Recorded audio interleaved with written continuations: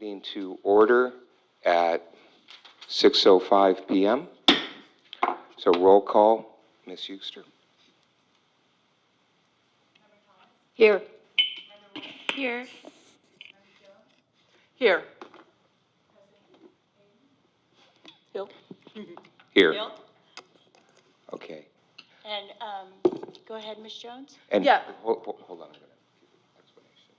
So you're talking about member plan. Yeah. So member plan Carte has had a family medical matter that arose just prior to the May 7th board meeting. She is also absent tonight for the same ongoing matter. She hopes to return soon. Thank you for your understanding. Okay. So moving on to 1.2, meeting practices. So the public will have the opportunity to address the Board of Education regarding non-agendized matters and agendized items with a live audio-only comment via Zoom with advance notice requested by email at publiccomments@newarkunified.org, a written comment by submitting a speaker card via email at publiccomment@newarkunified.org, or with live in-person comments by submitting a speaker card with the executive assistant. Okay, so Ms. Euster, do we have any public comments? No, we don't. Okay, great. So moving on to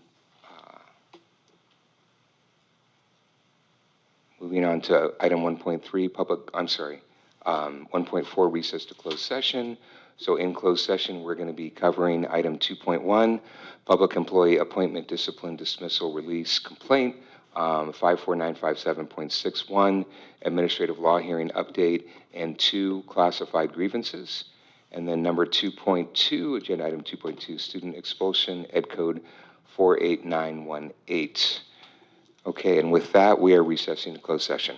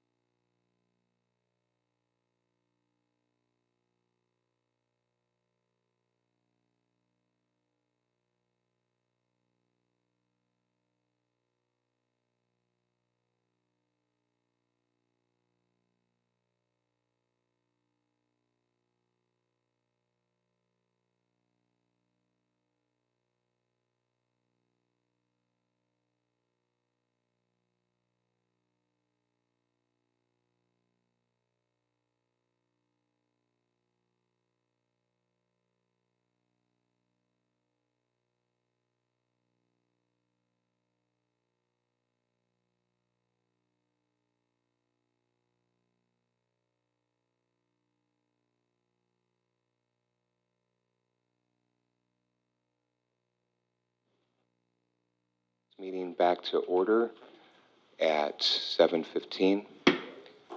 So, action item 3.1, report of closed session actions. There is nothing to report.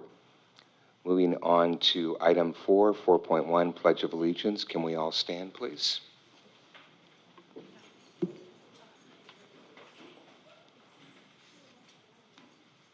Repeat after me. I pledge allegiance to the flag of the United States of America and to the republic for which it stands, one nation, under God, indivisible, with liberty and justice for all.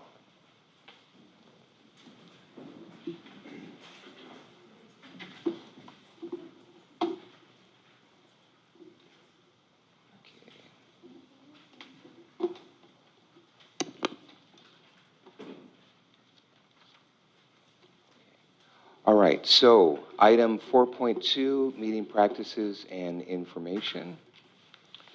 So greetings, everyone, and thank you for joining. Before we get started, I would like to say that the board appreciates and supports stakeholder input at our meetings. Engagement by members of the public in civic matters is a cornerstone of our democracy. Per the California School Board Association, however, it is important to note that a board meeting is not a meeting of the public, but rather a meeting to conduct the public's business. Everyone should have a chance to express their opinions within the guidelines the board has established for its meetings so that we are able to conduct the meeting effectively and efficiently. During the meeting, there will be time for the public to comment on matters not on the agenda.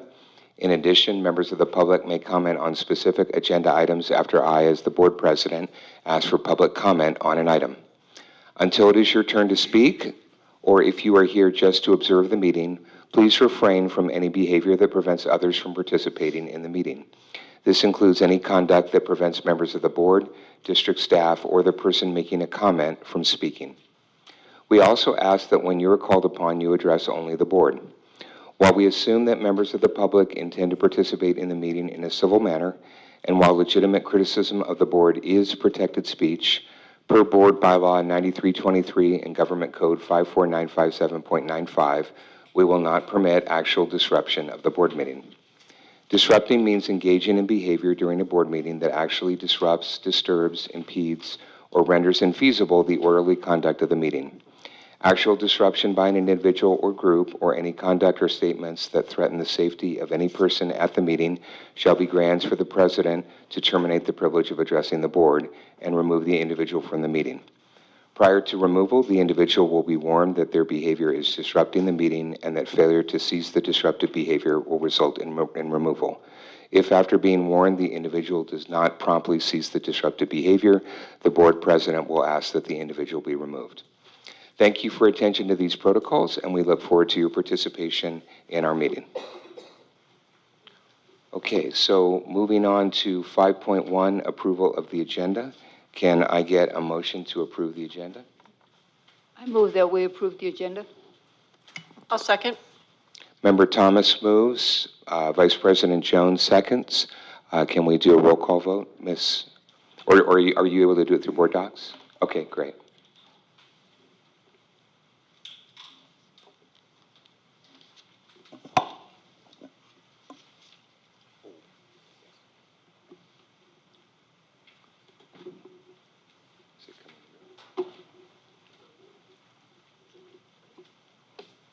We're not seeing anything.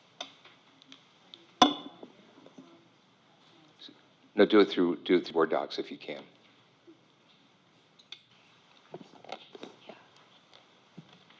Member Thomas? So do you have the ability to actually use board docs to send the Yes. vote to us? But you guys have to, I opened it. We haven't seen it. Let me click it again. There it goes. It's Okay, thank you. we got it. Thank you. Okay, great. Okay, thank you. And then Vice President Jones would just like to make a brief statement. Go ahead, Vice President Jones. Do you want to give the report out? Yes. Member Thomas, yeah? Yay. President Hill, yay. Board Member Nguyen, yes. Member Jones, yes.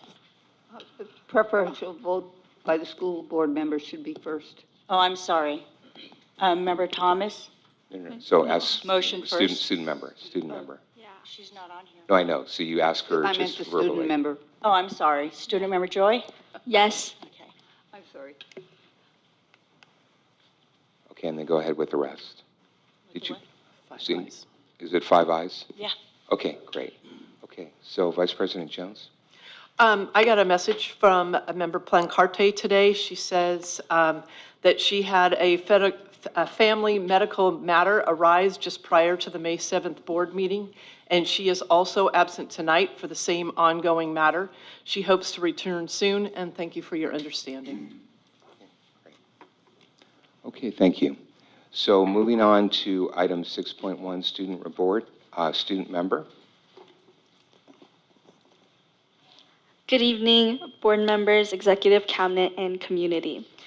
It's so saddening yet so exciting to be here before our year of school ends, and the year has just flew by. At our high school, in honor of Asian American Pacific Islander Month, ASB will be hosting a variety of events this week.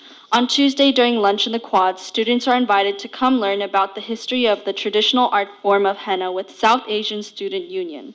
On Wednesday, we'll have Barry Taimani speak about the Tongan culture and the impact it has had on his life. I'm sorry if I butchered the pronunciation. On Thursday, ASB is hosting Lay's Making with Polynesian Club, and on Friday, Filipino Student Union will be hosting a Tinikling dance workshop. This week is also Classified School Employees Week. Let's show appreciation to our lunch workers and custodians and office employees by saying thank you, cleaning up after ourselves, and treating them kindly. Our custodians and our office workers and our lunch workers do so much for us behind the scenes to make sure our schools are running. From our counselors department at our high school site, they hosted a senior decision day last Wednesday on May 15th in the quad with music and many pictures. On May 14th was the senior awards night. Member Thomas presented our Rotary Scholarship, and Member Nguyen was also present, presenting 4 scholarships. At the senior award night, they announced our valedictorian as well as our salutatorian and awarded our Newark scholarships. Our MCA was also promised another year at our Newark Memorial High School site, and they had their own personal graduation last week, receiving their stools. Our band department hosted their spring concert this past Friday, and we hope that people who came and enjoyed the music of the efforts of Newark Memorial's musicians had an enjoyable time. Next, I'll be announcing all of the graduations for our middle school, our Bridgepoint, and our high school. So if you'd like to write that down, now's the time. So at our Newark at our Newark Middle School, it will be at the football field on May 30th at 10 a.m. At our Bridgepoint site, it will be in the cafeteria at 10 a.m. on May 31st. For our Newark Memorial High School, something that was debated about, but it was agreed to have it on our football field on May 31st at 5 p.m. Before I finish off the last student board report of the year, 2023 to 2024, I wanted to express my gratitude for allowing me to sit on this seat to represent the students of Newark. I may be lacking in many things and could always be doing more. I'm always open to suggestions, ideas, and things for me to grow. I want to say thank you to everyone who looked out for me and during this time and also cheered for me. I hope you guys will continue to look out for me also as I serve next year, where I hope to do better and have improved. Thank you so much, everybody.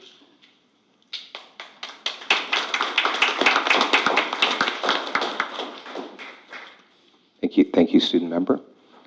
Okay, moving on to 7.1, employee organizations. So do we have anybody from NTA here? So Ms. Villa, welcome.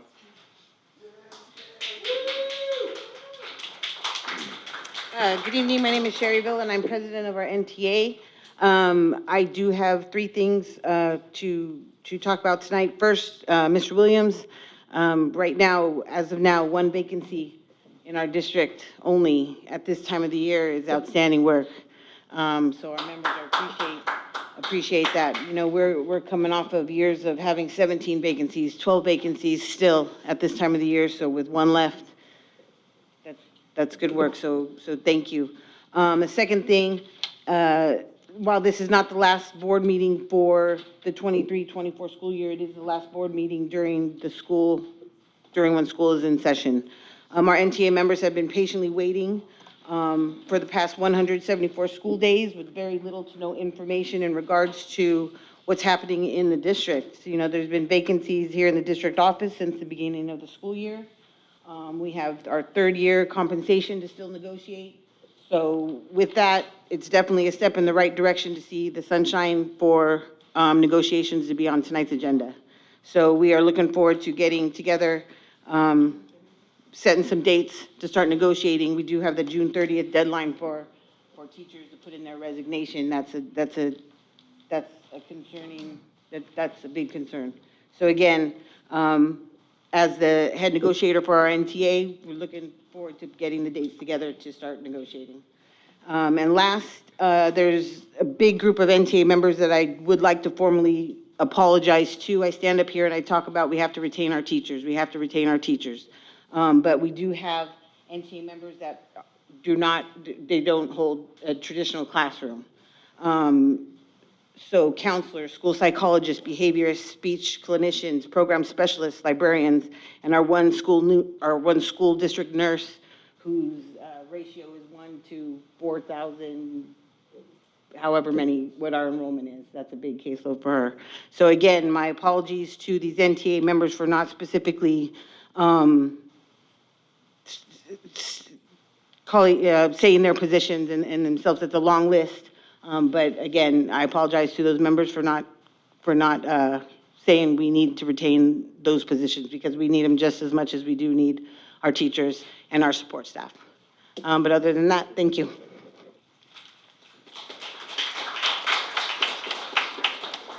Thank you, Ms. Villa.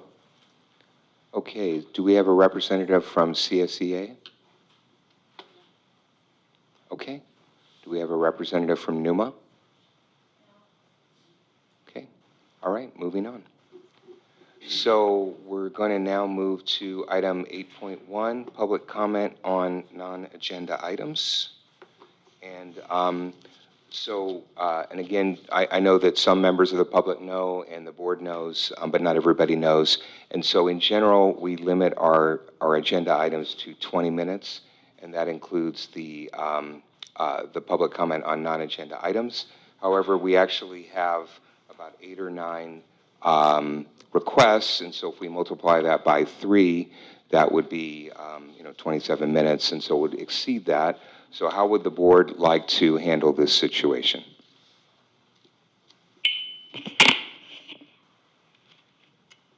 I'd like to hear from all the people who are here to speak tonight.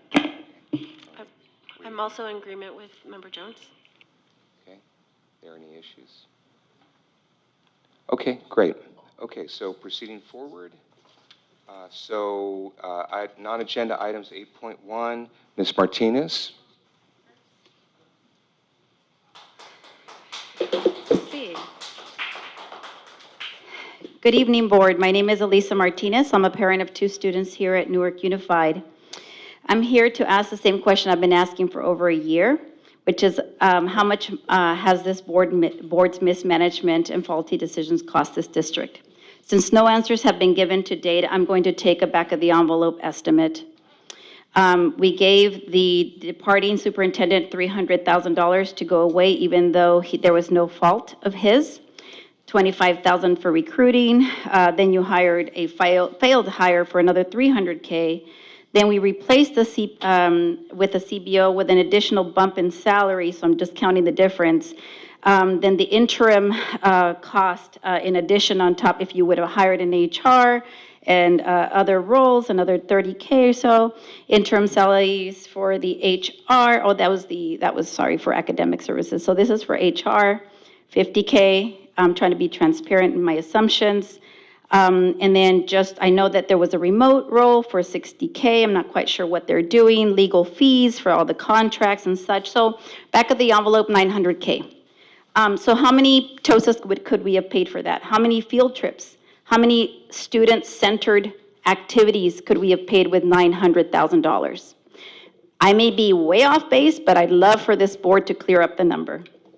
The second, another key question that I'd like to ask, Board Member Thomas, when you were president, there was an investigation into Board Member Aiden Hill and his behavior, and there was a report that was supposed to have been released. It was never released. I'm wondering what happened to that report. I know that's also when you switched lawyers back to Lozano and Smith, who I know you guys prefer.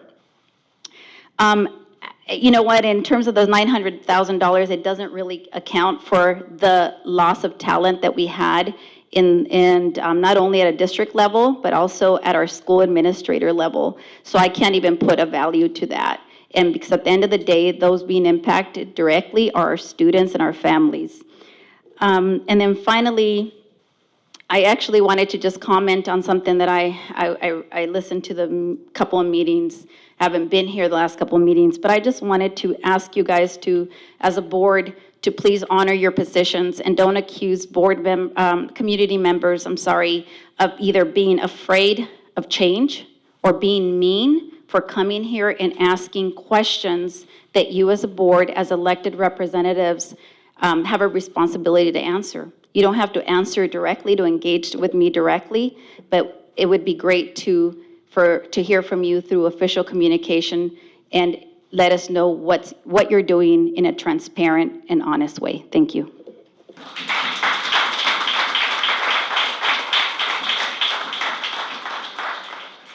Thank you, Ms. Martinez.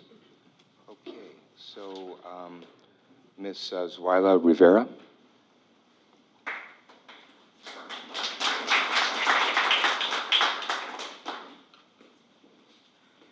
Okay, buenas noches a todos. Vengo ahora a decirles y a preguntarles que por qué las high school no tienen director.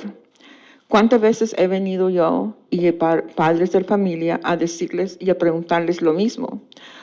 Ya la escuela ya va a terminar y que no hay director todavía. ¿Cuándo van a tener uno? Ok, gracias.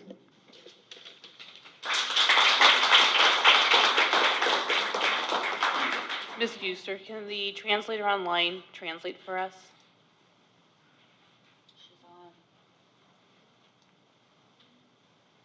Can she be invited? Brenda? Can you hear me, Brenda?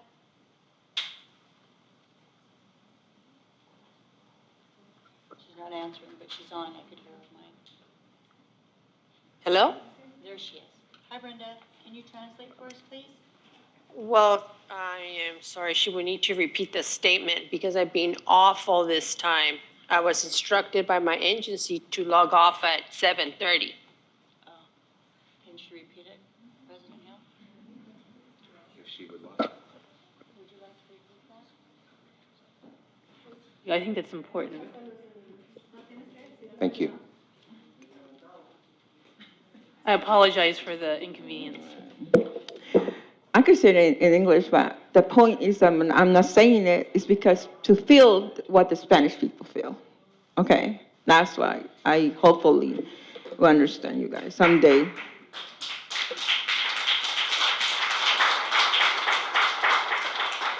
Okay. Buenas noches. Vengo aquí a decirles otra vez que no hay director en la high school. No lo hemos tenido todo este año en la escuela. Ya van a terminar las clases y todavía no hay ningún director. Ustedes piensan que están haciendo un buen trabajo. Los padres están preguntando todo el tiempo a ustedes. No es justo lo que hacen, ¿ok? Estamos hablando de los estudiantes. ¿Cuándo van a comprender eso ustedes? Gracias. So we haven't had a director or a principal ever since we started. So how are we going to talk about the children if we don't have somebody here all the time? I believe that was the main statement of her speech.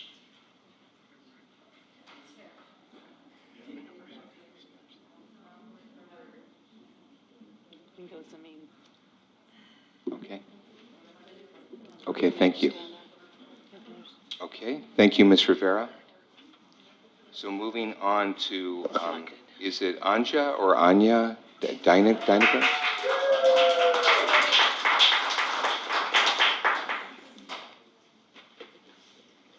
Hello. All right, hey, my name is Anya, and my son is going to Schilling, participating in the DLI program. We live in Glass Bay community, a new, fast-growing neighborhood. Schilling is our home school. When we moved here, we never considered sending our kids to Schilling because of the school rating, the appearance of the facilities, and my neighbors had all their kids already in private schools. However, at some point, we learned about the DLI program, and it was the deciding factor why we gave the school a try. My husband made a great career in his life, not because of a fancy degree, but because of speaking several languages. One of the languages is Spanish. It's a big advantage today to be able to connect people in global companies. Therefore, we considered the DLI program as an outstanding advantage for our son. We were so happy with the decision sending our kid to Schilling. We could bike to school, and our son loves to go to school every single day and to teach us Spanish at home. The teachers do an amazing job despite the circumstances, like big class sizes, no coaching support anymore. But the developments throughout the year and the many teachers and principals quitting makes me very concerned about the future of the DLI program and the school. We were so excited about also sending our little son starting TK in Schilling next school year. But now we are afraid of the unknown. Will the kids have substitutes all the time? And will they stay on track? Will the teachers be okay? I want to believe in a successful future of the school. All these kids deserve an appropriate education. And I want to believe in the sport and that it makes the right choices and priorities.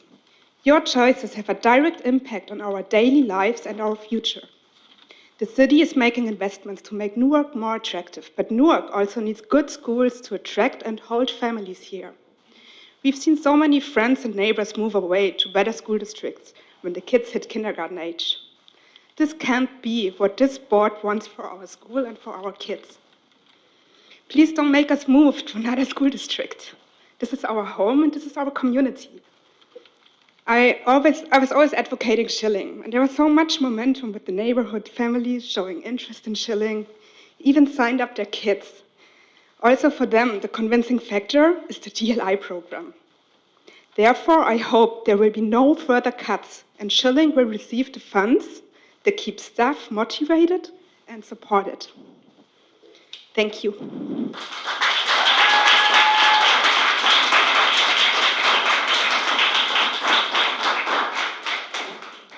Thank you, Ms. Deininger. Okay, Ms. Carrillo?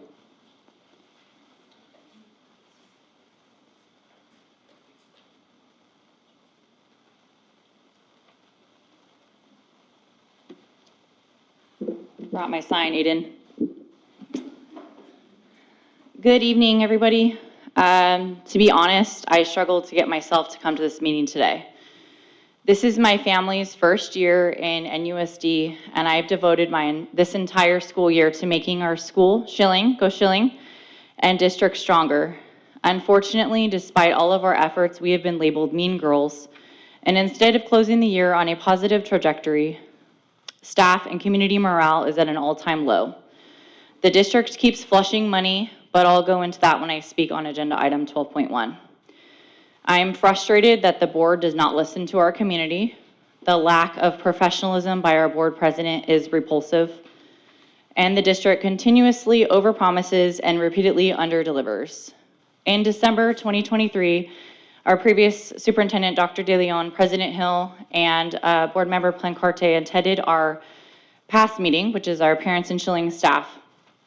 You discussed the goal to make Schilling a STEAM magnet school to attract the Bayshore's families. Remember? It's very interesting that there is now a survey circling around about making Lincoln a magnet school. Board, you keep saying decisions have to be made and the community doesn't understand the full picture. You are intentionally choosing to keep the community in the dark and withhold information from the public. Your decisions directly impact our children and our community. We should be involved and have a say in the decision-making process.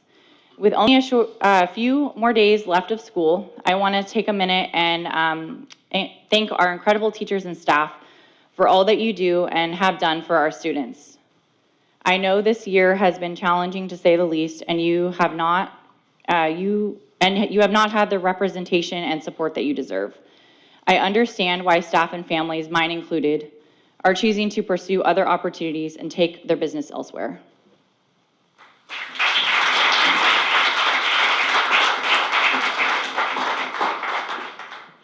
Thank you, Ms. Carrillo.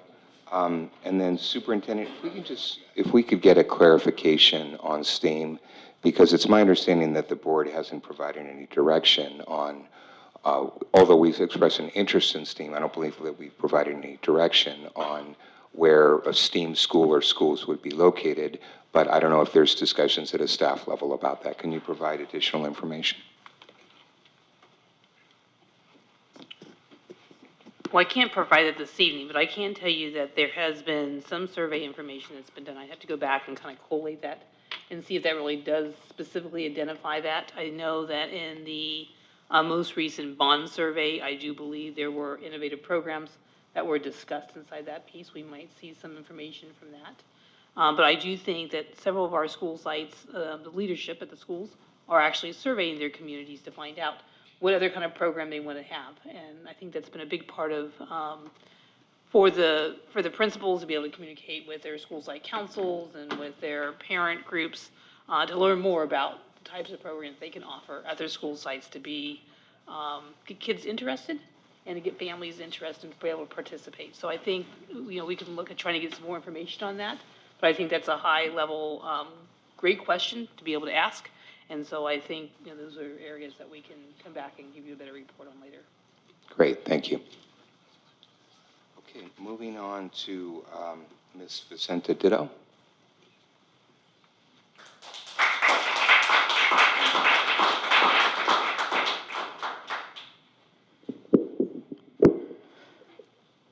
I was remiss in missing at the last regular meeting on Tuesday, May 7th, that another hiring was done with questionable practices. A trend under these leaders selected by this board.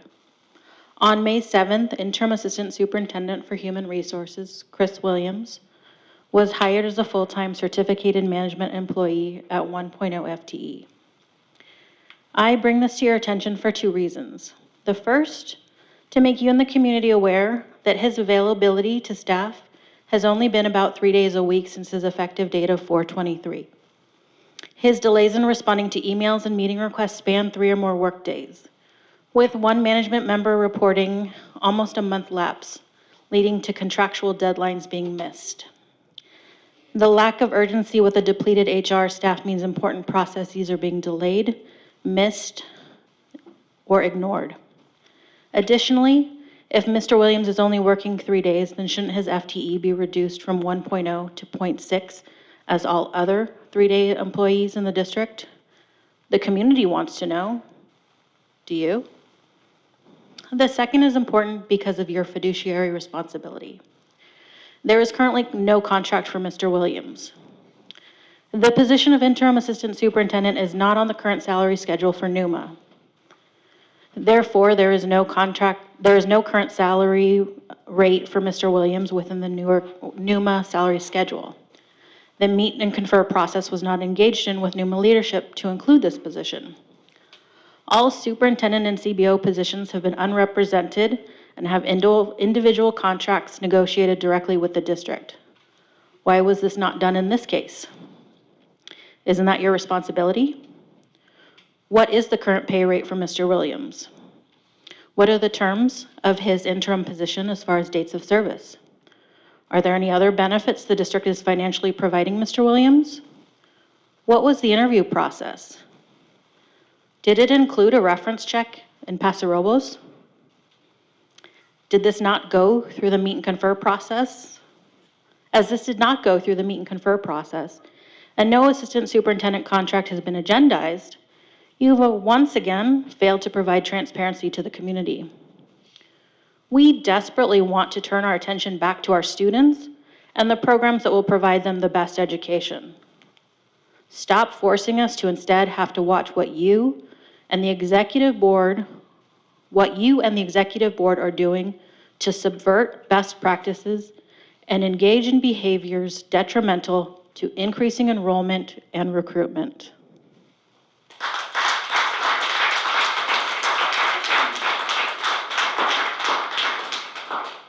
Thank you, Ms. Ditto.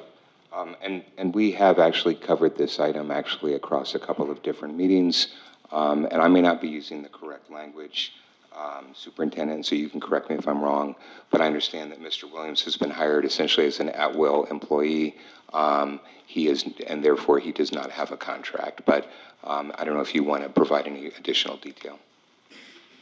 Provide a little additional detail. I can tell you that I know there was a meeting conferred regarding the having an assistant superintendent of HR, is my understanding from Dr. De Leon, that occurred around mid-February, and I don't have the exact date, but I have that from some notes. Additionally, Mr. Williams, and we are really grateful for his services, is serving at will in a substitute capacity while we do our recruitment. That recruitment has begun for HR, and so I just want to be able to share those items with you. Originally, this was actually a position that was the executive director, and we were unable to fill the executive director and find a qualified individual to be able to help support the district. Thank you for the clarification.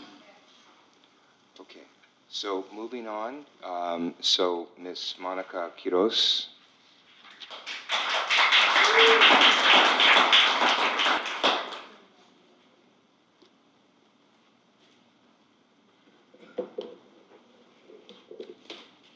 Buenas noches, mesa directiva. Un comentario corto que voy a hacer el día de hoy, solo para decirles que sigo viendo cómo malgastan el dinero del distrito. Les quiero decir que si no van a pasar ninguna propuesta, ¿para qué la comunidad le da más dinero a este distrito? Contratan superintendentes y los sacan cuando quieren, aprueban aumentos sin fondos y contratan y despiden arquitectos de la nada. Todo eso son gastos innecesarios y, sin embargo, piden dinero sin ningún plan. ¿Para qué quieren el dinero de la comunidad? No nos han dado un plan o explican para qué usarían ese dinero. Hoy les digo que si el voto para darles dinero al distrito fuera hoy, mi voto sería no. No porque esta mesa directiva ha mostrado que no saben lo que están haciendo. Gracias.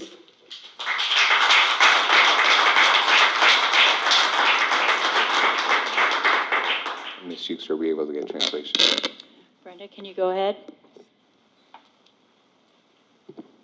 Brenda?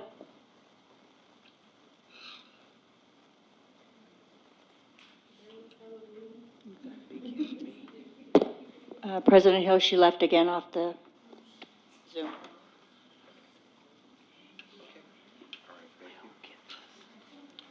So moving on, Ms. Angela Silveller. Okay, so moving on, Ms. Angela Silveller. Is there someone that can translate into English? Someone else in our community, maybe? They've had pushback. Some of us would be glad, but we have to. I don't know. I'm just trying to. Okay. Actually, I would be most grateful if someone would like to volunteer to translate. We would greatly appreciate that support. I can't.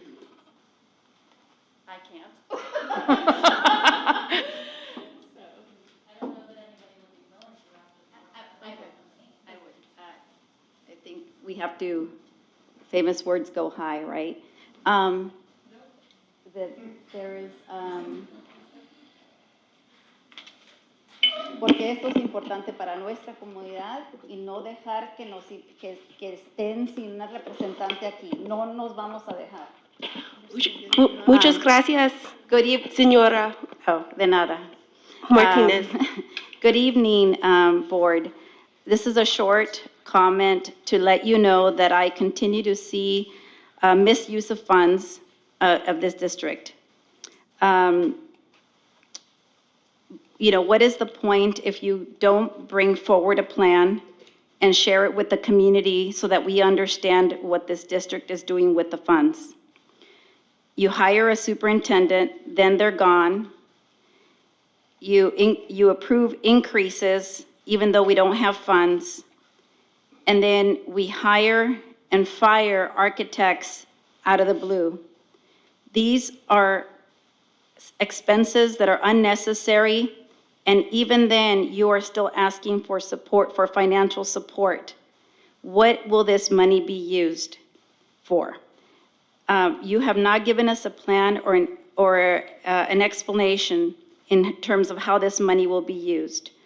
I tell you today that if we had to vote to approve any funding for this district, my vote would be a no. Why? Because this board has demonstrated that you don't know what you're doing.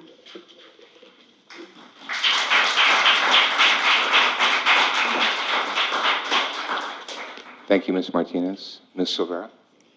Thank you for allowing that. Hello, board members. My name is Angela Silvera. I'm a parent of a high schooler, middle schooler, and an elementary schooler. I come to you tonight with my mind a jumble of all the things I want to say, but I'll start with referring back to what I spoke about last time, a tobacco retail resolution. 2 days after I spoke to you guys, I actually made a public comment at the city council meeting as well, and they too were in favor of moving forward on a policy. Then the Newark Middle School PTSA president, Kara Kundrat, wrote a petition, and just within this short period of time, it has 48 signatures in support of the initiative. But I'm very aware of how slow cities and districts, unfortunately, can move forward. So I'm coming back to you tonight to encourage you to create a resolution. But before the board goes on a summer break, and then deliver it to the city council. Or I could deliver it for you if you would like. Now on to my next concern. I'm really wanting to discuss how the seemingly toxic environment of the middle school is truly affecting NUSD's ADA. And being that we need the ADA money, this seems crucial. Students, parents, and even teachers complain about the middle school. The middle school has only been in place for 2 years, and it seems like it has fallen flat on its face, which is very unfortunate since the parents and teachers that feel negatively about the middle school spread their message on social media. I too put a longer message on social media, but I felt it was really important, and so I wanted you guys to hear it. So here is at least a part of it relating to the district. Are there things that the district can do? Could you create a no cell phone policy? Could you create a zero tolerance policy? Could you figure out ways to support the administrators to not kowtow to parents that are complaining, but instead follow the zero tolerance policy? Could you make an elementary school a K-8 to bring back some of those 6th through 8th graders so that they don't leave our district? Could you bring the 6th graders back to elementary school? Since we're only 2 years out, maybe we can just bring them all back. Something needs to change. Parents leave before middle school because the loud voices are being loud. And although I personally do not necessarily feel the middle school is the best, I'm sorry, but I don't feel like it's the worst either. And I would love to have the district and parents come together to make the middle school a safer, happier place for all that attend and work there.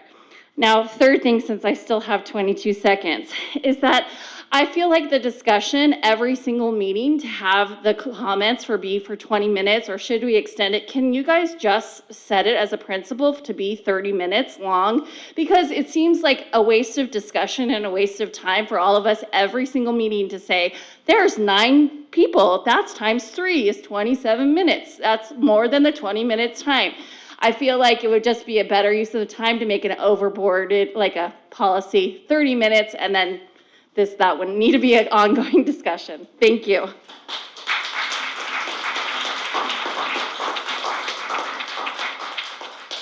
Thank you, Ms. Silvera. Just to remind everyone, so the board last summer set forward some strategic goals, and the number 2 goal was around safe, secure, and healthy learning environments. And the goal that we set and we have not met it, and so we need to do better. The goal that we set was by March 1st, 2024, each site will update and revitalize the comprehensive site safety plan to include student and staff wellness and to address the metrics below. By June 30th, 2024, the district will create an associated public safe and health learning environments dashboard to track key metrics, which will inform our future programs and resources. And the metrics that are examples of this, but are not exclusive, are suspension expulsion data, fights, drugs, cyberbullying, vandalism, attendance rate, chronic absenteeism rate, student discipline referral numbers, counseling and mental health services, number of students served. And so understand your point, and Superintendent, I know that you're newer into this role, but I think that we need to have each site come forward actually with an explanation of what's going on, what their plans are, and how we're going to address these issues, particularly at the middle school. So thank you. Okay, moving on, Mr. Anderson.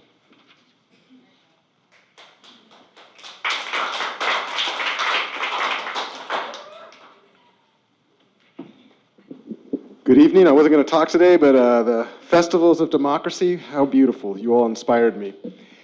I want to talk a little bit about Schilling. We produced the 100 survey results, and we haven't had a chance to share those yet. In October of this year, I sent an email to the board about how gutting Abby Kieran's really affected our teachers, and that we would likely lose many of them. That was in October. So we've got, I think, 7 DLI teachers currently, 2 in kinder, 2 in first, 2 in second, I guess 2 in third, so that would be 8, and we're going to add 1 more. Okay. Well, Farias was part-time, Herrera's gone, Cantiller's gone, Perez is gone, Sol is gone. The 2 TOSAs that supported this program are now reassigned, so they're not going to have time to spend on this. The special project leader who was in charge of implementing the program has been gone for many, many, many months, and no one has come to ask any questions. There's a 250-page document about DLI that I have read as a public member of the DLI committee. I would ask, have you read those? Because we have a program that's supposed to run next year, and I was very excited to see that the board decided to fund a bilingual aid. The reason that you decided to fund that was that meeting on December 12th that we forced your hand to attend. Meanwhile, you've cut the director of special projects, the 2 TOSAs. You've just lost 4 of your best teachers, including your only 2 BCLAB certified. I know we hired 2 new ones, but the 2 new ones we hired, they will not be teaching the same program. This is a brand new program. And I called this out in October, and you know what I was told? That I'm spreading rumors. No, I was listening to the most gifted and talented teachers in the entire district who said, when you cut all of my support networks, when you underfund my program, I will leave. And I heard that loud and clear. And I brought that to you then as a mechanism to make changes. And I was ignored. And you made the decision to cut the TOSAs, and now the teachers have left. And this makes me very sad. Gives me heart pain. I've had chest pain, I've had insomnia, I've had high blood pressure at the age of 39, because we bought in Newark for this program. And had I known the disrespect for this program, I never would have bought a home here. And this is how racism works in our society. We take the lowest funded school with the most Latinos, and we cut all the support. And that makes me very sad.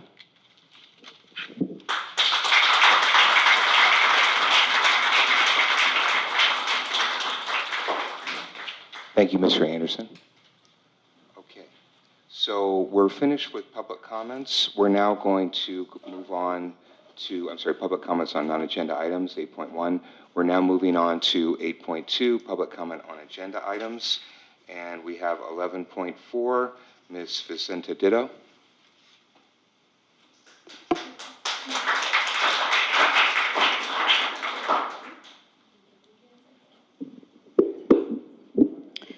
It is a positive step forward to see that the collective bargaining agreement reopeners are finally agendized. The negotiation process is a long and arduous endeavor where all parties have the best interest of our students in their hearts and the hard facts of the realities of our profession in their heads. With each 3-year cycle of the CBA, each side of the table works to create a group of experienced leaders with knowledge that spans the programs and has the tenacity and endurance to engage in this process. It is not easy work. It shouldn't be. We are looking to come to common ground in often difficult conversations and make decisions that impact many stakeholders, the most important being our students. That being said, I want you, the board, and the Newark community to know that the entire NUSD team that came to the negotiations table for the NTA bargaining agreement for year 1 of the 3-year negotiation cycle is now gone.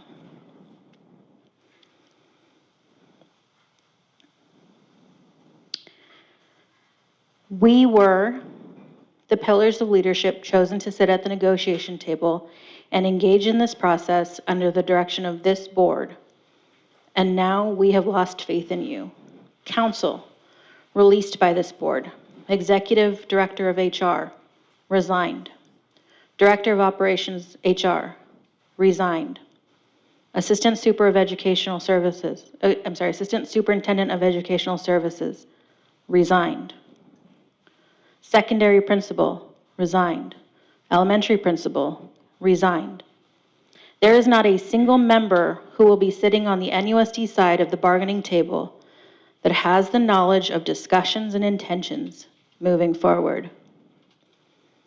Let me highlight the sports ball guy President Hill refers to regularly, Bill Walsh.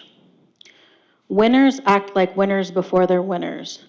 The culture precedes positive results. It doesn't get tacked on as an afterthought on your way to the victory stand.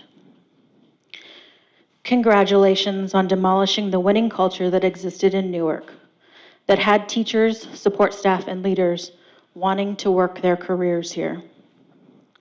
Congratulations on creating a culture for students that has parents looking for other educational opportunities for their children outside of Newark Unified School District. Best of luck on your way to whatever victory stand you are looking for, because it certainly doesn't appear you want the students, staff, and community to be on that stand. Just you, your cherry-picked employees with highly questionable ethics, and your egos.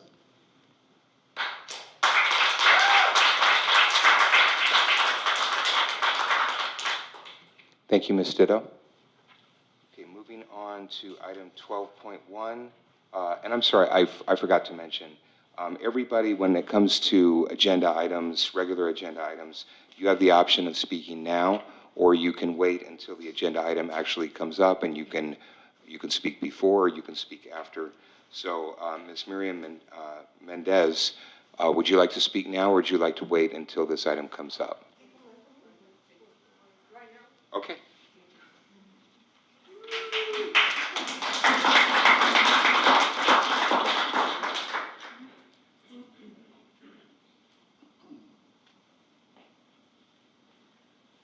Buenas noches, mi nombre es Miriam Méndez y soy mamá de 3 estudiantes de Schilling. Mesa directiva, esta noche la superintendente interina les va a pedir que aprueben 10 días más de trabajo, pero ¿cómo es posible que espere que la comunidad esté de acuerdo con este tipo de gastos a última hora? Esto le va a dar un aumento de más de $10,000 y solo porque no pudo ser responsable y trabajar los días permitidos. Ahora no tenemos dinero, el personal se está yendo, no podemos contratar a maestras permanentes, no podemos darles un aumento digno a los trabajadores ni a los maestros, pero les vamos a dar un aumento de más de $10,000 a una persona que realmente no ha hecho nada para mejorar la situación.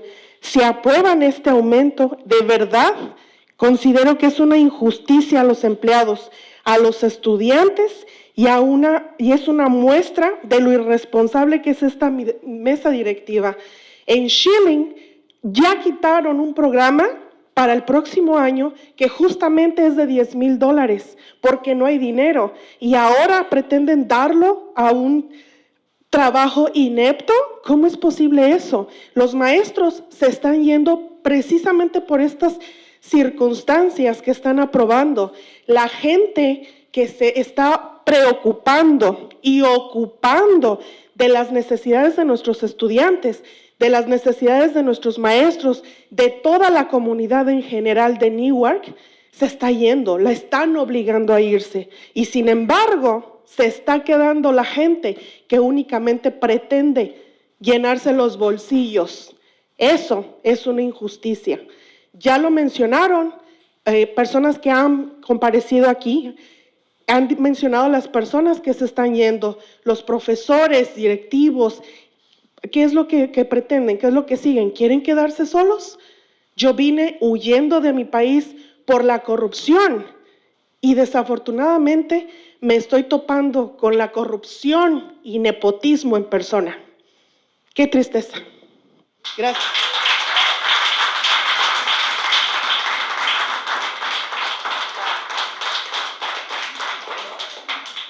Okay, apparently our translator is not available. Would anybody like to translate on behalf of Ms. Mendez?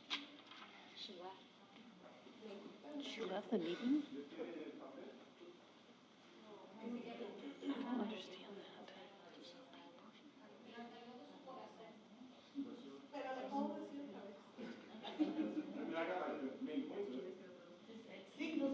You got-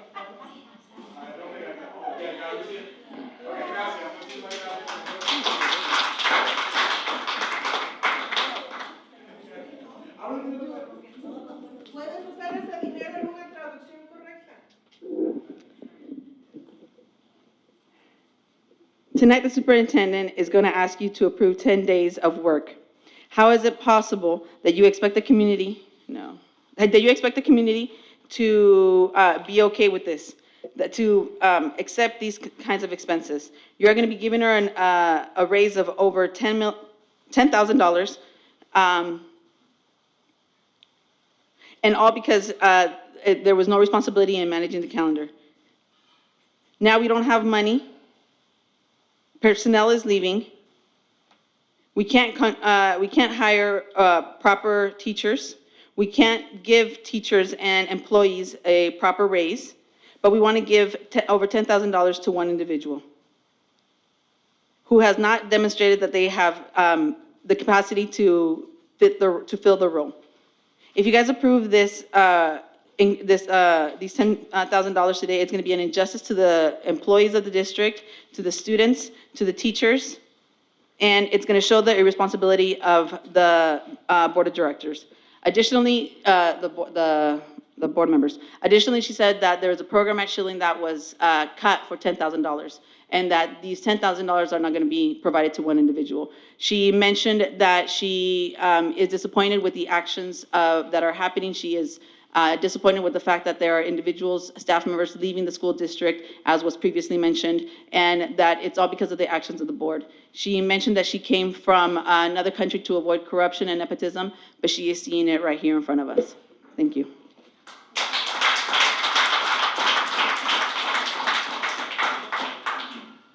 Thank you, Ms. Gutierrez.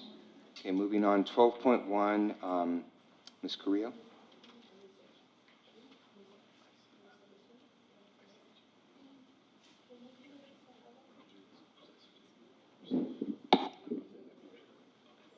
Ms. Vacar is asking for the board to approve 10 additional days of work at a daily rate of $1,253.57.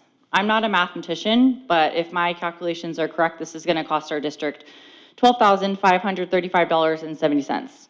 Her salary already increased from $250 from the CBO to $270 when she was switched to the interim superintendent. And the board will now approve, because you've made it crystal clear that you don't listen to community input, that Ms. Vacar will now receive an additional $12K. Starting July 1st, her rate then goes up to $280,800 a year.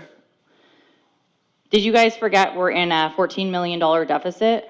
Previous superintendents were supposed to turn in their work calendars to the board at the beginning of each school year. This is done in order to have planned vacations so the superintendent would not go over the allotted work days. The board is supposed to supervise the calendar, the superintendent's calendar. So this is an oversight by the board who does not know how to manage their only employee. Ms. Bacar was just out on vacation all last week. Was this used PTO or are New York taxpayers paying for your vacation? Board, you need to reread 12.1. The typo clearly states this results in an estimated savings of $25,699, which is clearly not the case. Board, what's your plan here? If it's to run the district into the ground and have the state take over, congrats, keep up the good work.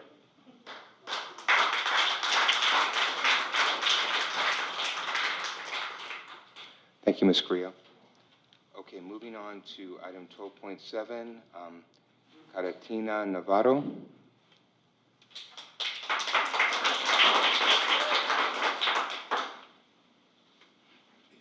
Buenas noches. Ya es la no sé cuánta vez que se trae el tema de la nueva cancha en la high school. Esta mesa directiva ya dijo que supuestamente sí quiere que se construya una nueva cancha. Entonces, ¿por qué están demorando en la construcción? ¿Nos pueden explicar por qué están cambiando de arquitectos a última hora? ¿Qué hizo mal el otro arquitecto o qué causa el cambio? ¿O será que solo quieren seguir seleccionando a sus amistades para seguir sacando dinero al distrito que ya no tiene? Esta mesa directiva habla de transparencia, pero ¿dónde está la transparencia aquí? Señora Placarte, le pregunto a usted que pide transparencia, ¿se le hace un proceso transparente? Sinceramente, a mí no. Como miembro de la comunidad y persona que ve las reuniones de la mesa directiva, yo solo escuché al señor Hill quejarse de los últimos arquitectos, pero nunca habló de hacer un cambio. ¿Nos pueden explicar, por favor, cuál fue el proceso para seleccionar a esta nueva compañía? ¿Nos pueden explicar si van a haber más gastos o si vamos a ver ahorros? Esta información es muy importante.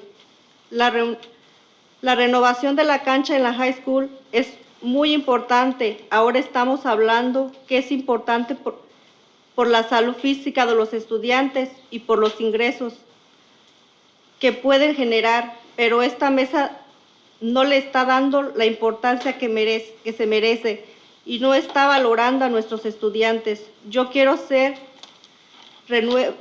se renueve la cancha, pero no tengo fe en los pasos que actualmente está tomando esta mesa directiva. Gracias.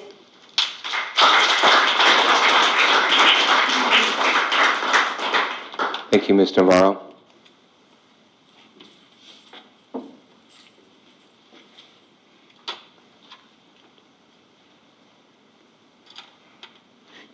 This is the so many time that this board brings the theme of the high school field to the conversation.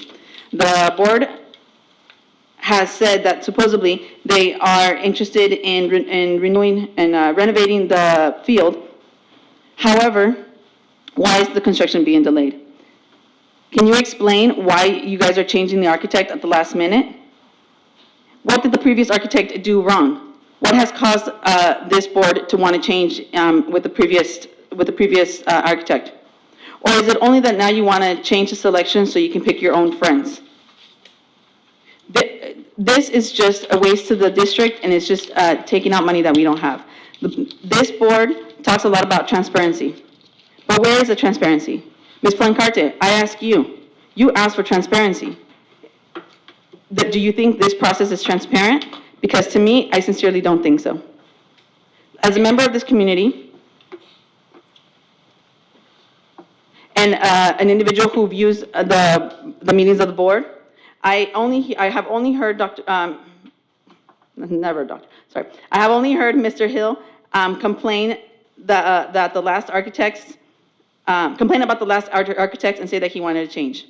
But can you please explain what was the process that was being used to select the new company? Can you please explain how these new expenses are going to be paid or whether they're going to be savings? This information is very important. To renew the field at the high school is very important to the students. And now we're talking about the importance of the students' physical health and also the possibility of generating funds for the school. But this board is not giving it the importance that it needs. And you are not valuing our students. I really want the field to be remodeled, but I don't have faith in the steps that are currently being taken by this board.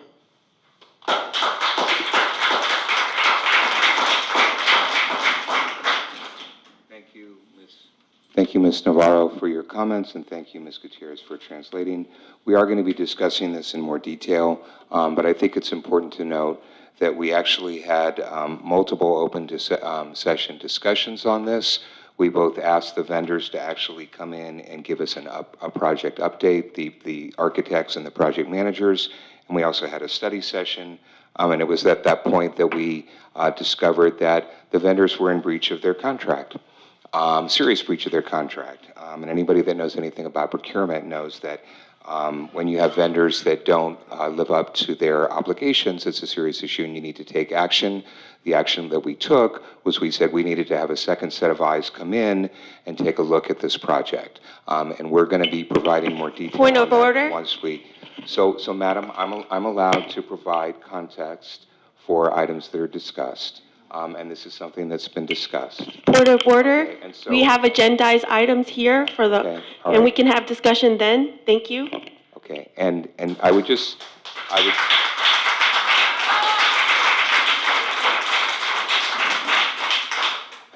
would just like to remind you, Member Wen, that when we use parliamentary procedure, that the person that actually rules on orders are the president. So I'm sorry, but other board members can tell the president point of order. Thank you. Okay, thank you.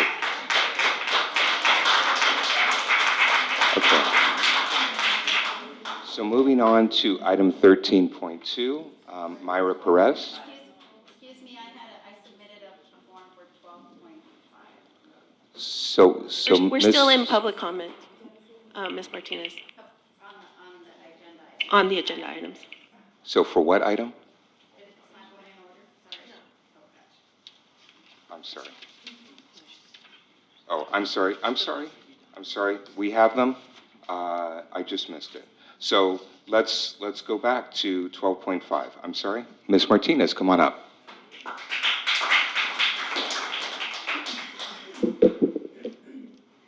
Good evening. Again, my name is Elisa Martinez. I'm a parent of two kids at the high school. And I did want to speak about the process or the lack thereof to replace the project or the architects. Actually, given that the board president opened discussion, I'll address it as well. And the process was not followed. There was no proof that the previous vendor broke any of their contractual agreements. It was very, very clear by Member Hill that he did not trust this organization because it was hired by the previous administration. May I remind the board, I shouldn't have to, but I'm gonna do this anyway, that it is the responsibility of the executive cabinet and the board to manage contracts. If the vendor is not asked to come and present a status, they're not gonna do it. They're not gonna just show up without being agendized. So to say that they were in breach of their contract because they didn't present, because for those of us who listened to the meetings, that was the whole thing. You haven't given an update. We haven't asked for an update. That is a responsibility of cabinet and the board. Having said that, just wanted to address the comment that the board president made. But the concern here is have we looked at a total cost of ownership of making this change? First of all, no process, no transparency in terms of what really drove this change. What's going to happen?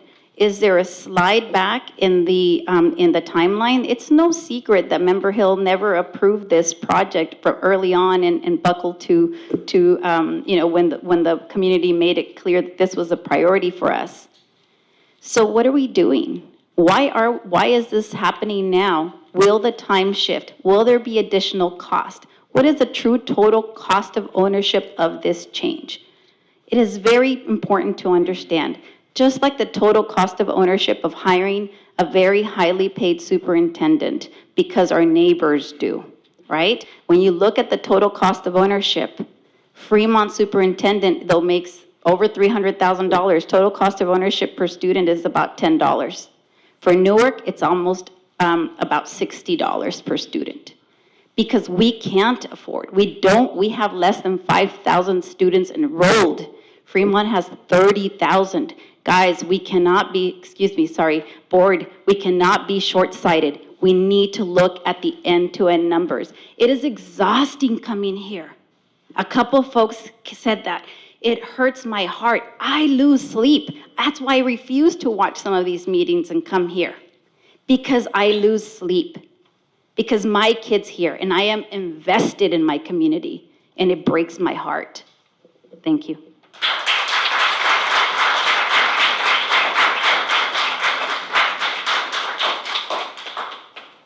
Thank you, Ms. Martinez.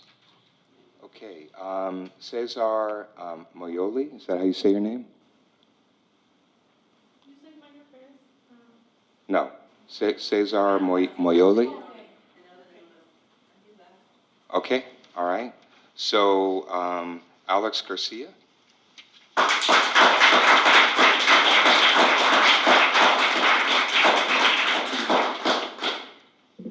Buenas noches a todos.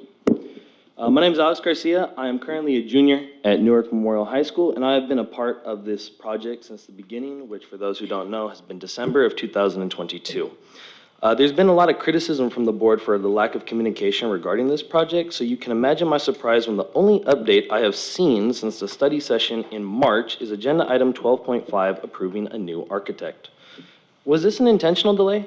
I'm also here to ask, why are we changing architects? You say there's a breach in contract, but many people also say there was no proof.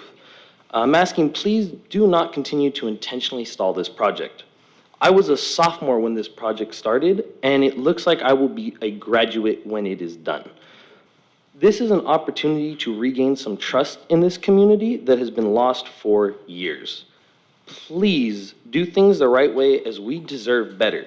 My classmates and teammates are watching this project closely, if not in person, online through your virtual board meetings. Now, thank you for your time. I need to go study for my 2 finals that I have for tomorrow.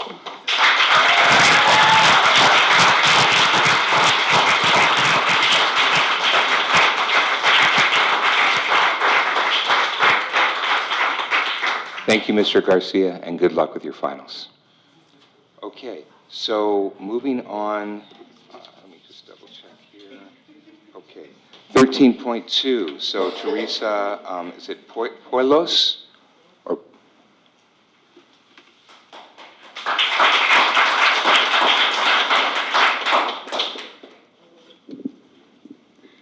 Buenas noches, mesa directiva. Mi nombre es Teresa Palos y tengo 19 años en este distrito escolar. Como miembro de esta comunidad, les puedo decir que nunca en mi vida he visto el distrito escolar en tan malas condiciones como estamos ahora. Tenemos 9 escuelas y solo 3 directores permanentes, y eso es hasta hoy, porque quién sabe qué vaya a pasar mañana. Estamos perdiendo maestros, directores, personal de las escuelas. Esta misma mesa directiva no ha tenido secretaria casi todo el año. ¿Qué está pasando aquí? Me lo pregunto yo. ¿Pero se lo están preguntando ustedes? Ustedes fueron los responsables de sacar al señor Triplet y de contratar a una superintendente que solo vino a jubilarse, con un alto salario, y otra que solo pide más y más dinero. ¿Pero qué ha hecho para demostrar que lo merece? Ustedes contrataron a una superintendente que no conoce a nuestra comunidad y ahora están haciendo cambios en el personal. sin tomar consideración de las consecuencias. Quisieron cambiar a un maestro con más de 23 años ejerciendo la docencia en la misma escuela, sin considerar cómo va a afectar a esa comunidad escolar.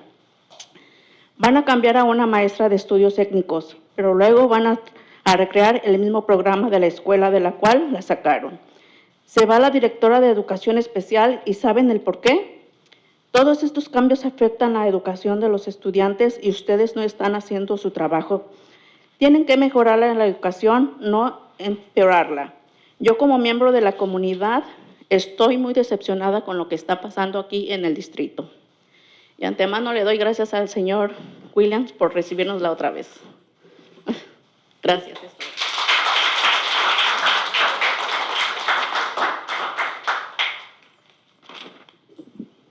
At this point, just know that I am doing this because I care for my community and because their voices deserve to be heard.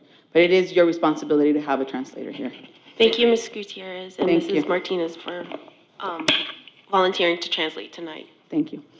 Good evening. My name is Teresa Palos, and I have 19 years in this. School district.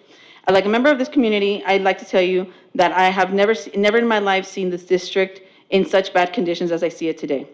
We have 9 schools and only 3 permanent principals, and that is as of today, because we don't know what's going to happen tomorrow. We are losing teachers, we are losing principals, we are losing personnel from the schools. These board members have not had a secretary or an admin the entire year. What is happening here? I ask myself, but I also ask you guys. You guys were the responsible individuals for getting rid of Dr. Triplett and contracting the new superintendent who only came here to retire. Thank you. To retire at a high salary. And now the next superintendent is only asking for more money. But what has she done to demonstrate that she deserves it? You guys have contracted a superintendent who doesn't know our community and who is making changes in the school personnel without considering the consequences to the students. You wanted to change a teacher who had 20 years of experience at the same school without considering how it was going to affect the school community. You want to change a teacher who provides ethnic studies and then recreate the same program a year later, but after you have changed her from school site. Now, the director of special education is leaving, and do you know why? All these changes are affecting the education of our students, and it shows that you guys are not doing your job. You need to improve the education, not hinder it. Me, as a member of this community, I am decepcionada. I am disappointed with what is happening here.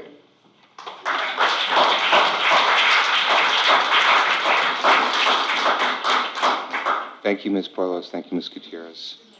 So 13.2, Myra Perez.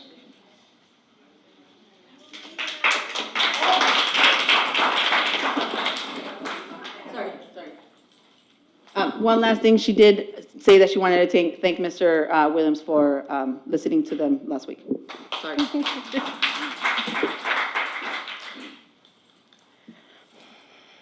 Buenas noches, mesa directiva, padres y miembros de la comunidad. Mi nombre es Mayra Pérez y tengo 3 estudiantes en este distrito. Esta noche me gustaría expresar mi preocupación por la situación en la que estamos en este momento. Los maestros y empleados del distrito siguen renunciando y me pregunto, ¿quién está manejando este distrito? ¿Quién está supervisando a los maestros? ¿Quién está vigilando a los estudiantes? ¿Y quién está dando las lecciones a los estudiantes? Todo el personal se va y esta mesa directiva no se pregunta por qué. Es obvio que algo no está bien. Cambiamos de superintendente, pero los mismos problemas siguen. Entonces, ¿realmente se puede decir que la señora Bacar es diferente de la señora de León? ¿O como amigas muy cercanas que son, también tienen el mismo sistema de liderazgo? Tristemente, se ha mostrado que las cosas no han cambiado y que el futuro de este distrito cada vez es más incierto. Los papás están cambiando a sus hijos de distrito, incrementando el problema financiero. Los maestros no quieren trabajar en Newark. Todo el mundo está hablando de lo problemática que es esta mesa directiva y no quieren trabajar aquí. La Unión de los Empleados del Distrito ya dijo que no tiene confianza en esta mesa directiva y yo opino lo mismo. Tristemente, todo lo bueno que teníamos, cada vez más lo está destruyendo esta mesa directiva. Por favor, una vez más pido que sean conscientes de cuál es su objetivo principal en este rol de ser miembros de la mesa directiva del distrito, que es ver por el bien de los estudiantes. Gracias.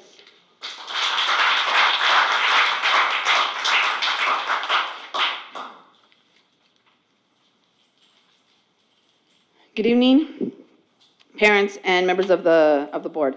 My name is Mayra Perez, and I have three students in this district.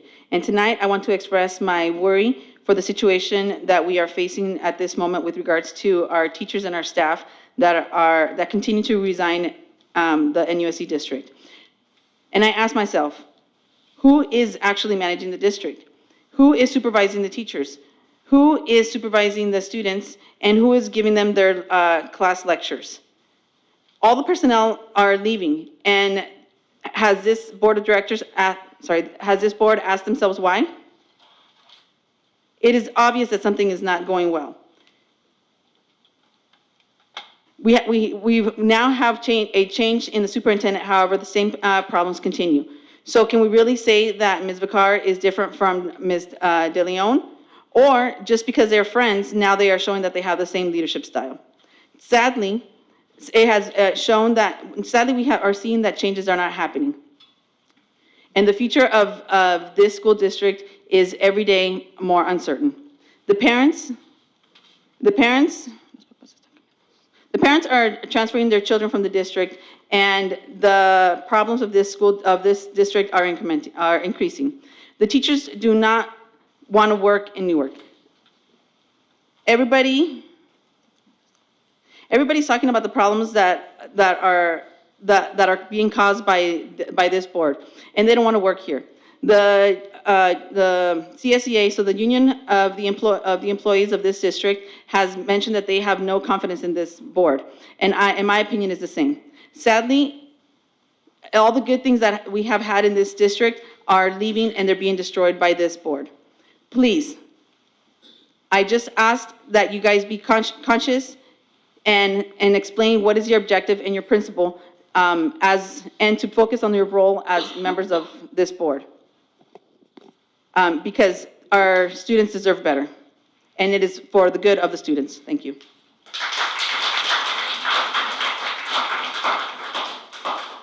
Thank you, Ms. Perez. Thank you, Ms. Gutierrez. So last item, 14.10. Ms. Parks, would you like to speak now, or do you want to wait until we get to that point? Okay, great. Okay, so we will hold that. Okay, so moving on to 9.1 Superintendent Report. Superintendent Vicar. Thank you. So let me begin by sharing that this is a very happy time of the year, that there are numerous celebrations happening throughout our school district. On behalf of all of us at Newark Unified, we want to thank our teachers and our support staff for your commitment to helping our students be successful and to celebrate the academic achievements of our students. The highlight, of course, will be the graduation commencement on May 31st, 2024. Our board members have started their listening tour, and I know that they are excited to hear from our community. I do want to remind the board and community that board members cannot and should not comment, but instead need to be active listeners to learn about school concerns. I want to be careful that we don't violate any kind of Brown Act regulations. Areas that we can improve upon, grow upon, or be innovative. Can you wait until they've left possibly, or can we close the doors? Because it's hard to hear you. Sure. Thank you. I appreciate that, Ashley. Thank you. Just like give a minute.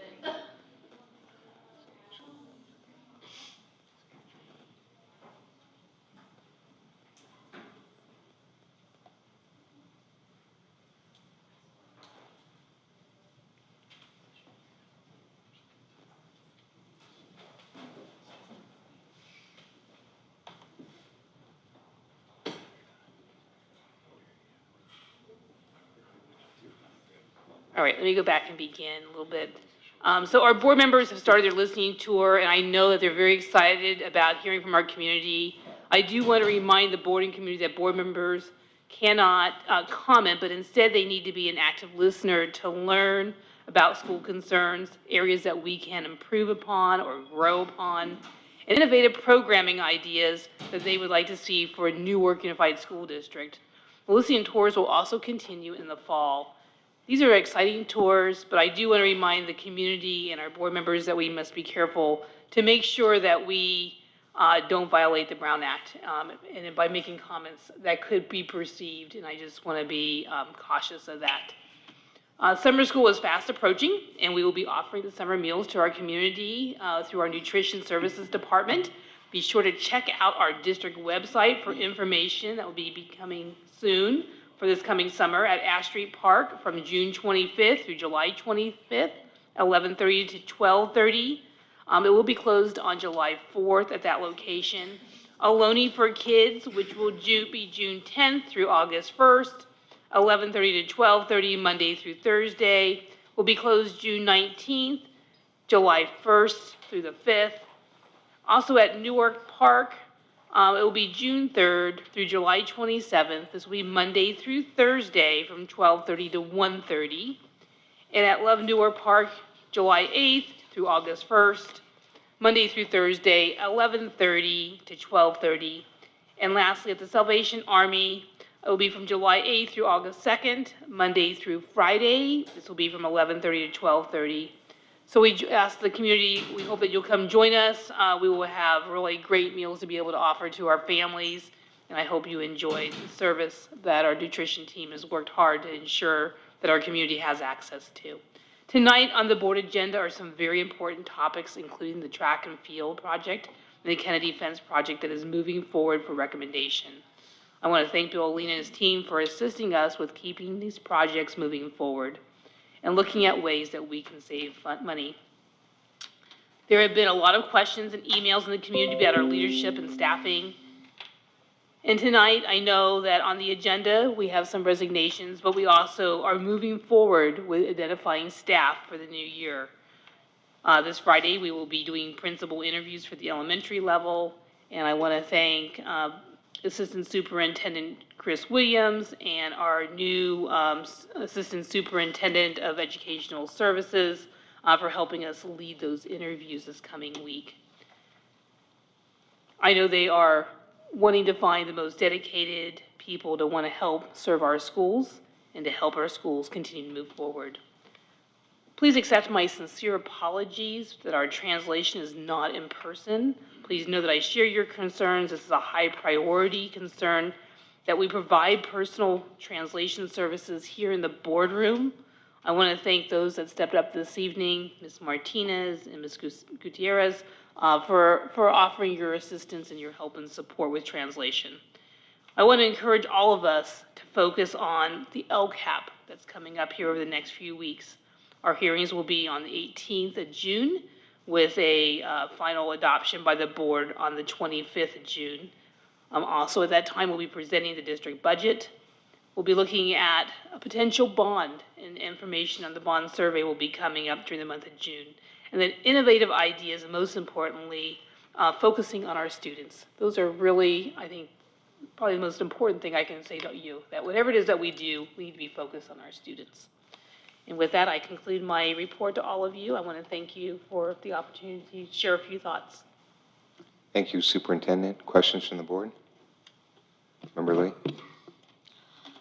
For the first question is for the, sorry, I'm forgetting, the listening tours. You said that we had conducted most of them. However, I wanted to point out that there was no email sent out scheduling a meeting, at least to the board members, as well as there was nothing when I went, in my experience, when I went to the PTSA meeting, there was no communication, and us being there and listening to the community wasn't even agendized. And so I would like to point that out. And you're saying we're going to do more In the fall. In the fall. I hope we can get that settled out. Yeah, and we have not done most of them now. I want to say that's not a true statement or accurate. I think that was misunderstood by something I must have said in my report to you, but we have not done most of them at this point. They will continue in the fall. We've only done just a few of them right now. And so what we did is we asked, so I can share with you what the process was. I was asked to find regular meetings that were already available at this time to be able to do the listening tour, so that board members could come on board just to be able to get thoughts from the community. That was my understanding. There was not a pre-planned agenda for this, but it was more about a free form of just listening to thoughts from the community. So there isn't a specific agenda versus being a forum, which is also another thing that we could do possibly in the fall and have a further discussion on that idea where a forum would be more structured, and maybe there would be a host of topics and maybe a moderator that could help with that. I see, because when this idea was first introduced to us, I understand there's a little bit of a misunderstanding, because when it was first introduced to us, I understood it as it was going to be a separated time where board members will be able to sit and community members will be able to ask questions, and there was going to be a moderator who was going to moderate these. But I understand that it must have been miscommunicated. Thank you. Board. Thank you. Just to clarify on Student Board Member Lee's point, I would definitely concur and agree with her that there was no official date set for us to be able to say, hey, these are official listening tours. We were just given a calendar that said, hey, these are the PTSA times. If you want to show up, you can. It was really informal, but at the same time, if it was understood by other board members and not myself that these were actual listening tours, I would have not participated as a parent at the PTSA at the high school and address my personal concerns regarding some issues there. So if your comments are directed towards me for the comments made in violation of probable Brown Act, I think that's pretty unfair in the sense that we weren't actually communicated officially that these were soft launches of listening tours. So in the future, I would like clarification, and so that we can actively listen if that's our role, and do that. But otherwise, when I attend these PTA meetings, not knowing that these are official listening tours, I am going to participate. If community members are going to ask us questions there, I am going to reply. And if there's some disagreements that I have with the way that certain items are presented to our PTSA, I am going to voice it. So especially if it's at my child's site. So I just want to clarify that. Thank you. Yeah, and also, I just wanted to clarify that it was supposed to be me, Member Hill, and the Member Nguyen who was supposed to attend. That was the agreement, that we made at the other board meeting. That was the agreement. Yeah. You're absolutely correct. Any other comments or questions? And my second question about the tobacco ordinance, yes. Could you give an update? Yeah, just a slight update. So I did speak with city manager yesterday, and he shared with me that they were planning on bringing this ordinance back at the city council in the fall. He thought possibly in October. He didn't have the exact date, but he said he would give that back to us. I shared with him that there was a lot of interest, especially by our students over at the school. And I thought perhaps we would work on either a resolution or a letter that maybe comes from the ASB. You and I had had a conversation about finding somebody to be able to participate. And so I look forward to working with you, Board Member Lee, on designing something to be able to share with the City Council about the importance of that particular initiative to be able to move forward. Member Wen? Or go ahead, Member Thomas. I just want to clarify that we board members had a specific invitation to the coffee with the principal at the high school, and I was attending in that regard. I did not think it was part of the listening tour, and as soon as the coffee with the principal was over, I left the meeting because I wasn't there to attend the PTSA meeting. Thank you for sharing. Member Nguyen? Thank you, President Hill. Also, I would really would like to be involved in crafting the resolution with Student Board Member Lee and also with you, Superintendent Vakar. And I would preferably would like us to do it before their adoption at City Council. So for us to really recognize, what our community members are and also stand in that regard for our students.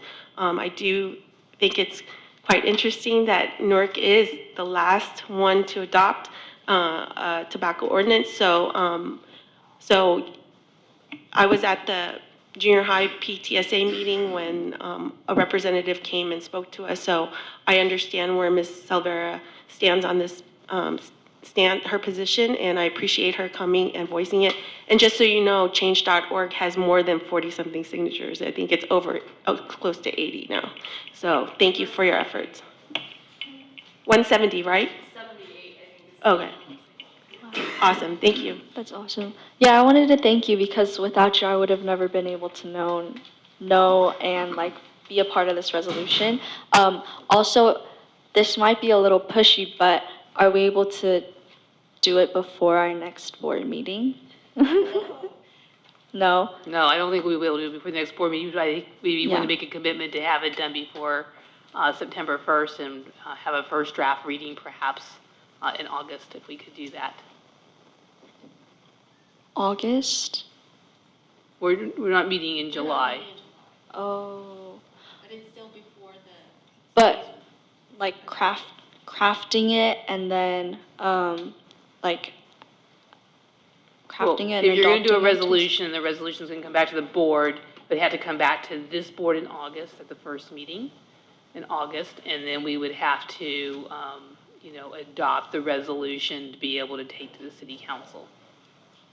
Okay, thank you. Any other questions? Okay, so moving on. 10.1, Governor's Revised 24-25 Budget. Superintendent? So Thank you. yes, so this is the May revise. As you know, the governor puts out a budget in January and does a revision in May. So I wanted to highlight just a few things that the governor had put in the May revisions to be aware of. I think, first of all, the state economy has been overall propped up, as you know, by COVID and one-time dollars. And basically, I think the theme is going to be, come up from the state level, is going to be kind of back to reality a little bit. Yes, ma'am. I'm sorry, I didn't speak close enough. There are state budget deficits coming up in 24-25 and 25-26. So there is a deficit level at the state level. For example, in the general fund in 23-24, the general fund budget at the state level is $22.5 billion. Now it's projected to be $19.4 billion. So you can see a reduction of a few billion.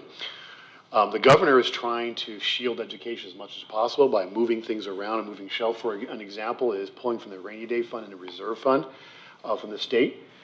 That helps us for next year, but at the end of next year, that reserve is gone. So I guess the theme is that I think from education's perspective for the state for next year, we won't see tremendous differences. However, it is something to watch these other factors because of all these maneuvers that the state is doing.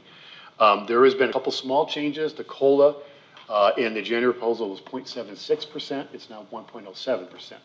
So of course, you think, oh, that's good, a little bit more money. However, recall that the budget was adopted with 3.94 because that was a state adopted COLA of 3.94%. So it is much less than what was originally adopted. And as well, even though it might seem like a little bit extra money, the PERS contribution has actually gone up from 26.6 to 28.08%. So kind of whatever you gained over here, you kind of just lost over here. So really, the nutshell is really, from the state's perspective, nothing significant for us that changes.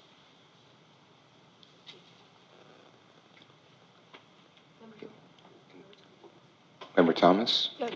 I attended the CSBA Delegate Assembly meeting, and the governor's May revise was right on the top of the list of concerns.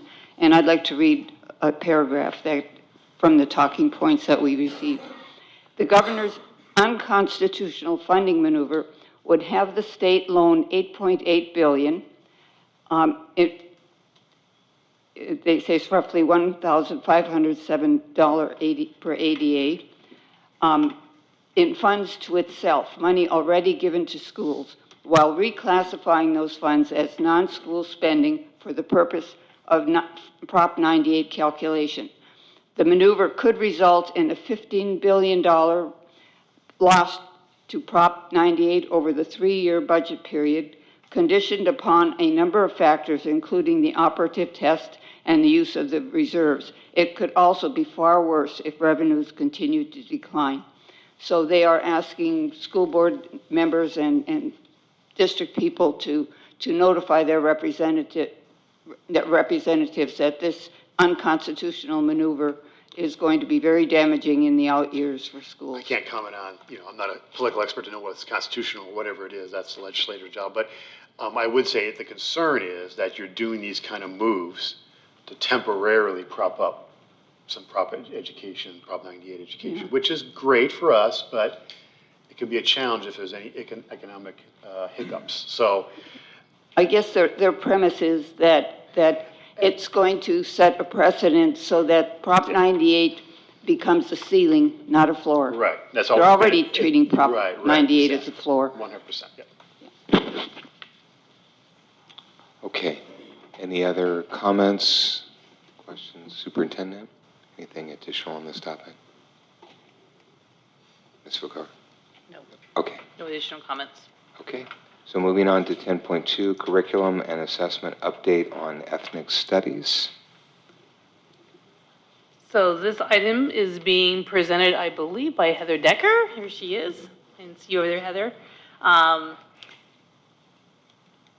So in October 2021, the legislature passed, the governor signed into law Assembly Bill 101. This is a historic bill which makes California the first state to require ethnic studies as a high school graduation requirement. The law requires that students in the class of 2030 complete 1 semester of ethnic studies, and the schools must offer these courses starting in the 25-26 school year.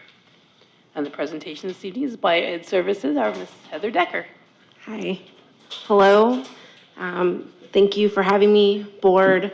Thank you to the NUSD students, staff, families who are watching at home, and who have participated in our conversations about ethnic studies so far. As Superintendent Vacar had said, I'm Heather Decker. I'm the coordinator of equity and access here, and I will be presenting you on the updates for NUSD's ethnic studies curriculum creation process. Quick overview, we're going to talk a little bit about the background, which Ms. Vacar had already mentioned, what our process has been so far, and the next steps for this ongoing work, because there is work that will need to be ongoing. As Superintendent Vacar had said, 2021, Assembly Bill 101 made California the first state to adopt ethnic studies as a requirement for graduation. The class of 2030 is required to take 1 semester of ethnic studies, and the schools must offer courses starting in 25-26 to help fulfill that requirement. The state did provide a model curriculum, which is kind of an overview, to kind of talk about what topics they would like covered in these curriculums. Backgrounds of the requirements are up here. As it said, once again, class of 2030, which is not next year's freshmen, but the freshmen after that, must take 1 semester of ethnic studies, and we are required to offer that class starting in 25-26. There's 4 ethnic groups that the model curriculum is focusing on, but districts are encouraged to include local ethnic groups in the conversations and in the courses within their school districts. There is some funding available to help support staff in developing this curriculum, instructional resources, and professional development, as well as other activities for the course. Timeline for course creation. This is kind of the timeline of what has been done so far and what will need to be done. So in 2022-2023, NUSD staff feedback was gathered by that then Assistant Superintendent Nicole Pierce and myself. We did a listening tour of staff at Newark Memorial and across the district to gather different options for what this course could look like in our school. The Curriculum Council then voted on the semester year-long which course piece, which we'll go into in a minute. This year in 23-24, we gathered a community committee to talk about what our district's lens would be. How do we want to look at this? How do we want to develop these courses? We also looked at the state adopted model curriculum and some courses that have already been approved. So next year, I really encourage that the Newark Memorial and Bridgepoint staff work to develop a curriculum that fits into these pieces. The curriculum committee should continue to work and attend professional development to be able to build their skills, and we'll need to create a rollout plan to pilot these and test out the class lessons as they're created. In 25-26, we will need to have a full implementation of this course. So in 22-23, we did the staff feedback tour, and this is the list of people that we spoke to when we went through and having conversations about what we could possibly do with ethnic studies or what visions the district had. During that year, the Curriculum and Assessment Council approved the course structure in March of 2023. So the Curriculum Council approved that we would have a one-semester ethnic studies course housed within the history department, and it would be paired with a one-semester freshman studies course, both of which would be taken in the 9th grade. The history department has stepped up and has said they are really excited to teach this ethnic studies course. And in speaking with Coach K, the PE department would be interested in helping to guide the work on freshman studies. This is a sample of what the Newark Memorial High School student schedule could look like, the sequence of courses based on this new adjustment. So you see under 9th grade, English, math, bio, PE. The change would be the students would choose whether or not they started with their first year of language or have an elective. And then the ethnic studies freshman studies would be as that 6th course within the year. The rest of the pattern could still continue from there. These graduation requirements must be adopted and updated next year to ensure that they are ready to go before the class of 2030 gets here in 25-26. So next year, new graduation requirements must be adopted and set up by the board. The Ethnic Studies Curriculum Committee is made up of members from Newark Memorial High School. This is a list of all the people who've been meeting with us about monthly this year to have conversations about what this course could look like. So these are our committee members, some of which are with us tonight.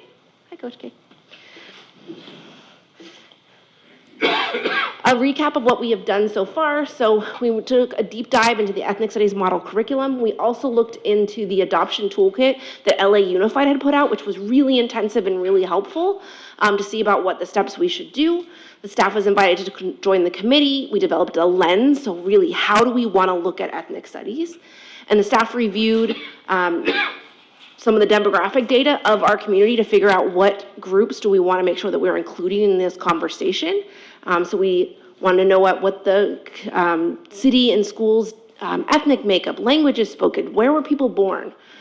So this is some of the demographics. I know it's really small on here, but if you have access to the slides, which are linked on the agenda, you can dive in a little bit more on some of the things that they were looking at to kind of understand who our community is.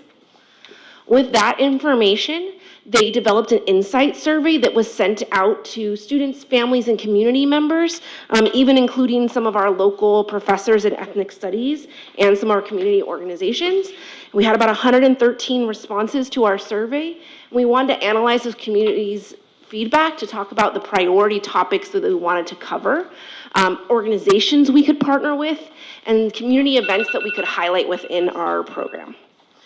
Committee members reviewed all of these pieces and sample courses that have already been adopted at other schools and developed a kind of structure that we're thinking about for those ethnic studies based on something that came from El Monte Union High School. So it's really, what is ethnic studies? Who am I? Where am I? Local and community history. What can I do? The kind of role of activism. But really the goal is to focus on local history as a way to talk about the topics of ethnic studies. Want students to be able to know what is Bay Area history, what is local history in relation to this work. When reviewing courses and sample lessons in the future, we hope that we really have a question of talking about, does this fit the core values of ethnic studies, the guiding values that the state has put out? Does it fit the 8 outcomes of the K-12 ethnic studies teaching? And does it fit our district lens? And those are all linked here and provided for resources as the committee moves forward. So next steps on this piece, this committee, hopefully led by our new assistant superintendent who starts tomorrow, should continue monthly meetings next year to develop and pilot these lessons before the mandatory launch in 25-26. The approval of this course will need to be done in the curriculum council and by the board by January 2025. There are some grants available, grant funds already put in the district to stipend people or type on our team to develop these lessons, but we will need to pilot individual lessons within history courses in 24-25 because we were not able to do a full pilot rollout for next year because we were not able to keep our ethnic studies teacher for next year. That course that we've had for a while has been cut. Which means we will be needing to find new teachers to take on the bulk of this work to build up these lessons because the teacher we were hoping to do this work is not with Newark Memorial next year. There's plenty of professional development available for the team that is still here to be able to do some of these pieces, but it is a bigger conversation that our assistant soup will need to take on when she starts this work. That is the end of my pieces. Are there any questions? Thank you, Ms. Decker. So, questions from the board? Member Thomas? As I look at this, my biggest concern is frankly, it's for the band. You know, this is an A through G curriculum that you're pointing out, if you want to go to that slide. Yeah. Which particular slide are you referring to? The one that sample schedule The sequence. sample schedule, yes. Thank you. Yeah. Yes. You know, I mean, if a student wants to meet the A through G, which is our default curriculum, they need to take a language. Yep. And this taking one section or one class out of their 9th grade year means that they have to choose between a language, which they are required really if they want to go A through G, or we suggest that they do. There's no place for band. There's no place for performing arts can be done maybe later, you know, when they have electives, but in the 11th and 12th grade. But for those first 2 years, how are we going to grow our band? Yeah. And arts and the arts grant has really said let's improve our arts. How can we improve our arts if we don't have a transition plan for our band students? Yeah. So speaking to the A through G requirements, just to be clear, this ethnic studies and freshman studies are both A through G approved already, all the sample versions of that. So they're not getting an off letter on that.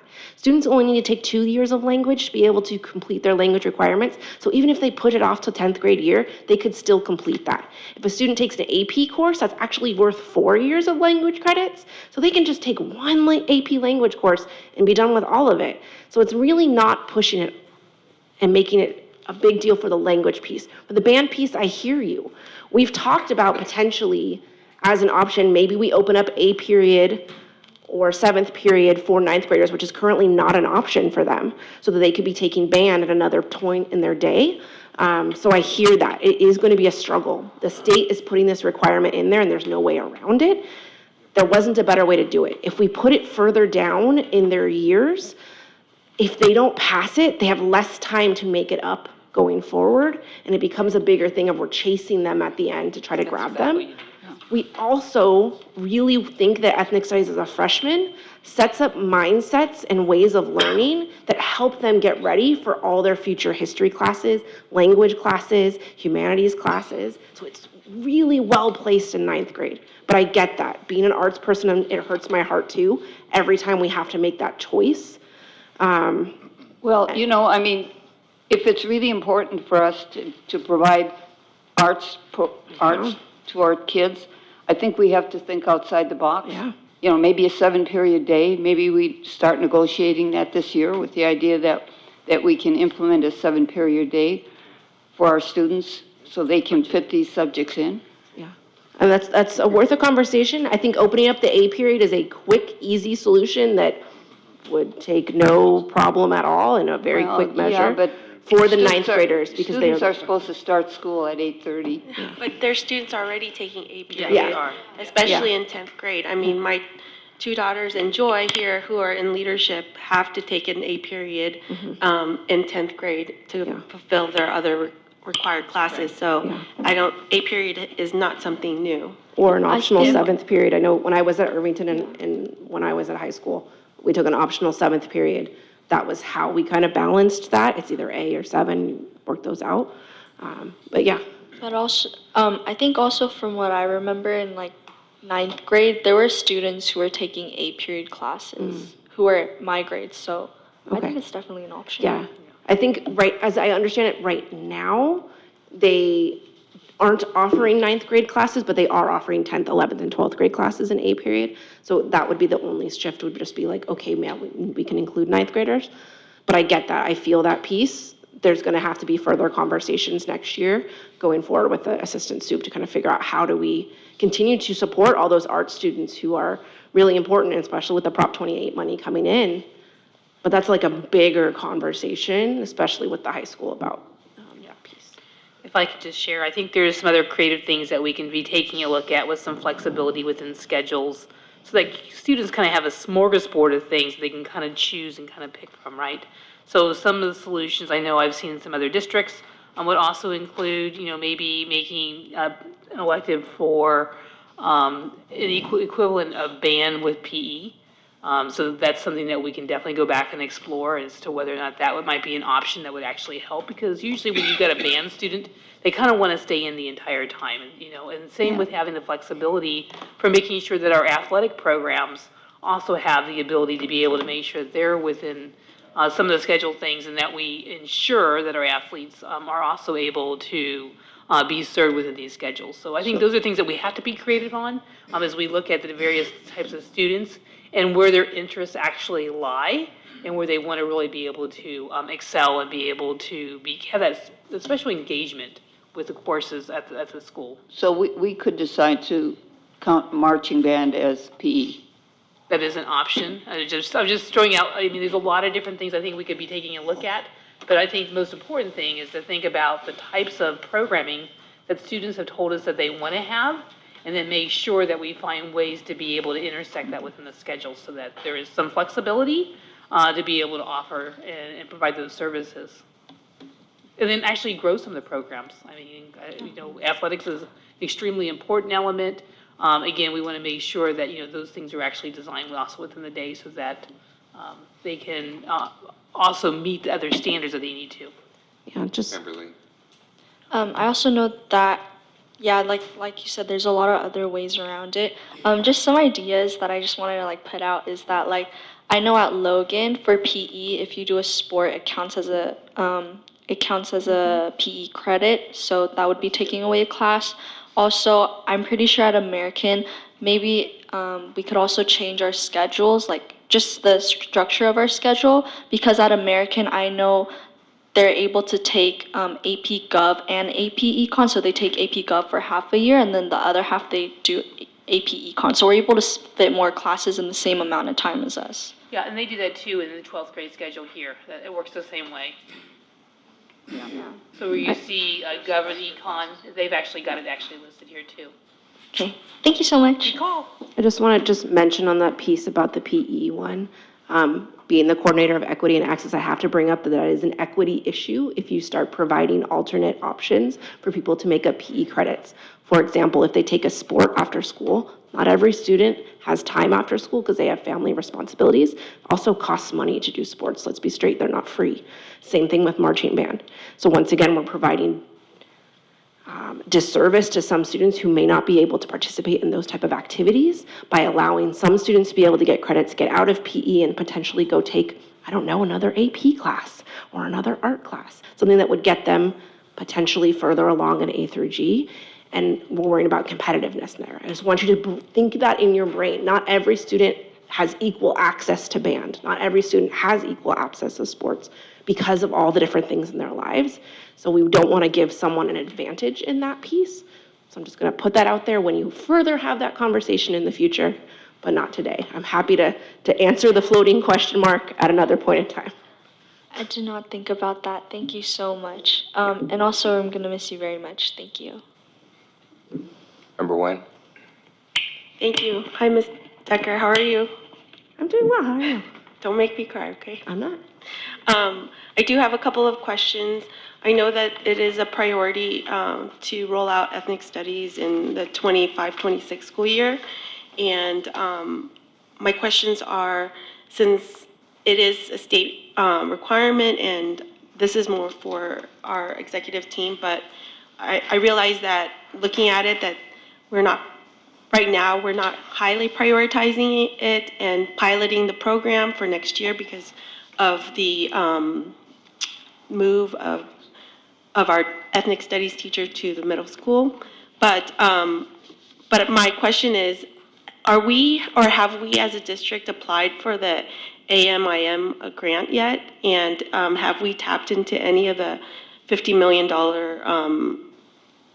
monies that are made available by the AB 130? I am unclear exactly. I know Dr. Pierce had mentioned that we do have grant funding set aside for ethnic studies. I'm not sure exactly what it was. Okay. I have the documentation here.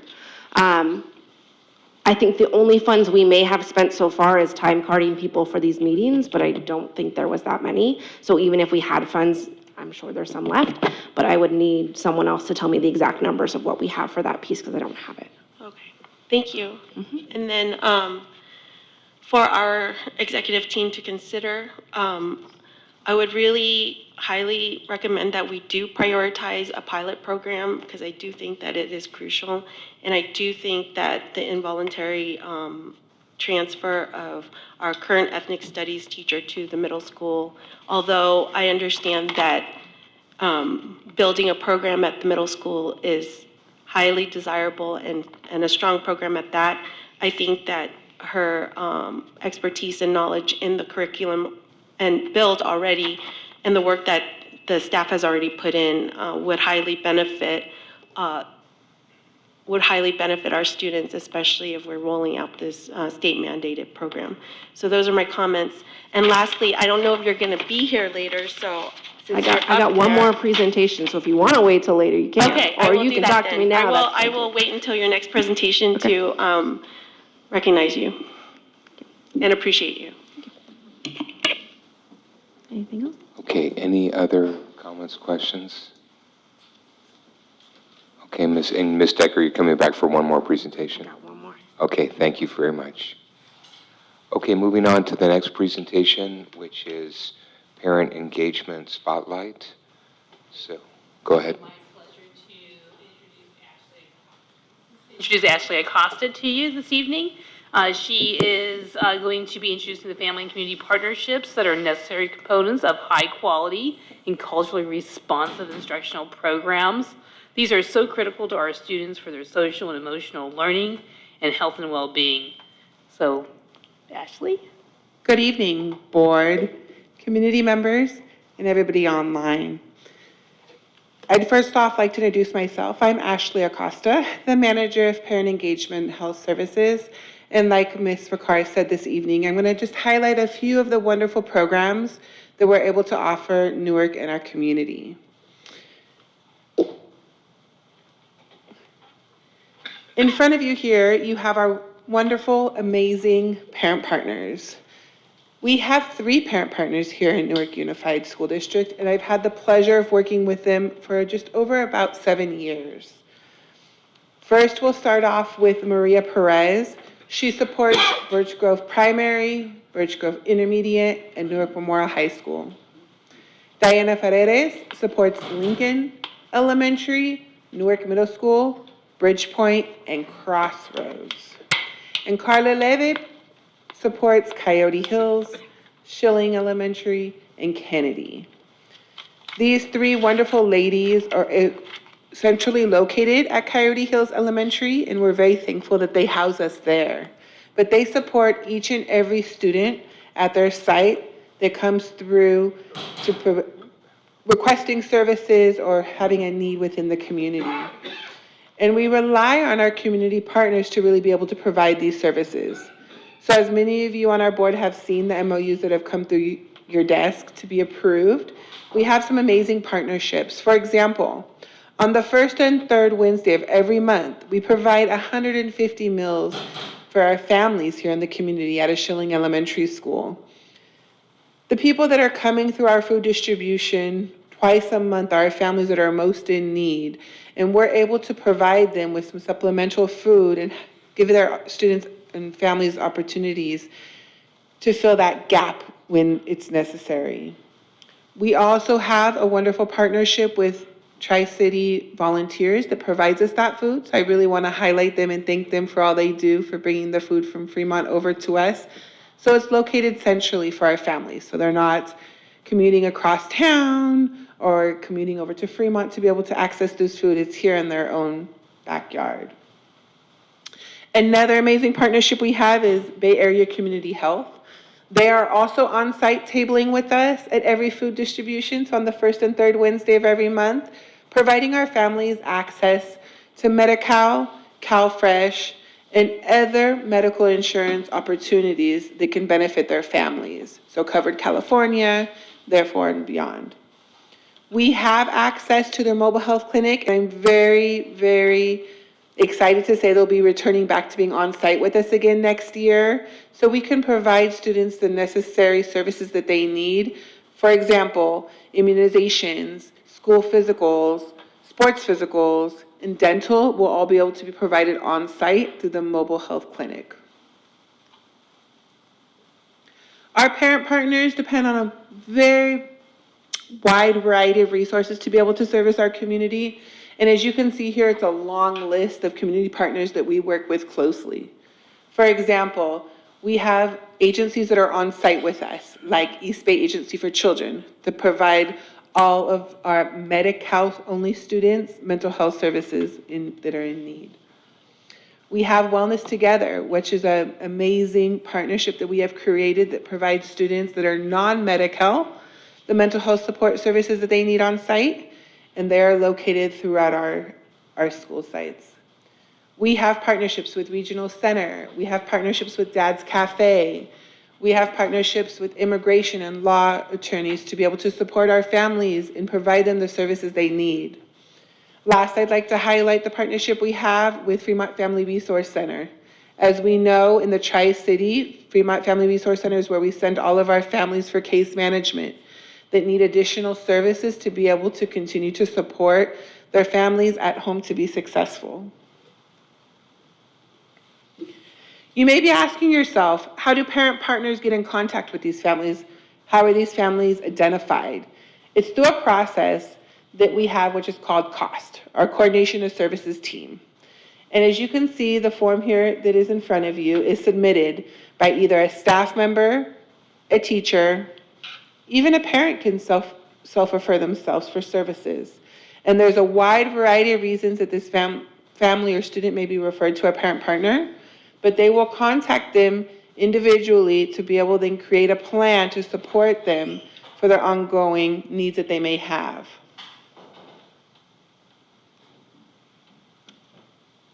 In 2017 and 18, as you can see, the graph that's in front of you is when COST was first started here in Newark Unified.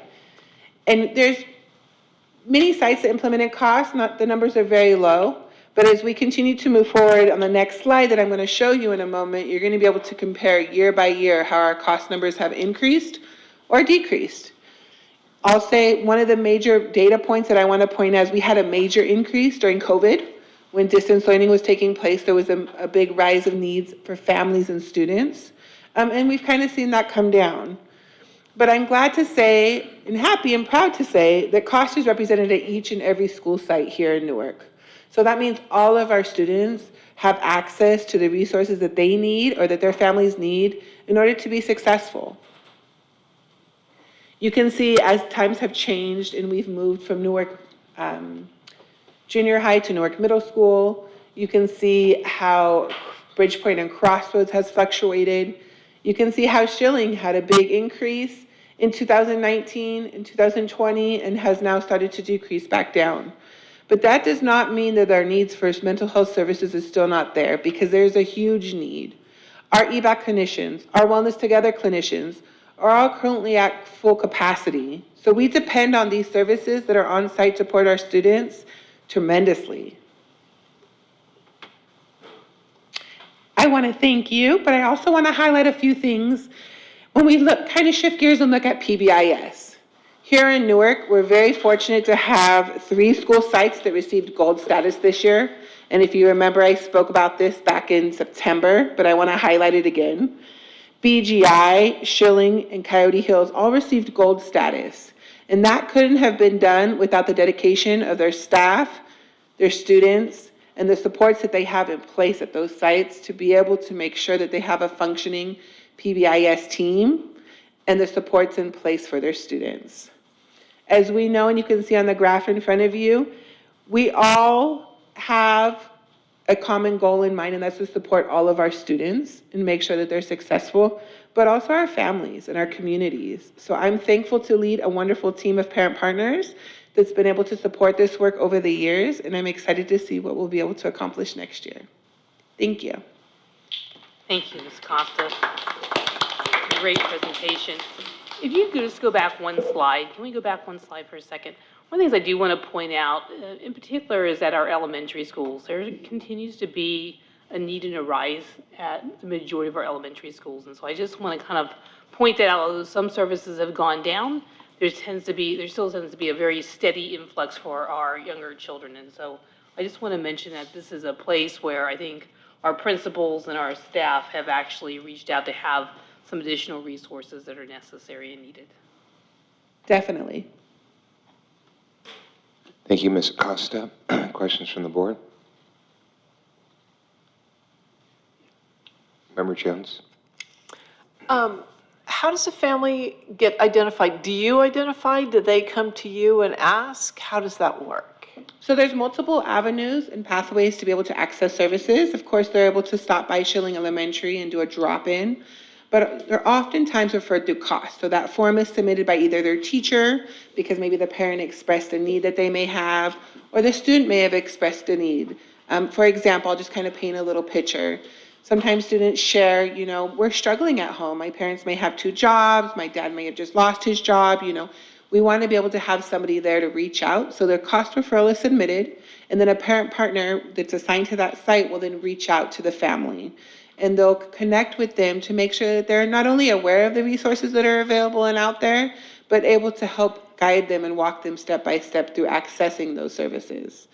So that's one way. Also, another way is families, neighbors, somebody else says, I know somebody that can help you. And they oftentimes reach out directly to us.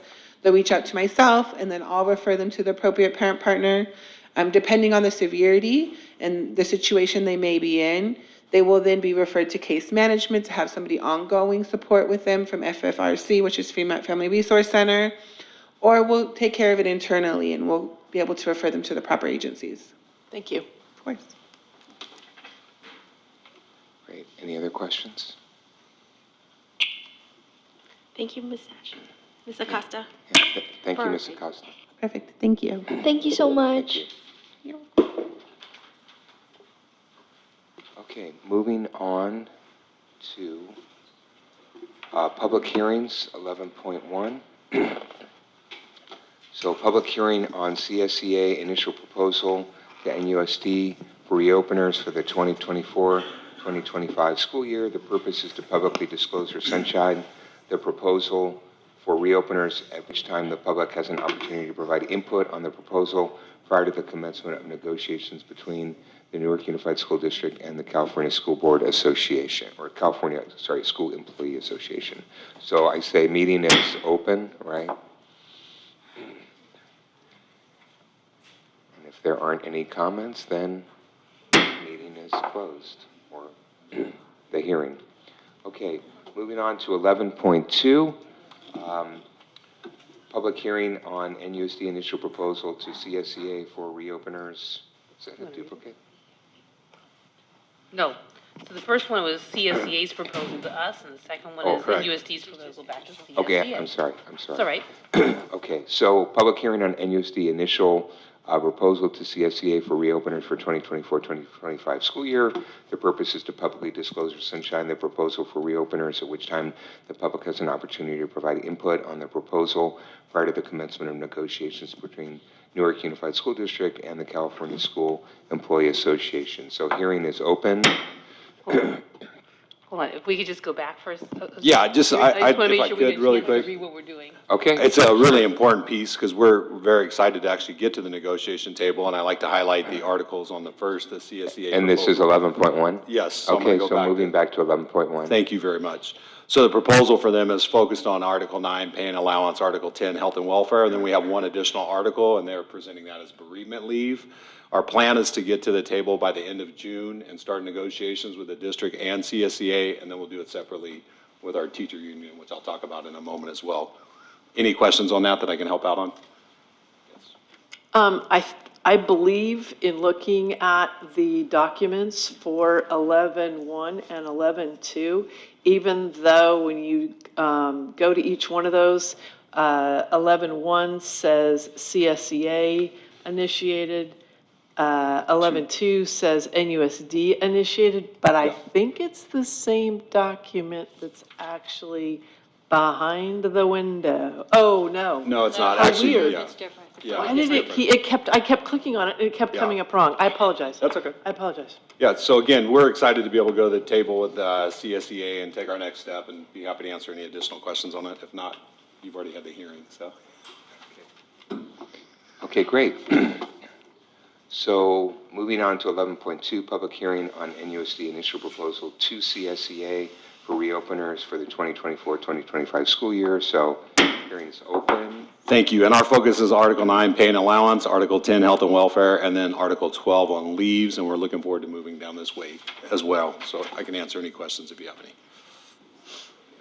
Any questions? Okay.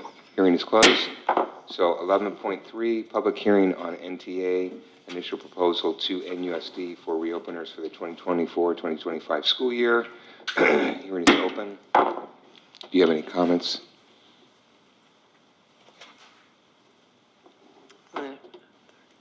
Okay, hearing's closed.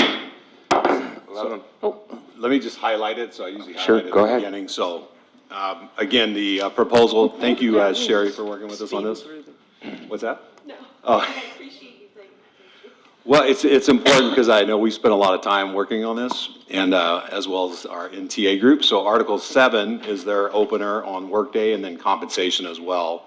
And we look forward to finally getting to the table. We appreciate your patience and providing the article to us and then moving to the next step, hopefully by the end of June, so we can work on the times on that as well. So thank you. Okay. All right, hearing is closed. 11.4, public hearing on NUSD initial proposal to NTA for reopeners for 2024-2025 school year. Perfect, awesome. So same thing, compensation for us, but our article that we're looking at is class size as we move forward, as we've talked about, and looking forward to getting to the table with our NTA group as well. Great. Okay. Hearing is closed. Okay, moving on to 12.1, new business, approve extra workdays for interim superintendent for 23-24. And who's the point person on this item? Is this you, Ms. Vicar, or is? It can be you. Or, okay, Mr. O'Lean? Okay. I mean, we're putting together, obviously, so we put this together with legal counsel to make sure everything was correct, and did review it. So as the background there states, exhausting the days because of extra days that she had worked as a result of the interim role. And so that is the 10 days and that's the rate, a daily rate that she's being paid. Great. Questions from the board?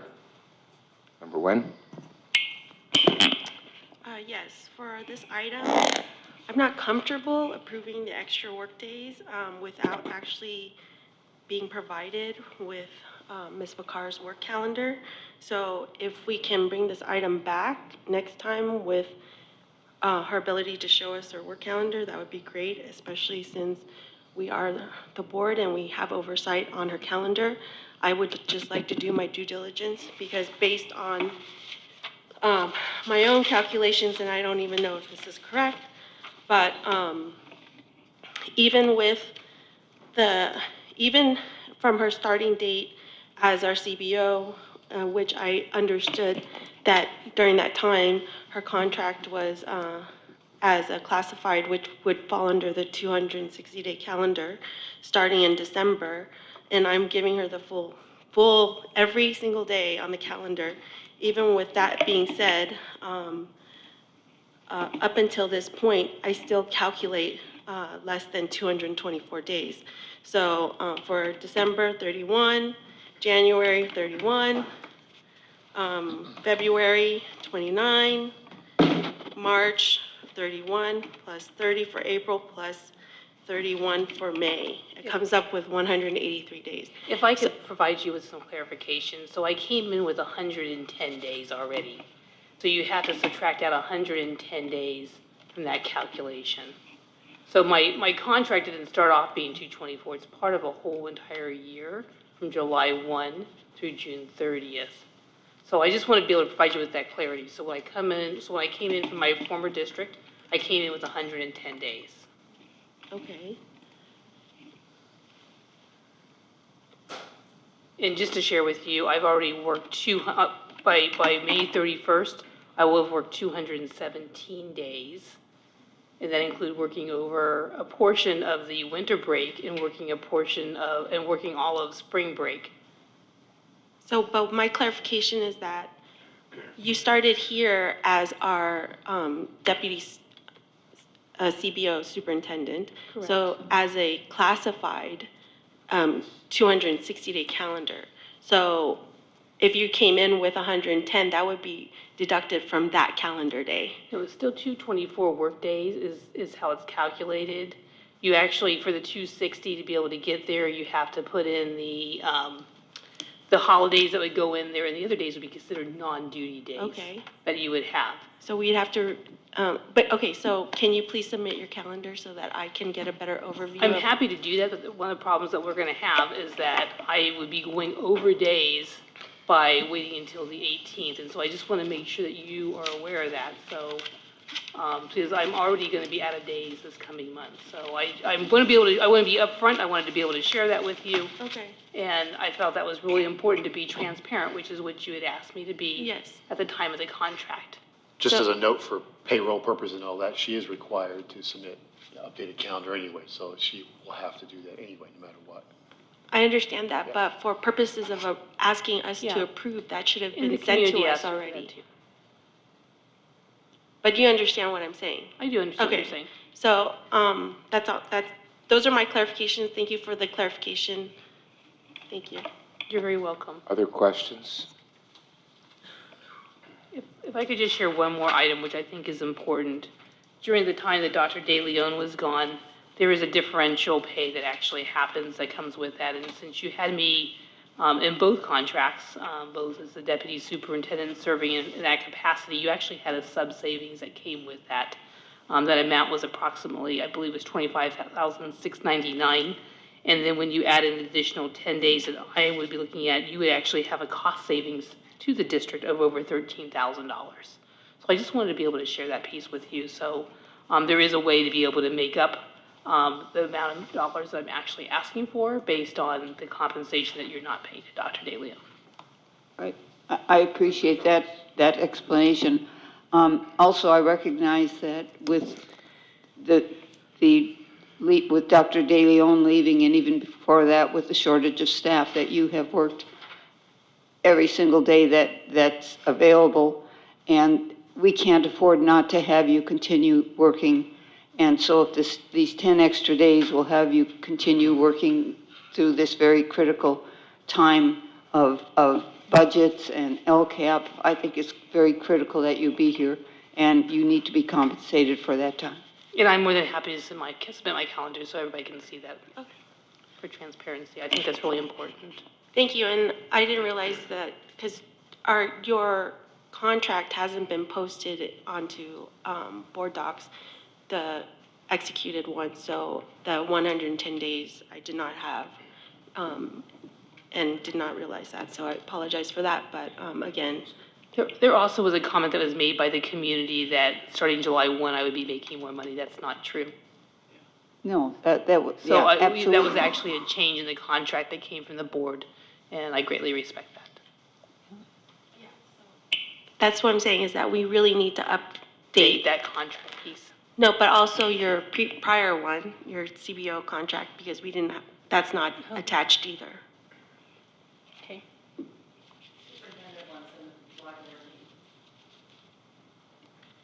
I'm sorry, I didn't hear that. Oh.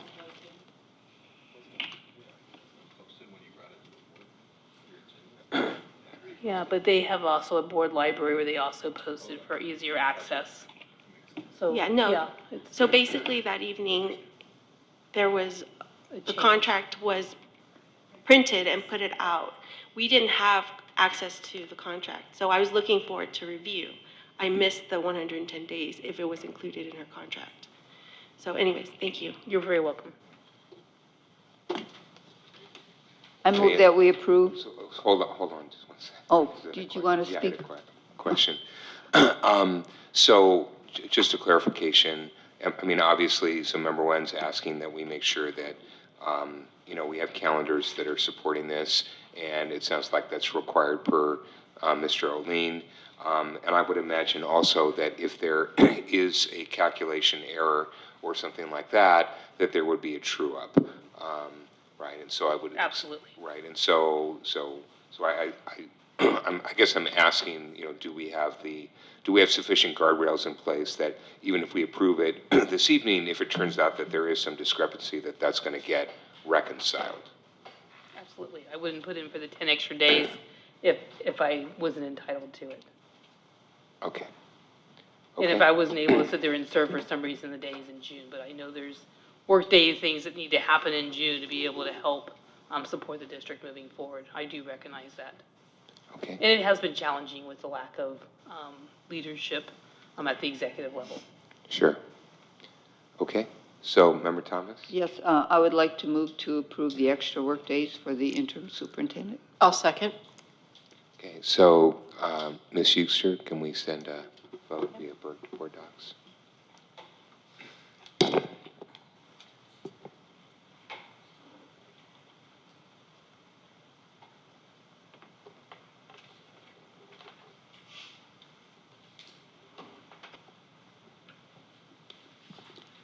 You ready?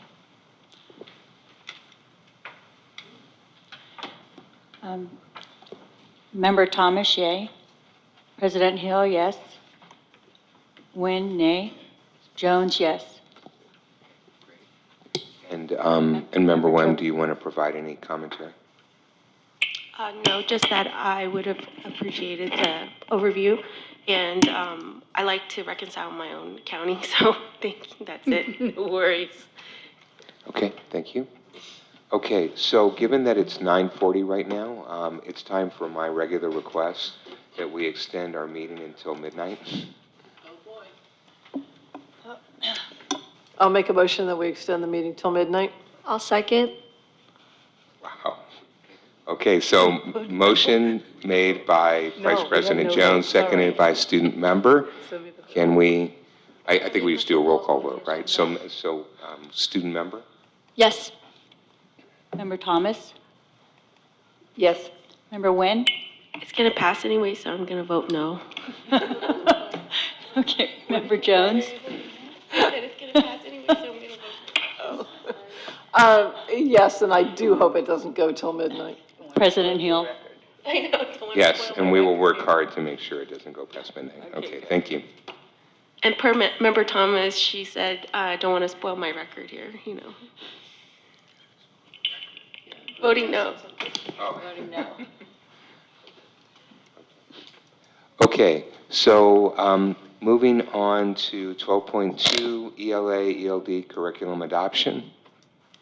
Yes, so excited. This is like one of our exciting presentations here this evening. It's my privilege to introduce to you Ms. Olivia Rangel. She's our Director of Special Education, and she is presenting on the ELD, ELA adoption for K-8. The Curriculum and Assessment Council has worked very hard to provide feedback from teachers in our community on this new ELA curriculum for the grades TK through 8. They have had a rigorous process, rigorous discussions, and I want to thank all those that have been involved with that. I'm going to turn the presentation over to both Ms. Olivia Rangel and to Heather Decker. And Heather, are you starting off? I am. All right. Hello again. I am up as one of the remaining members of the original ELA adoption committee. And I'm joined tonight by Miss Olivia Rangel, who's been helping us recently with our program as we've had some admin changes. So I just want to go ahead and talk a little bit about what our process has been so far. So review, where have we been? This slide here has a link to all of the meeting minutes of the year-long process that we have been going through to decide on which ELA curriculum we would like to adopt. The meetings are all linked, so feel free to go through that, but just generally, we started in March trying to call for participants. We developed a timeline and a rubric for which courses we wanted to, or the curriculum that we were reviewing, to make sure that we had a robust process of reviewing them before going to pilot. We had presentations from different curriculum publishers to be able to tell us a little bit about the curriculum. The team also developed a timeline and some commitments and some rubrics for that pilot. In November, we began vetting which curriculum we wanted to pilot. In January, we actually rolled out the pilot program that ran from January until March. And then in March, the ELA Adoption Committee came back together, reviewed all of our data, and started to make some recommendations. The pilot structure ran from beginning of January, right when we came back from winter break, to the end of March. Teachers had 8 weeks to implement the piloted curriculums. Each teacher only got to pilot one curriculum because of time, but they implemented it for at least 60 minutes a day for 8 weeks. They completed a number of rubrics on the piloting material. They attended meetings, and they also implemented surveys for their students and their families. The district provided paid additional hours for them to pilot those activities. They provided resources, we provided supports, materials, and technical support for that during that process. As we went through our participation breakdown, we made a point to try to make sure that we had equal numbers of staff in each grade levels. We distributed across school sites, so each school site got a little bit of each of the main 2 piloted curriculums for the elementary schools. So elementary schools piloted both Benchmark and McGraw's Hill Wonders. So we had 15 teachers in TK through 2 and 13 teachers in grades 3 through 5 and split them between the 2 publishers. This here just links all the different rubrics that we used to be able to look through those and the surveys that we used to evaluate. I will mention back on here, I don't have it on this slide, but the grades 6 through 8 piloted Amplify. They only had one curriculum they wanted to pilot, and so they all piloted that one. The results after the pilot survey were split for TK through 5. When we met in March, the TK and kindergarten teachers asked for a pause in curriculum adoption because there was new state standards coming out for our TK. Also, the 1st through 5th grade teachers were split on which of the programs to move forward with. They really had some concerns that neither program had really strong TK through 2 foundational reading and writing supports, and so they really were worried about that piece. But the 6 through 8 approved Amplify. They liked the pilot. They want to move forward with the one that they piloted. But as a result of this kind of split decision with TK through 5, we needed to do a deeper data analysis. So we did a data dive into those feedback more with the students and the families. So in the student data, Benchmark was favored more favorably. We had students kind of rated on a thumbs up, thumbs down, thumbs middle, because we had younger grades through that mix. But they had a lot of different metrics, but overall Benchmark was rated higher. Our parent survey didn't yield enough results for us to make it statistically significant. We only had about 15 people out of all the families that had a student participate. So we didn't include that data here. But for our piloted staff, so all the staff that actually participated in the pilot, there was, Benchmark had an average of score, so this is a rating on 1 to 5, how do they rate the program. Benchmark had a slightly higher score at a 3.5 average, where Wonders had a 3.2 on the 7 different areas of the rubric that they wanted to look at, including reading skills, comprehension, writing, speaking, language development, ELD, and cultural relevance. We also had the ELA Adoption Committee just come down and really push them to try to make a decision. The vote was very close. The kindergarten and first grade kind of wanted benchmark, grades 2, 4 really wanted wonders. Some didn't want either, so they didn't even submit their results. There was a lot of advocacy on behalf of our young learners. So we really want to lift up those teachers who are resilient through this process and kept speaking up for those foundational needs for reading and writing. We did an estimated cost comparison for any of our ELA Adoption Committee folks that were at our previous meeting. This slide looks different than our last meeting. So if you're out there and you're thinking, hey, that number looks different, we got an updated quote. We had taken so long, our quotes had expired, and we realized the original quotes that we had didn't include what we needed for our DLA classrooms. It didn't include the Spanish. So this new quote is updated as of 5/15. So benchmark is a 3-year cost. The quote is up there on the screen, and it shows you a list of everything that's included in that, and they do include training for staff on that piece. Wonders quote is also up there. It does not include Spanish versions because that isn't a portion that is available for the piece. So based on all this data analysis, based on these pieces, our curriculum, our adoption committee did end up kind of pushing and pulling and going back and forth. They really wanted to see, oh, maybe we can pilot something else for our TKs, but we know that the money and the time just isn't there. So pushed in that pressure of we need to kind of really make a decision now while we can. What they've recommended is that we adopt benchmark for our TK through 5, but with the caveat that we need supplemental materials for foundational reading and writing for TK through 2. It's going to be a need. We should know that in advance when we're thinking about the cost for this piece. You're going to have to provide that. Talking to our UPK team, our Universal Pre-K team, they mentioned that there is some UPK grant funding that may be able to help with some of that supplemental pieces. And so they're willing to kind of step in and have those conversations to see how they can support that. And also just to adjust for the new TK standards that are coming in. But 6 through 8 has elected to adopt Amplify, so that is their recommendation. I'm going to hand it to Olivia to talk about next steps.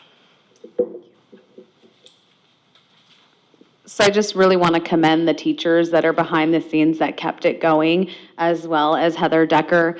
As I kind of came into support, I realized how much work had been done and really just wanted to guide the conversation as next steps and how can we move forward in a positive light. So one of the biggest things is we received teacher input through the process and admin input through the process that we wanted to make sure that we addressed our professional development implementation. There are some concerns around that because we may be late in the game in getting those materials for the start of next year, so that's something to consider. And then in addition, having a consistent administrator to oversee the process. So while we're already talking about PD into next year as Ed Services team, we're going to onboard Miss Allard as she comes in tomorrow to kind of take this on and really do a deep dive into planning for next year. Also, just adjusting our assessment calendar as we onboard, hopefully benchmark, and then also addressing the technology needs. So with that, we are wondering if we... I know it's not listed as a consent item. I'm not sure what happened, but this does need a formal vote so that we can move forward with adopting this curriculum. We are in a very tight timeline, so This is we'll have action. to wait. Right, this is for action, right? It is action. Okay, Yeah. great. Cool. Thank you. Okay, questions from the board? I'm sorry, Member Jones? First of all, thank you for all of your work. I know it's been really difficult to kind of do it without a consistent person at the driving wheel. If benchmark is a 3-year program, were you able to find out what would the consumable cost be for year 4 if we were to continue into year 4? Do we know that information? I don't know it off the top of my head. We have the full quote, and so I could probably pull that up and make some estimates on there. But I think that is worthwhile to have that further conversation because there is a digital piece. So there's a consumables piece and that subscription to the digital contract piece. There's 2 different pieces on there. I don't want to throw a number out because I don't have it in front of me. But we do have the full quote available. If you'd like to see that, I'm happy to send that over to you. I'm just curious as to, when you saw it, did you feel it was reasonable? Because, this is 3 years, but we're not going to go through this process again in 3 years for year 4 for something else. So Yeah, I don't want to make a comment on that. I don't have background in that, so I wouldn't be the right person to ask that question. Yeah, I wouldn't be the right person to Understandable. ask that question. it was worth me asking. Yeah. If I can interject, I did actually take a look at the quotes with Ed Services, some notations, and I think there might be a way for us to go in and go actually renegotiate it a little bit and possibly be able to bring in that 4th year. Really, it's going to come down to the consumable pieces in that 4th year. And what we're finding now is that we already seem to have a surplus of many of our workbooks, and we're actually not utilizing them all. It actually might be a cost savings to us in some ways to be able to actually look at that. And so we do have a surplus supply right now of our current workbooks where they don't seem to get completely consumed and utilized in the same way. Especially, I think, as teachers begin to take on the curriculum and the ownership of working with it, they also work on other ways to be able to engage their students through multiple strategies as well. I think the other piece that is also not included on here is thinking long-term. DLI is only included on here up until grade 4, but if we continue with DLI, we will need grade 5 in the future, so we'll need to add that cost for our next year because we don't have the Spanish piece in there for grades 5 when we get to it. But the digital portion of the program is included in this? Yes, it is. Okay, fabulous, thank you. And then I would agree with Ms. Vakar that we don't always use, all of the consumables, and potentially we could pass those around, so to speak. For sure. Other questions from the board? Member Nguyen? Thank you so much for the presentation. I do have a couple of questions.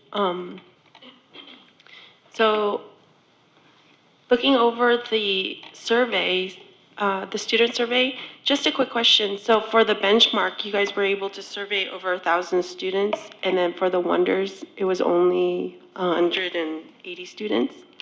Is that a fair assessment? That's what it looks like based on this. This was teachers surveyed their class and then entered the results. Okay. So I don't know if this is a situation where teachers didn't do all the pieces or not.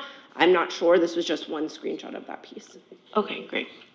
And then last question is, for next steps and consideration, it was stated to consider technology needs for new curriculum for both students and staff. Is there a particular computer setup that we need to, platform that we need to be on, or is it just using the URL, logging in to a website? Is it a SaaS software? Those are really good questions. And I apologize to the ELA adoption person who brought up the technology needs at our meeting. I'm sorry, I don't remember the exact piece, but I know that she said that some people had a certain model of computer, either Apple or Mac or one of the things, that was having issues getting onto the online platform piece and running some of their pieces, and was like, oh, we ended up having to go on a different computer, or I couldn't get it logged in. So I think this is just a bigger, our IT team needs to be involved. Yes. And just kind of hey, let's look at what it is you need to be able to make that happen, to make sure all the computers in the classroom can run those appropriately. I don't have the specifics on what that is now. So I just want to make a recommendation for the committee to make sure that whatever the hardware, software needs are, that it does get run through IT for governance, and then to make sure that we can actually use the software, because if we purchase it and we can't use it, that's going to be an issue. Yeah, I think it's an online situation, but once again, I apologize to the person who brought it up. I can't remember the exact piece. So I just was more of just don't forget there's a technology aspect. Yeah, because normally if it's a software as a service, which is SaaS, then yes, any URL or website, web browser we can log on to. But if they need an actual operating system or anything like that, then that needs to be addressed. So please forward those requirements over to IT for review. And I think that's why we brought them, all the recommendations forward is because the teachers behind it are so passionate that this is effective and Okay. totally news that we plan for all of these potential areas of mistakes or mishaps. That's great. Specifically PD, having their items and then having it online. Thank you. I was just going to say, all my years of experience, most of these kind of resources are online resources, and that's pretty much so. I would assume that's the case here. I haven't encountered anything in the last several years of any adoptions or any instructional materials that don't tend to be online resources. And you do want to make sure you have that because it makes it easier for the cloud, as you know. So. Oh, yeah, no, but obviously. I would doubt it. I don't know the answer. So No, but I think it's an online, like, username. No, Yeah, so yes. it could be a sort of thing with a type of browser or Yes. that kind of thing. And So- that's probably what we need to find out. Yeah, you we know. just need to make sure if it's we have browser compatibility and that's it. I mean, normally if that's what's online, so it's fine. Yeah, I wonder if it's like and this is just me wondering, if it's like teachers who are working on Chromebooks versus other ones, and maybe Chromebooks have issues with it. That's probably, based on my experience, I'm guessing that's it. It's the type of browser, the age of the Chromebook. Or Yeah. But if all the teachers are working on whatever, I mean, Chromebooks, there's a number of those technical things, but it's. yeah, just something to think. We'll figure something out. Great, thank you so much. Those are all my questions. I really appreciate the presentation and I'm excited for our students and staff, and Member Jones is excited, so she's getting me excited to see what the new curriculum is gonna do for our students. So thank you so much. So any other questions? Just a closing comment. So I have a question. So quick question. In terms of our overarching district goals, so our first goal, right, and we put it as first because it's most important, as we said, student achievement. And the goal that we had for 23-24 was we will increase student achievement in ELA and mathematics by a minimum of 2% overall and 5% for every student subgroup during the 23-24 school year. And we're going to measure that through CASP, SBAC, LPAC, et cetera. And I know that we're not going to be able to see that data right away. And I also know that this is new curriculum, right, which obviously hasn't been brought into the classroom. But as the team has been going through this process, have they been discussing the intersection between the curriculum and how we're going to be improving ELA scores? Not specifically about scores, a lot of conversation about the foundational reading and writing pieces and how that affects all the grades leading forward.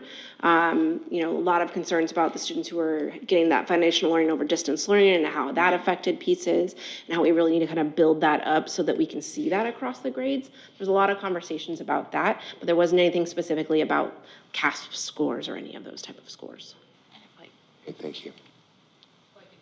Address your question just a little bit. We actually did have a discussion today in the Ed Services meeting about making sure that PD for this coming year was focused on the ELA adoption. That was going to be a high priority of what we want to be able to provide. And then looking at that as we get the data and we analyze that, this is where teams, especially at their school sites, will come together with their instructional leaders, the principals, right, to really sit there and determine what students are learning, how can they help improve their instruction, who's doing it well. Those are the kinds of things that we'll really work on collectively together as we begin to dive deeper into the instructional piece. And we'll be able to use the various metrics to be able to help guide us in those discussions. Great, thank you. And then, sorry, go ahead, Member White. I move to approve. Did you have any additional comments, Hurry before you Superintendent? say no. Okay. Do we have a second? I'll second. Okay, so Member Wen moves, Member Jones seconds. Yep. Take a vote. Yes. Oh, student board member. Student Member Joy? Yes. Member Thomas, yay. President Hill, yes. Member Nguyen, yes. Member Jones, yes. Thank you, and President Hill, may I may I recognize the two individuals that are standing up at the podium right now? Please. Thank you, because I don't want to pull the PAL later. And since they're here, I would like to recognize them in person. Are you So- sure you don't want to pull the PAL? I may. Okay. So never say never, you know? But thank you, Ms. Olivia Rangel, for your years of service to the district. You have always been a team player and have stepped into full leadership roles when asked of you. Thank you for stepping in to the interim high school principal position when asked, then as the actual principal for several years. I am most proud to have watched you grow and thrive in the special education director position. I'm going to start crying, sorry. In the short time that you have been in that position, you have made tremendous positive changes, and I know the staff has been grateful for your knowledge, expertise, and guidance. And I am sad to see you go, but also excited to know that you will be casting a larger net to help more students and families with special needs throughout the district. Thank you for your hard work, dedication, and love for Newark overall. And now, thank you to Ms. Heather Decker for coming in and evaluating our systems and identifying what has been wrong, missing with our student data, making recommendations for change, evaluating classes, restructuring them so that they meet A through G requirements. You have also stepped in to help the district and have gone above and beyond your role as our coordinator of equity and access, doing the work that is needed because of the vacancies that we had in ed services, like your presentation tonight, special projects, and also took on responsibilities when there's a vacancy in our assistant superintendent position. So thank you so much. Please know that I can also speak for the rest of the board, appreciate all of the work that you guys have done and continue to do, even though you will not be with us after the school year. So please know that I have mad love for you both and appreciate you so much. And then one last recognition, Ms. Tony Stone is in the room, so I just want to recognize her as well. She's another employee who resigned and recently, and I just want to acknowledge the work that she has done for the district. Thank you, Ms. Stone, for your hard work and dedication to the district. I have heard from so many people in the community and from your previous and from previous directors of your HR knowledge and expertise and professionalism. So I just wanted to thank you for your hard work too. Thank you.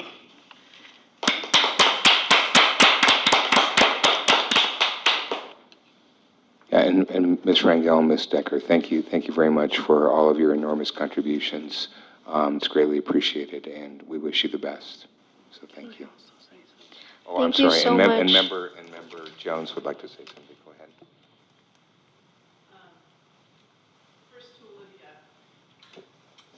ahead. Thank you for doing the hard systemic work that you have done to make the changes to solve the concerns in our special education department.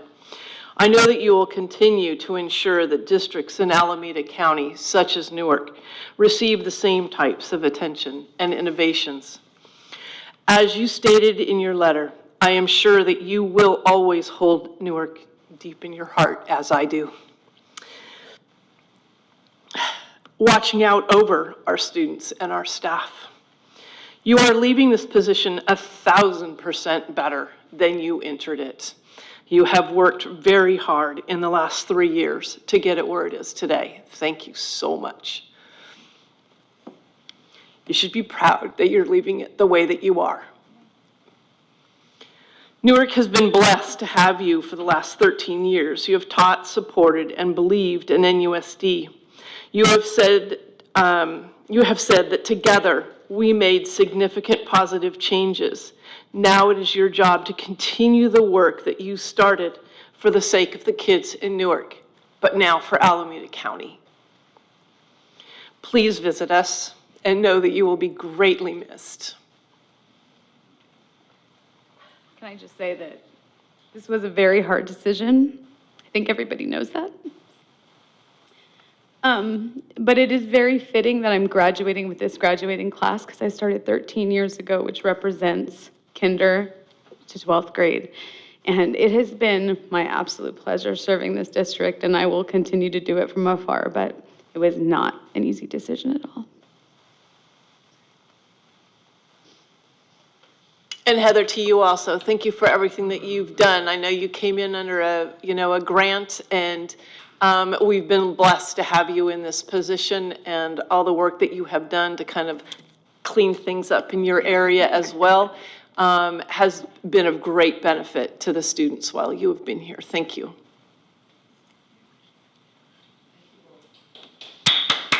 Thank you. Oh yeah, I just really thank you so much. I think every time I see you guys at school, it's always such an amazing thing to say hi to you guys and know who you guys are. Honestly, I feel so cool to like know people at the district level. I'm glad you still think we're cool.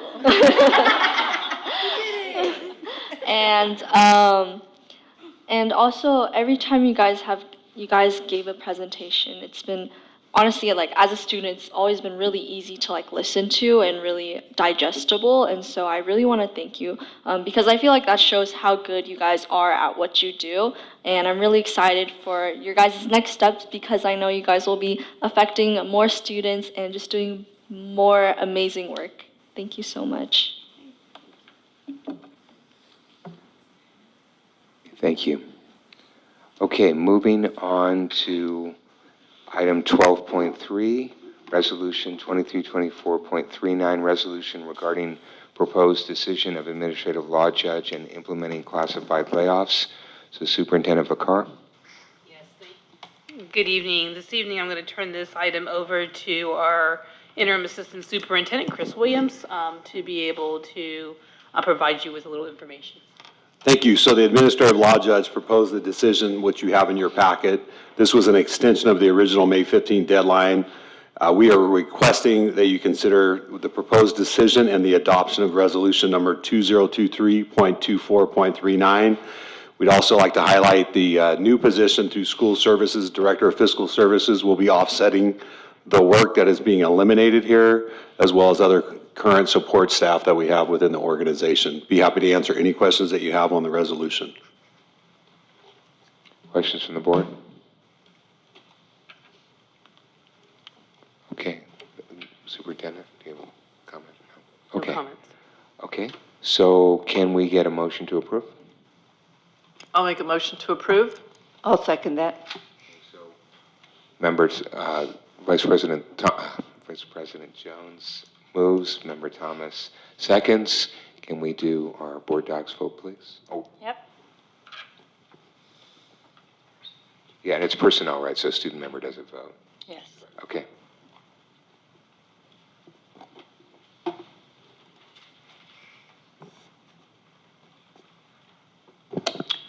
Member Thomas, yes. President Hill, yes. Member Nguyen, nay. Jones, yes. Thank you. Member Wen, do you want to provide any commentary? Yes, thank you, President Hill. So for me, I am continuing my no votes for the layoffs and also in this case, just because there hasn't been real clarity as to why certain positions were chosen to be laid off. We didn't have a full budget planning review session to include or identify itemized vacant positions, needs, a true needs assessment, and also what is the cost savings here. So for me, those are the reasons why I'm voting no. Thank you. Thank you. Member Wen? Okay, moving on to 12.4, Declaration of Need for Fully Qualified Educators. So, Member Wen, I'm sorry, Superintendent? Yes, is that item, please? 12.4? Yes. Thank you. I'll turn this over to Assistant Superintendent Chris Williams. Thank you. So this is a requirement on an annual basis. We can't adjust the numbers, but it's providing us flexibility if we have to recruit anyone that's not highly qualified, deemed by California CTC credentials. It provides a consistent list of what we've had to utilize in the last 3 years, and the data is current. We're hoping that we do not have to use that many on the emergencies or the estimated number that we have, but it provides us flexibility to ensure that we're fully staffed.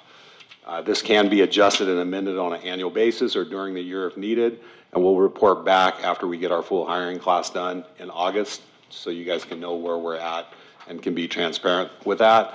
It is recommended that you approve the following attachments as stated. Question from the board? Okay, can I get a motion? I'll make a motion. So Vice President Jones moves. Can we get a second? I'll second. Vice President Jones moves. Member Nguyen seconds.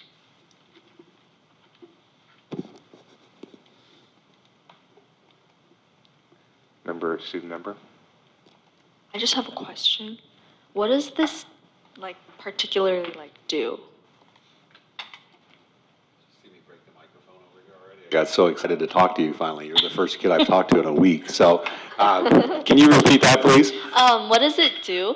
It provides us flexibility, so if that we need an intern or a short-term emergency credential. So the credential, CTC, is the state that allows us to hire teachers that require you to have your CBEST done in certain classes, so you can become a fully qualified teacher. So sometimes we have student teachers that are in the process that we may have an emergency need that we can bring them on under an emergency credential or a provisional internship so that we can deem them qualified until they finish their remaining of their coursework to become fully qualified by CTC. Okay, thank you so much. Is that a little too I didn't mean to make it too deep, No, but it was perfect, yeah. we just want to make sure that number one, our recruiting and retaining, obviously we're really focused on right now, and this will help us bring in some people for our positions that are available.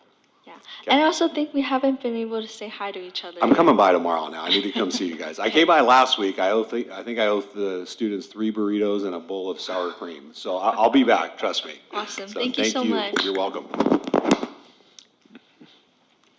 Okay. So can you review the vote, please? Yes. Member Thomas, yes. President Hill, yes. Member Nguyen, yes. Member Jones, yes. Great. Okay, motion carries. Okay, so moving on to 12.5 contract. I don't know how to say this. Renow, is that how you say it? Yes. Renow Clark Architects for Newark Memorial High School Track and Field Project. So is this Mr. Olean's item? It is Mr. Olean's item. Okay. Well, as we talked about last time, we're being aggressive in getting this done. So part of this was, of course, making sure the board was comfortable with what we're providing. So we have a couple items here. We have these, I'll just talk about these 3 items here. So 12.5 is for the track and turf project. Besides this, the next one, of course, is, the last one is a hire construction manager. Now that's instead of a program manager, it becomes more cost effective and more narrow focused, basically just to manage the project. That's it, nothing else in terms of the program. So we hired that. We have got pricing. We're going to divide the turf project into 2 phases. One is via the materials and the other is installation. The reason to do that is because we can expedite the installation ordering. It is allowed via CMAS, statewide contract. We've gotten prices for that, and we're bringing that to the board on June 18th for you to approve the pricing and the contract for the materials, so you can order the materials. We're currently also going out to bid probably next week for both the fence project and also turf project. And the reason we're dividing the turf one especially is that while we're doing the bid, because the bid takes a while, the materials have already been on order. So now as far as installation, we're targeting either the June 25th board meeting or worst case, if there's some delay and due to bidding or whatever, we may have a special board meeting on July 15th, right before your workshop or after your workshop. So that's the current plan, and then installation will begin after that date, whenever acceptable to the site. But we're pressing, assuming we're to start right away. That's what both sites say. Are there any questions about any of this in progress? Vice President Jones. So there was a conscious decision to change architects and construction management companies. The construction management company change was due to the fact that doing it this way can become more focused and cost less money. Yes, correct. Okay. Costs a lot less money. What would you say roughly might be potential? Gosh, I don't know. I wasn't really involved with the program managers. I don't really, I'm sorry, I don't know how much they charge. I wouldn't want to make a guess at that. Okay. But their scope of we're dividing up and doing some things ourselves as opposed to having them do things. The program management things are very broad things. Like they just basically take and do everything. Okay. Well, we're doing things ourselves. We're doing things more cheaper and more cost effective by doing the bidding ourselves. We're going to be doing the construction management, which is basically just a narrow focus just to manage the construction. Whereas program management will do paperwork, do all other things. I'm not going to pay someone high dollars to do paperwork and some of those things. We can handle those things. So the idea is to keep it cost effective, but at the same time we're, you see us moving along fast, so you'll be seeing it very soon. So you'll be seeing some action. And then you also made a decision to change the architect to this one. What was the thought process in that? Yeah, I do apologize. I'm going to have to ask Tracy here a little bit because I wasn't here during that time, so I don't know what she would say, but. Okay, thank you. Basically, the assumption is that the previous architect, structure management firm perhaps were over-scoping the project, and they were putting too much into it that was unnecessary. So we were unnecessarily spending money on things we didn't need to. That wouldn't have affected, no one would even notice what's happening with the turf and the fence project. That had nothing to do with that. It'd be the same exact specs that we had before. It's just, I think it was over-scoped, too many things were put in there unnecessarily that were fluff. That had nothing to do with the functionality or use of anything. People use the field will not notice one thing different. Actually, in some cases, they will notice some things because I think the compound that they're going to use underneath the turf project will have a real big impact. And so, looking at the type of product that's being used and how it will hold up over time is going to be significantly important. And having worked on other fields in the past and design work with those, I had some real concerns. And more so than that, I think, during our study session when we were looking at just the commitment, I will say, just in general, I had some concerns with regards to the project that was presented to me in December and the scope of work with that particular piece of project, and then such a drastic change in cost that came back later on in January. It was enough that made me do a deeper dive and really take a look at it in all fairness, and to make sure that we get the best value for our dollars. We know we've got limited dollars sitting in our Fund 25. I think we need to be extremely budget conscious. It was one of the challenges that you gave me when I first came in. I believe it was on one of my first nights when you first authorized my contract. You said that you were looking for ways that we needed to save money and be able to offer more services and more facility needs to our community.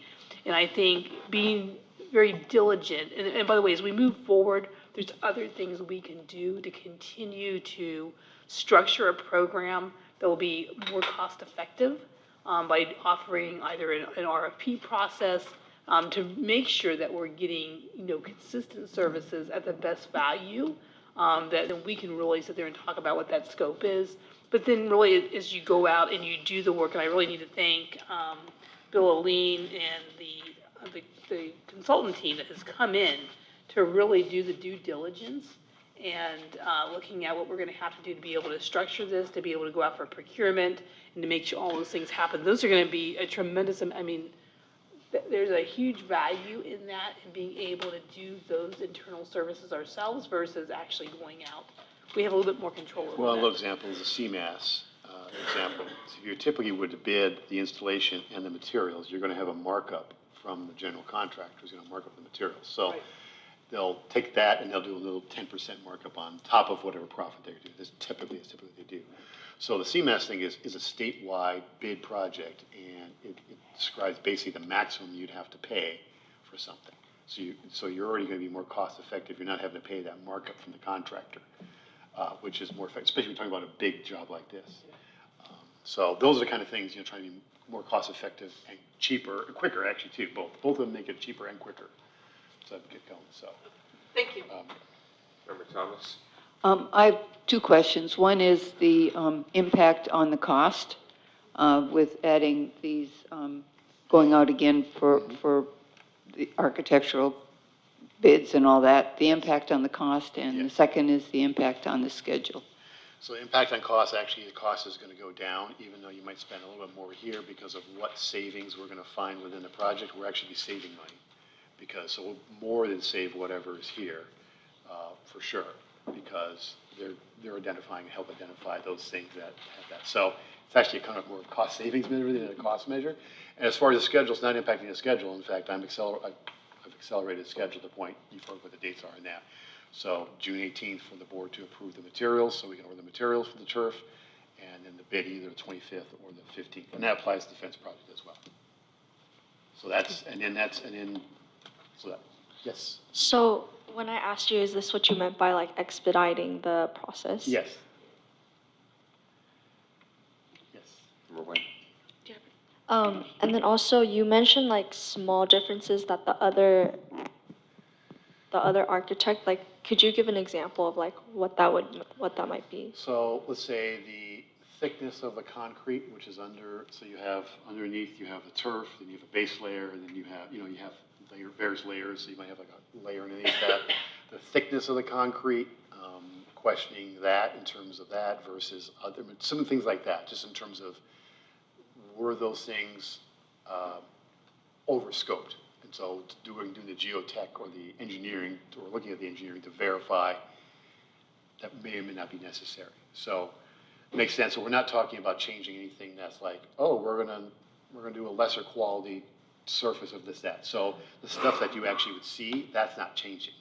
The actual stuff is not changing. But like, wouldn't the groundwork impact like yes. how So the what you do is athletes you play? have a civil engineer, or you do someone who they call geotechnical analysis, and so they survey the dirt, and then they'll take a look, and based upon that, they'll determine compaction, whatever, those kind of things. And so that's done based upon the engineer or the geotech engineer. So we seek, they tell us, the engineers tell us what that does. Does that make sense? Yes. So in other words, I'm not specifying, that I'm just having the expert look at that to verify. Yeah. I'm just me, like, just from like a point of view, like, I'm kind of confused, like, because you said we're changing architects. I think the main concern is changing the architects because students might be worried that it's gonna affect the schedule. No, in fact, this accelerates the schedule. So, Excellent. I mean, I've done this 5 times different, in my district previous before. So, this is typically the method you would do to make it go as expedited as fast as possible. This is what typically districts do. So it's not affecting the schedule. The schedule basically is, like I said, the board will award a contract either June 25th or in July 15th. And then installation will just happen after that. There, though, is a delay, Board Member Lee. So the original schedule that students were anticipating, probably back in the fall, is a little bit different. It is off by about 5 months. But we knew that going into this when we had the study session, because again, this was a piece that didn't come back to the board when it should have come back to the board. And so there was somewhat of a delay. It just really gave us a reason to go back and really take a second look at what was going on. And I really did have some concerns with some of the project costs that were shared with me by the vendors initially, in the fact that it was really out of whack when they first told me. As a matter of fact, it was so scary, it really made it difficult to have I was really worried. I mean, I was working on the first interim, but then to hear that they thought the cost was going to be over $10 million that they shared with us, that was really concerning. Yeah, I'm just so, going to sit there and put that out there. Yeah, I'd like to emphasize this point, right? So hold on a second. So late last year. It's not irresponsible. So late last year, when number one, the superintendent, Dr. De Leon, had not been involved or briefed in anything related to this project. And the first time that she got pulled in was roughly in the late November timeframe. And in speaking with Dr. De Leon at that point, so my recollection, I'm a little bit rusty here, but I believe that the original amount that was approved for this project was $6.9 million. Was it 6.3? I'm sorry, 6.4, I'm sorry, so 6.4. But my understanding in talking with Dr. De Leon, and I think that you're confirming this because you were in the same meeting, Superintendent Fakar, is that when the vendors came in, so when RGM Kramer and the architects came in, and you said, well, we want to talk about this $6.4 million project, they said, no, no, no, this is not going to be 6.4, this is going to be over $10 million. So we're talking about a $4 million overrun at this point from the original budget. And that's what caused everybody's concerns. And just to remind everybody, RGM Kramer was also the vendor that was responsible for our HVAC implementation, where they promised all sorts of things, but what they delivered were consistent cost and schedule overruns, and not high quality, but low quality, to the point that we're actually now replacing a lot of HVACs, and we don't have any warranties for them. And so picking the right vendors is actually a really important thing. And so when we saw these concerns, and by the way, I think that there's some misunderstanding around the contracts and the breach of contract. In the architects, the original architects' contract, they clearly state a timeline where they are going to be proactively providing input to the board. It's not something that the board needed to request, that they were going to proactively provide input, and there were numerous milestones. But in addition to that, there was a final contractual obligation that says the final design needed to be brought before the board, and the board needed to sign off on this before it was submitted to DSA. And this did not happen, and that is a serious breach of contract. And if you have vendors that are engaging in that kind of behavior, all sorts of red flags should go up. And I think that what Mr. Oline is talking about is that we've now, the direction that we provided at that point, as we discussed it during the study session, was we wanted to bring in a second set of eyes. We're bringing in a second set of eyes. And our understanding is that actually, number one, we've identified where there is potential padding or inflation of costs. And so not only are we not going to be doing the $10 million that these guys were telling us, the $4 million overrun, but most likely, because we've got a better team in place, we're going to come in under 6.4 million. And I think that they're determining the exact cost improvements. Yeah, I think a little early to tell right now about some of that cost. Sure, but at this point, you're not anticipating cost overruns, right? You're anticipating actually coming in under this number at this point. I mean, and I understand there's lots of variables. Well, I don't know. I don't know how that number was generated. Until you get the bids, you're really not going to Don't know really know that the bids. specific piece. Yeah, But- but yeah, I don't know how that number is generated, so I can't That's fine. comment on that. So. Okay, Thank you for the. okay. Do you have a comment? Nope. That's all. Number one? Thank you. So I do have several concerns. One, the agenda item subject says contract, but actually this is a proposal and not an actual contract. And that's also true with item 12.6. But back to, I have real concerns here. I am all for the track project. I highly supported this project, and to see that, that this is happening, which is fine, that if we want to get a new architect and everything, but the process hasn't been correct.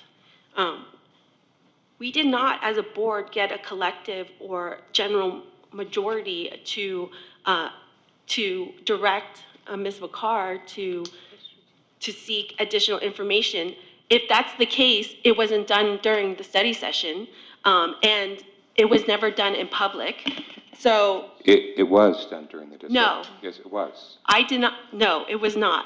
We did not give actual direction to Ms. Vakar to say, you just said that there is a breach in contract and that you wanted to explore. But never did we bring it back as an agenda item to approve the dissolution of the previous contract for Verde and for our GM Kramer. And then also, in the actual contract, under time schedule, in Exhibit C for Verde, there is no actual date, specific dates for delivery. So I just wanted to emphasize that. But again, I understand what it is that we're trying to do, so it is okay, but what I'm concerned with is that the process has not been clearly done correctly, and then also, we haven't been transparent about the process. So if that's the case, Mr. Orlean had mentioned that there's so much fluff in the previous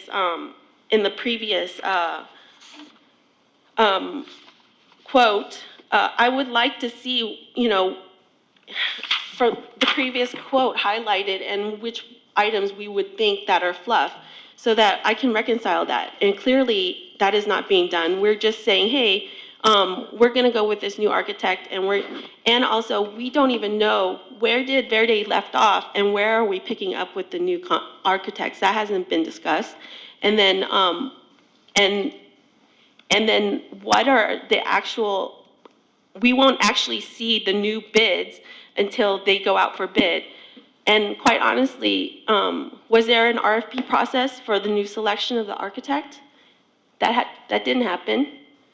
That did not happen. Okay, so again, process, I don't think that's correct. So if we were to select a new process, I don't want to delay the project, and I'm sitting up here, having to point out there's processing mistakes that, clearly we keep talking about, but we aren't fixing or doing properly. So those are the things that I'm really upset about. And not only that, but again, the last time that Verde presented to us, the budget did not budge more than, the budget was still around $6 million. There was no indication to other board members, if you guys had private conversations and have made decisions without other board members present, then yes, that is a Brown Act violation. But my stating this is that as of 12/20/23, the proposed items that were cut, the estimated cost was still $6.2 million. So again, I disagree with the $10 million comment. I think that's irresponsible, but at the same time, if we are going to make changes to make corrections, then we should follow the processes that we deem are missing and are not proper. Thank you. Superintendent? Thank you. So I will tell you, when I came in here in December and the original proposal came to me and it was over $10 million, I had already known from having watched other board meetings and looking at some of the major projects that you were working on, and knowing that I was having a meeting with the project manager on this particular topic, I had some idea exactly what it was that the board had approved. I can't tell you how surprised I was when they presented a budget to me that was over $10 million, and I questioned it. It wasn't until they came back to me a month later that they then trimmed it back and said they had made some errors. It was significant enough that it made me go back and re-question things. And I'm just going to bring that out because I felt like I was doing my due diligence and making sure that the projects that you said that you wanted to have were being done with fidelity. And I'm not going to ask for an apology for that. I believe it was my responsibility to bring that to your attention. I did bring that to your attention, to all of your attentions, which is why we had the study session. That study session was enough to go back and go take a really close look and a review of being able to, how we could maybe go back and bring this thing back in, and should we have another set of eyes take a look at it. At that point, I felt better spending the extra money in doing that, knowing that I had seen two different things within a period of 3 weeks that were significantly different in price. $4 million. It was enough that I felt like I really needed to provide you with that information. I did not know the other company. I don't hold anything against the other company. They came back and told me it was an error but at the time, when they first showed it to me, they defended that particular dollar amount and said that was what the prices were, what things were running. I won't get into some of the other discussions with regards to other projects. I wasn't here from the get-go. I've been sitting here and dealing with the aftermath of our HVAC system since I've been here. We've had continuous problems at a number of different sites. It's not all the responsibility of this particular company, but there's other things that happen within the process that have created problems within the engineering designs of what we actually purchased. And that really, what we really purchased was not adequate for what we need to provide for cooling systems for our facilities based on our current climate that we're in now compared to when the schools were originally designed. But that's two different things. You're talking about the project management company, which, okay, I agree, yes. But the architect for the track and field, they're independent from the project management company. And also, we didn't have the study session until after they presented to us back in February or January, and it was still 6 point something million then. So it wasn't because of that that we had the study session. We had the study session because there has been questions because Member Hill, President Hill at the time, did not like the fact that we hadn't had regular updates, and that's why we had the special meeting, special study session to get up to speed, and that's why when our coach, Coach K, presented. So no, I disagree with everything that you've said, and while I agree with the fact that yes, we need to figure out a way to make this track and field project happen because there has been a delay, I still want to just point out that there has been a process issue, and clearly we are not fixing any of that. So I would just like to remind the board that, again, the board had been kept in the dark around this project for almost a year. And when I came in as president, I made a request that we have an update from the vendors on the status of this project. And so the vendors came in early January, and they had apparently dialed back their cost estimates, although if you looked at the documents that they provided and you compared it with the original documents that RGM Kramer provided, there were discrepancies. And so although the numbers that at the bottom line matched up, all of a sudden the details were changing. So it seemed awfully suspicious. And then furthermore, we saw all sorts of discrepancies in their project plans, which is a red flag for a $6.3 million project. And in addition to the fact that they didn't have clear project plans, when I asked them who the project manager is, they couldn't give me an answer. We had a $6.3 million project, and they couldn't answer who the project manager was. So that was the genesis of the study session. As we had further and further discussions, a lot of the details that they were presenting did not hang together and caused grave concern. Remember, Lee? Never mind. Okay. Yeah. Are we gonna move to? Well, So we have to vote on this. So I think there needs to be amendment to the subject. It is a proposal and not a contract.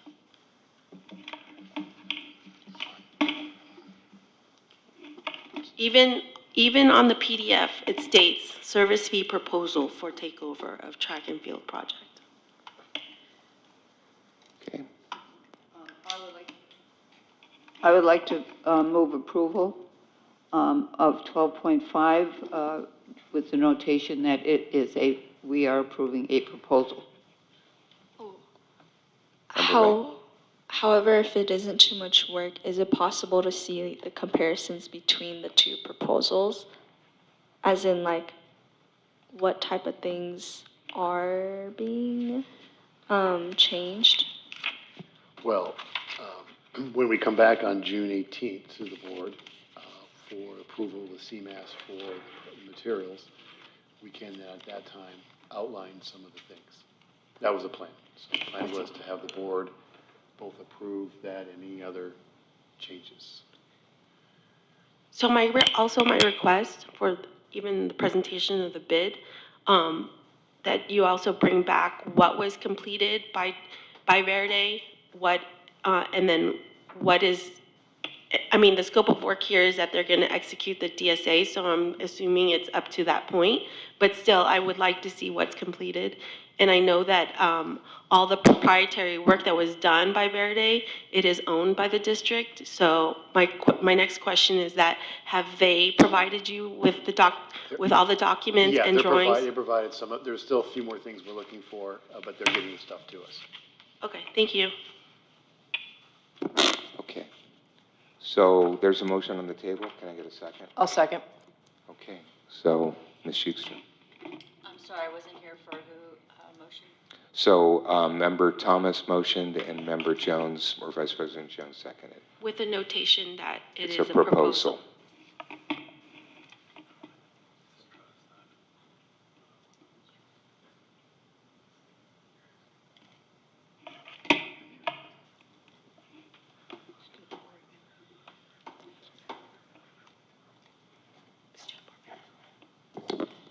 Member Joy? I mean, Student Joy. I'm sorry. Yay! Yay. Member Thomas, yes. Oh, I'm sorry. Everyone wasn't done yet. Okay. President Hill, yes. Wynn, nay. Jones, yes. Okay, motion carries. Okay, moving on to 12.6, contract for the Kennedy Fence Project. Mr. Oline?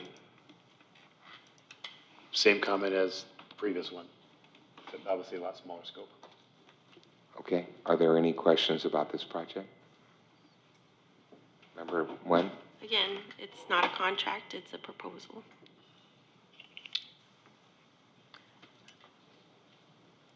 Okay, so can I get a motion to approve this with amended language, noting that this is a proposal?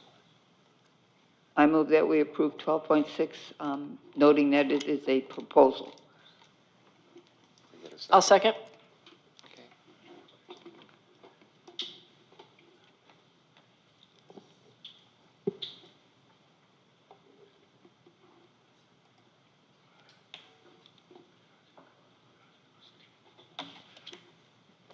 Okay, and student member? Yay! Member Thomas, yes. President Hill, yay. Member Wynn, yes. And Member Jones, yes. Please note that both student member Lee and I voted yay. Yay. So moving on to 12.7, proposal for kitchen for construction management services. So Mr. Oline?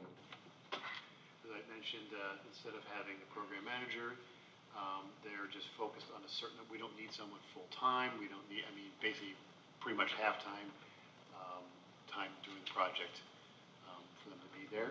And their purpose is they're going to be looking at the upfront documents for bidding, because that's always important to make sure constructability, because that's sometimes architects are not construction managers. And then they'll be there on-site coordinating with the site and coordinating with the district in terms of managing the project, but just that project. Great, thank you. Member Thomas? Mr. Oline, are you going to have enough time to do this ancillary work that otherwise would have been done by the program manager? Well, yes, because I think we're doing it in more effective ways through different people, different sources. So things that are probably more cost effective, like I have someone who's temporarily helping me with the bidding process, who's an expert in that, but it's going to be much more, it's cheaper because they're just focused on that aspect, whereas the program managers, again, going back to, they're focused on a lot of different things. So, So the main thing is we will, you can assure us that we're going to save money by doing it this way. I know we're saving money, I can guarantee you. this a lot, so I can guarantee you this is more cost Yeah, effective okay, way I than we just- do this way, at least in terms of the construction management versus program management. And maybe at the end, we can have a discussion about how everything went when it's all done. And It'll turn out nice. Celebrate It'll the, turn out nice. celebrate the improvement in the budget. Okay. Member one? Just one quick question. In terms of the Kitchell staffing for Newark, the two employees mentioned here and the times that are allocated to them, will they be working on the specific jobs or are they interchanging? Well, generally, it's going to be Brian on the fencing fence project? and Okay. Aaron on that, but they're local, so they're both available if, one of them's absent or whatnot. So they're working as a team, but generally, it's going to be Brian and Aaron on Okay. those jobs, generally. I just want to make sure that I was reviewing it correctly. Thank you. Okay, any other questions? Okay, can we get a motion? I'll make a motion to approve. Get a second? Okay, I second. So Member Jones, Vice President Jones moves, President Hill seconds. I know.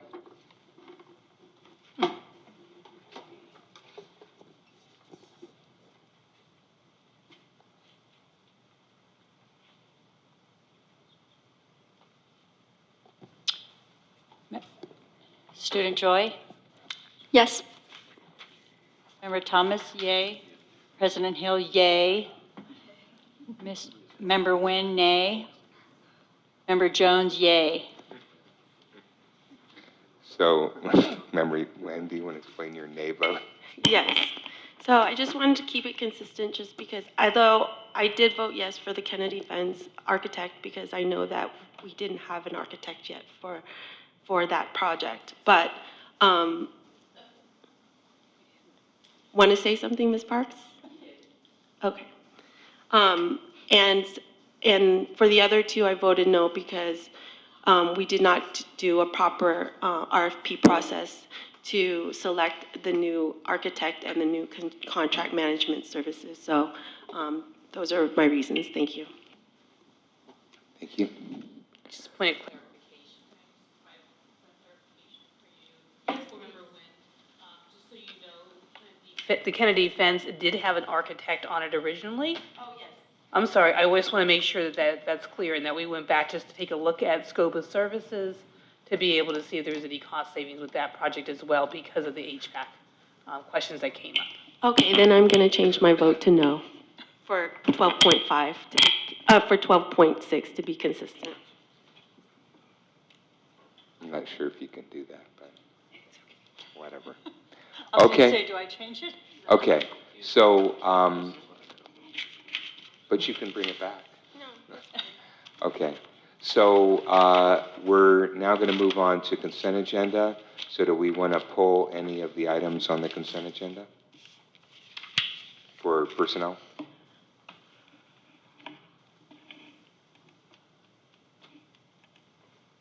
Going once? Going twice? Okay, can I get a motion? Oh, actually, I'll make a, Okay, Member Wang? I do want to pull it, Okay, which one? the PAL report, please. Okay. So can I get a motion to approve 13.3? I'll make a motion to approve 13.3. I'll second.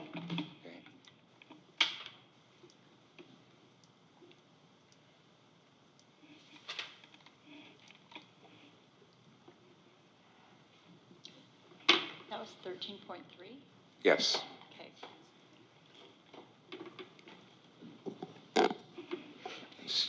Student member doesn't vote on this one. Okay, thank you. Member Thomas, yay. President Hill, yay. Member Nguyen, yay. Member Jones, yay. Great. The yeas have it.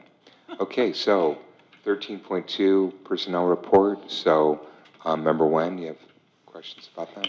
No question. I just wanted to point out that I know that the involuntary transfers of certificated employees.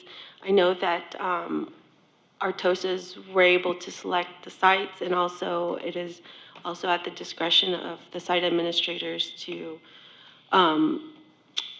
request and select who they want at their sites. But at the same time, I am a little bit disappointed in the fact that our TOSAs, with their expertise and knowledge in certain areas, are not able to be at sites. I feel that there's not an equitable representation of the distribution of our teachers who were in the TOSA positions, especially because they have unique skill sets that definitely should be spread out. And also for our teachers, I do want to speak to that. I realize that everybody wants to be at a certain site and want to and do that, but I also want you guys to also recognize that you have gifts and special skill sets that are needed in other sites as well.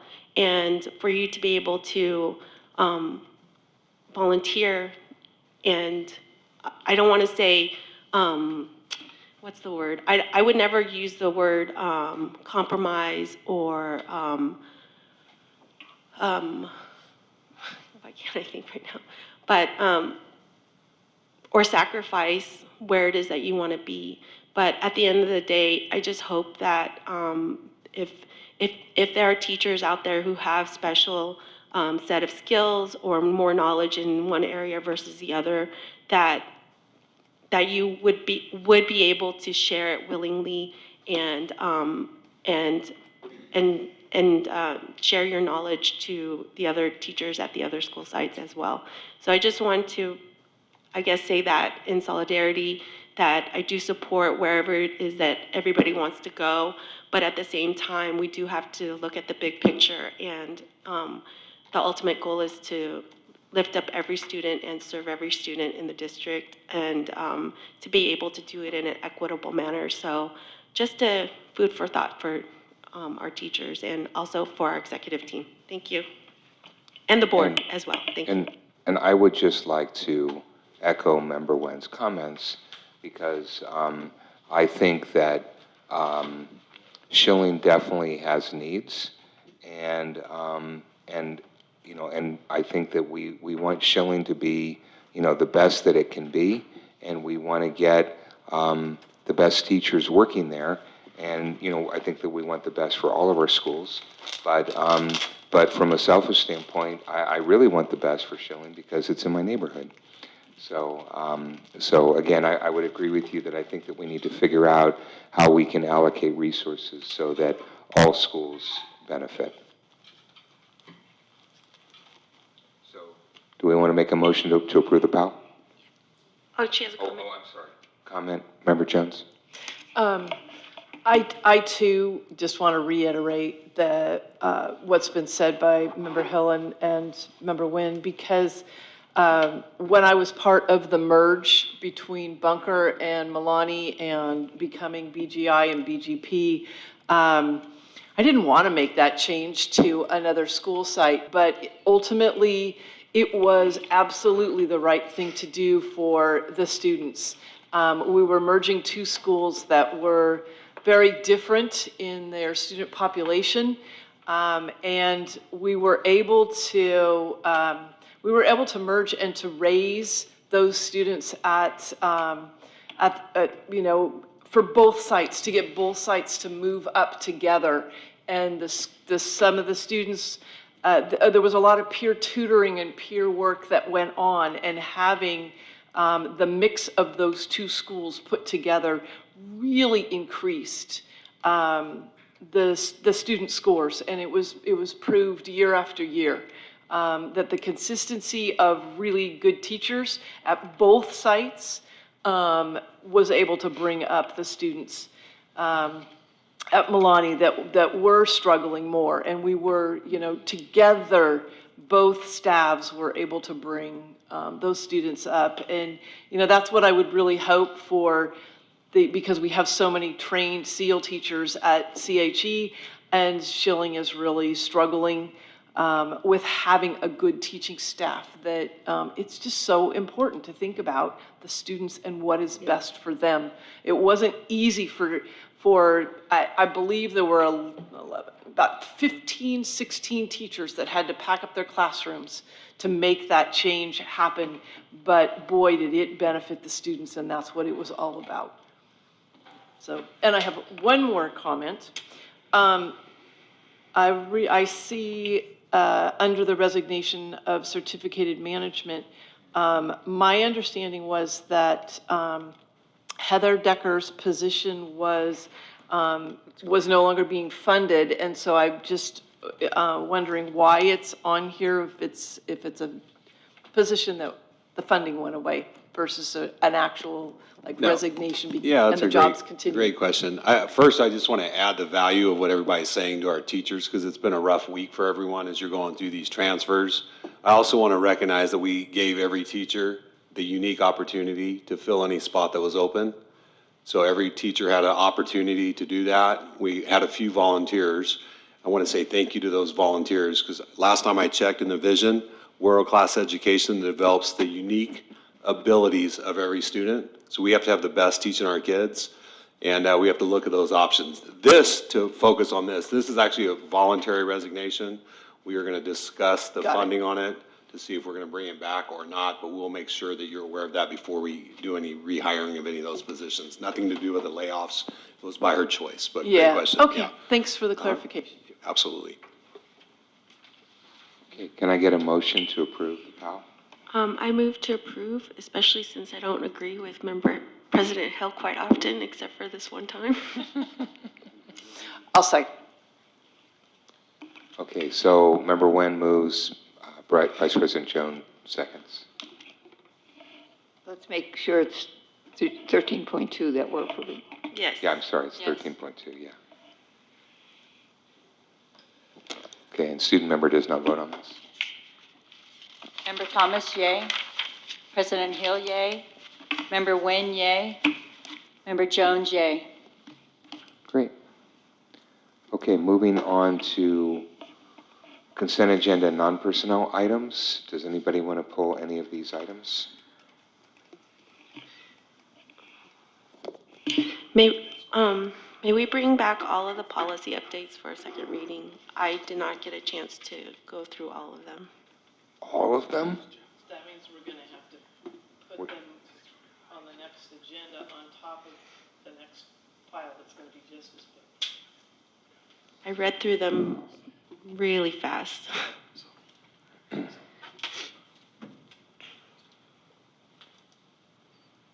Okay.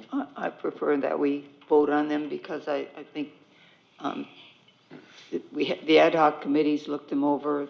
Some of them have come back second time. I just think we have to move forward. These are almost all word for word what CSBA recommends, and they've been looked over by CSBA and their attorneys, and I just don't see it. I think we've delayed too many policies for too long, and we need to catch up. And at the rate we've been going, there's been one hiccup after another to move forward, and I'd like to see us move forward. That's fine. Then I'll just abstain. Okay, and then just to clarify, Member Thomas, so as you and the committee have been putting these together, it sounds like there's really been very little change. We're basically accepting CSBA language. We're accepting CSBA language, and the departments have read them as well. So, and we've seen a lot of, like, no comment from staff, meaning that, no change. So they're fine with it too. Okay. So we're only bringing them forward if we've looked at them and read them all the way, and departments have had a chance to do that. Okay, so do we want to pull the policy updates so we can vote separately? And remember so you're going to abstain for all of the consent agenda? Just the policy. So then we need to pull those. So- So are we pulling anything else? So 14.10 through 14.19? is being pulled. Does Ms. Parks have one that she's pulled? Oh, yeah, thank you. Sorry. Okay, so 1410. Come on up, Miss Parks.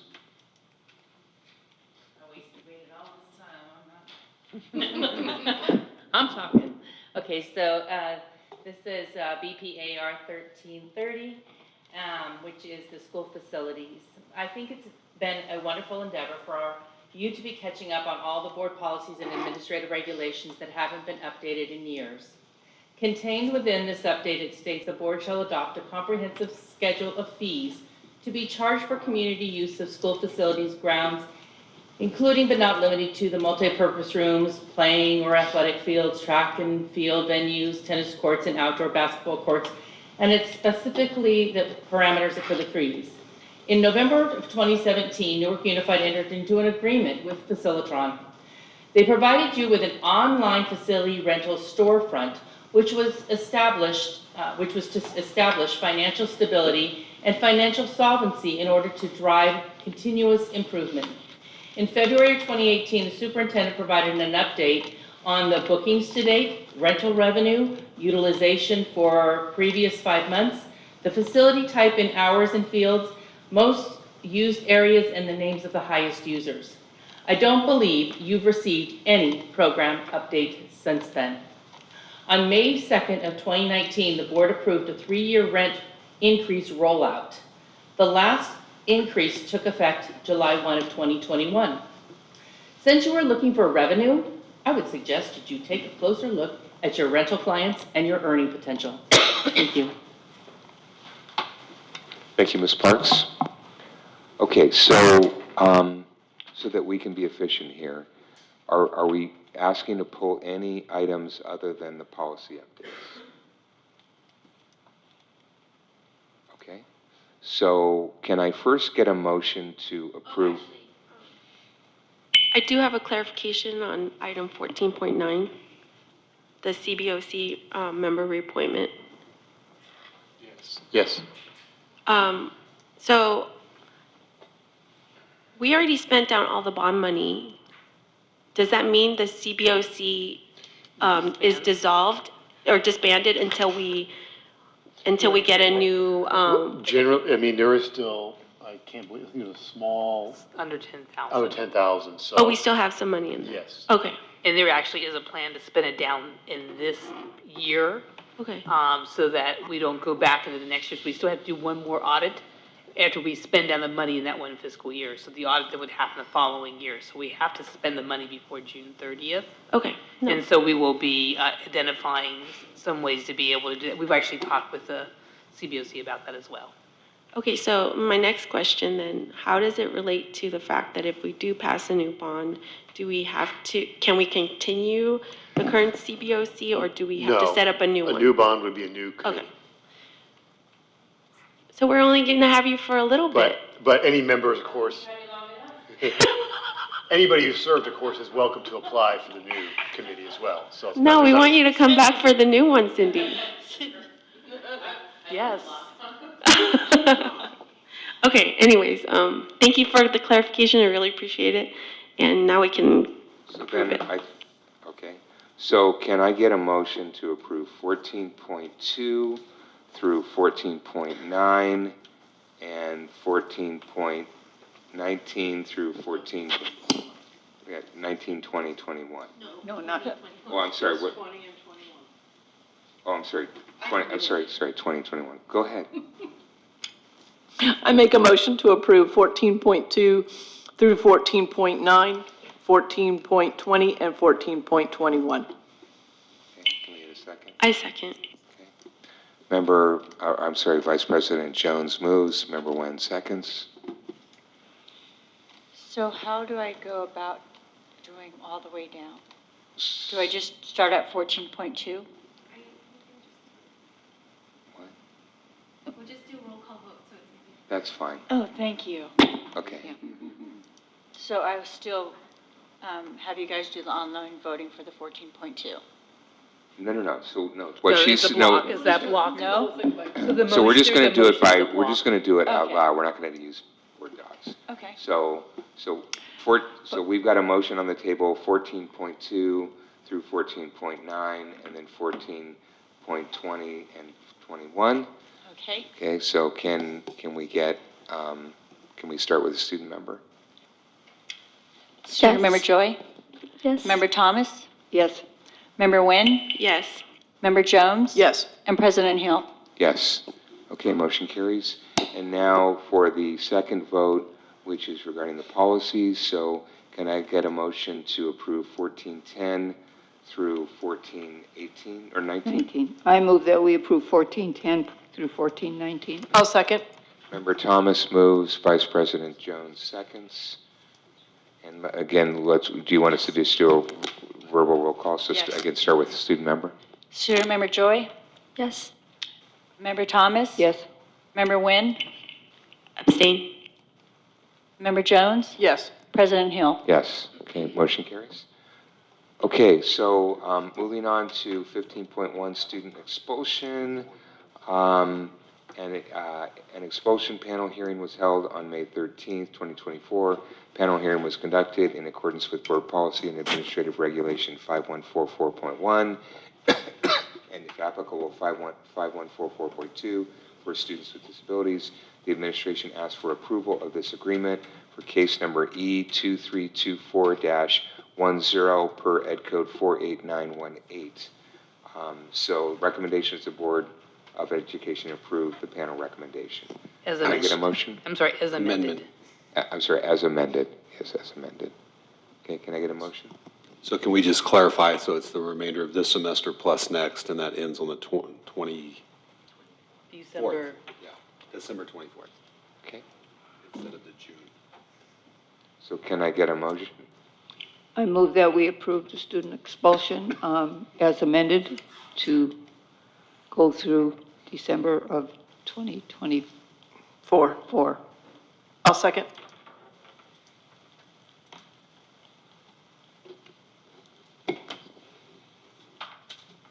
And student member doesn't vote on this. Member Thomas, yay. President Hill, yay. Member Nguyen, yay. Member Jones, yay. Okay, great. Motion carries. So moving on to item 16, Board of Education Committee reports, announcements, requests, debrief, and discussion. Student member?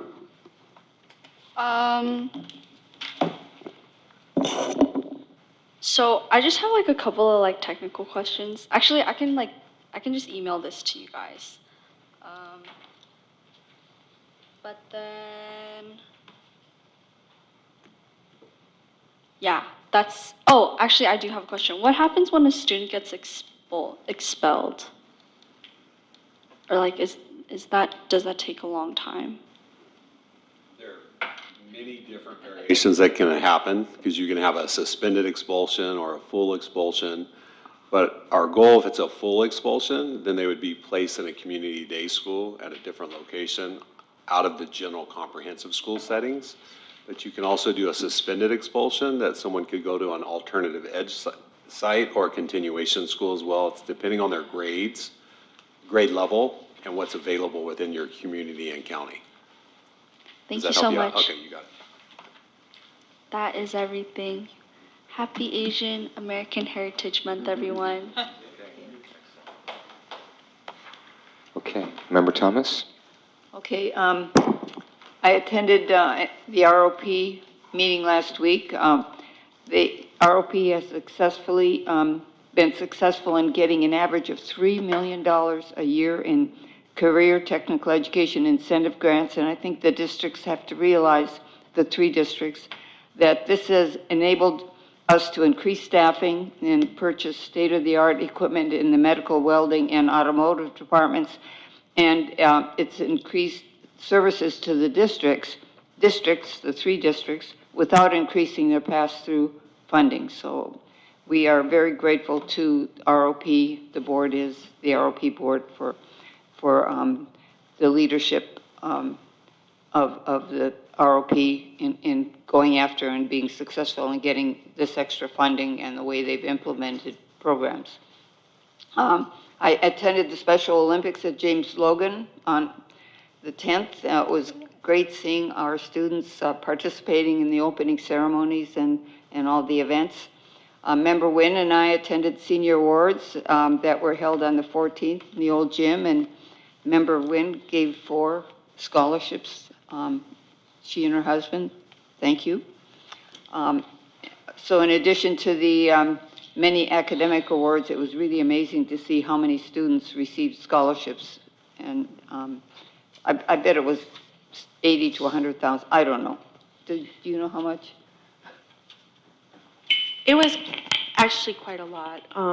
And also, we did not account for the Avanzando, 39 students who got awarded between $2,000 and $3,000 each. So that's quite a lot. And then also Cargill, they had like, what, 10 or 15? And they were $1,000 each. And we had private family donations for, in memory of a student, a memorial scholarship fund. The Walton family always is so generous. They had 2 scholarships, one for a 4-year, which was $6,000, and one for a 2-year, which was $2,000. So that was a huge, so there was so many. And also, Member Thomas was there representing Rotary, and Rotary also sponsored and scholarships for 2 students. And it was $1,000 each? 1,000 each, yeah. Optimist. And Optimist Club, They yes. did about 10 scholarships. Yeah, 10 scholarships worth $1,000 Yep. each also. So Right. yes, there's quite a bit. I also attended the Kennedy PTA meeting with Member Jones and the coffee with the principal at Memorial, Newark Memorial. This last week, I went to the Puente Senior Celebration and the MCA graduation events, and the Friday Newark Unified School District retirement and longevity events. And so a big thank you to the staff for all the hard work in organizing these wonderful recognition events. And I guess my request is really that we dig into Facilitron. It's been too long since we've talked about them, Facilitron, and what they're doing for us or not doing for us, and what the situation is there. Yes, I will. But just FYI, I've had a lot of experience with Facilitron. It definitely is a very, very good product. It's definitely, you picked the right one, so there's no question there. Thank you. Really quickly, I just want to remind you guys of our technology at our school is still, like, the computers are still really old, so I don't know when that'll be replaced, but I just wanted to let you guys know. Also, that our buildings at our school are still very old, so hopefully a bond will pass through and then we can get those renovated. And just, I know you guys are working on filling teacher spots, and I'm just really hoping that those all get filled. Thank you.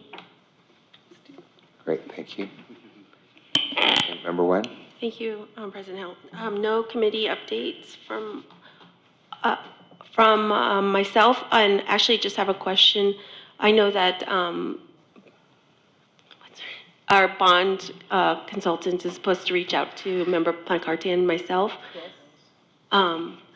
And It's Bonnie Moss. yeah, Bonnie Moss. She hasn't yet, so I just really want to make sure that we're staying on schedule. Okay. So that's my only one request. And then, but for announcements, last week I had the privilege to attend senior class of 2024 awards night along with Member Thomas. So many of our students were recognized for their tremendous hard work and was awarded with community elementary school PTA, PTO, alumni, and personal, family, and organizational scholarships, along with their top honors, sashes, stoles, pins, cords. It was a great evening to celebrate with our graduating students and their families.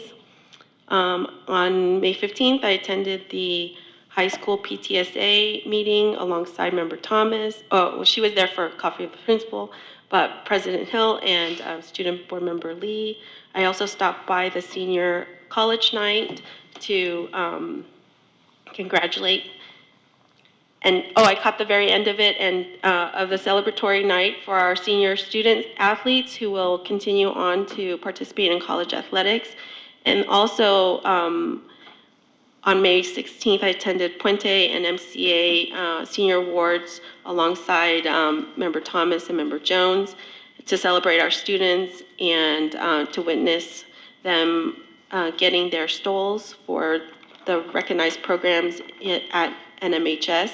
And then last Friday, I was there in attendance with Member Thomas for the longevity and retirement celebrations. Congratulations to all our retirees. I wish you a fun-filled retirement full of new adventures, travels, and hobbies. For those who have served the district for 20, 25, 30, and 35 years, thank you. Yes, and Member Jones, I'll let her do it. Thank you for your unwavering commitment to this district and to all the students and families you have served over the years.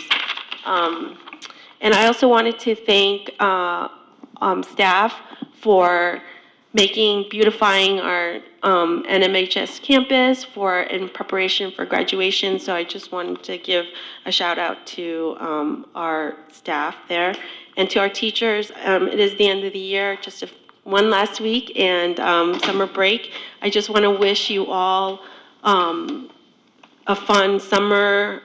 Thank you so much for all your hard work and dedication with all of the challenges that you faced this year. And thank you for remaining resilient and persevered and being there for our students. So it's deeply appreciated. And so now I'm saving the best for last. Congratulations to the class of 2024. You have managed to start your high school careers online through distance learning because of COVID. You all have overcome so much, persevered, and continue to amaze us all with your brilliance and determination to not let the effects of the pandemic ruin your high school experience. I'm excited to see what you all will accomplish next. Many of you are attending wonderful universities and colleges, and some of you are opting for trade or technical school. All of those are great options. Remember, nothing in life can define you, only you can define you. Know that it is okay to fail as long as you can learn from it and keep trying. Never give up on your dreams. Put in the work and you will end up succeeding every single time. Believe in yourself and be kind to others along the way. Congratulations, class of 2024. I'm so proud of you all. That's it. Thank you. Thank you, Member Wen. Member Jones. I had let's see, I did the PTA at Kennedy, and went to the MCA graduation, which was really fun. But I think the highlight of my last few weeks was having the honor of speaking at the retirement and longevity celebration. It was just it was wonderful as someone who taught in the district to be able to then turn around and appreciate my peers. And that was really special for me. I enjoyed doing that. I tried to make my speech a little serious, but also fun. And I put some things in there that specifically made me think about certain people that I had worked with over the years. And so anyway, I really enjoyed that opportunity to be able to do that. It was a nice event. It was a little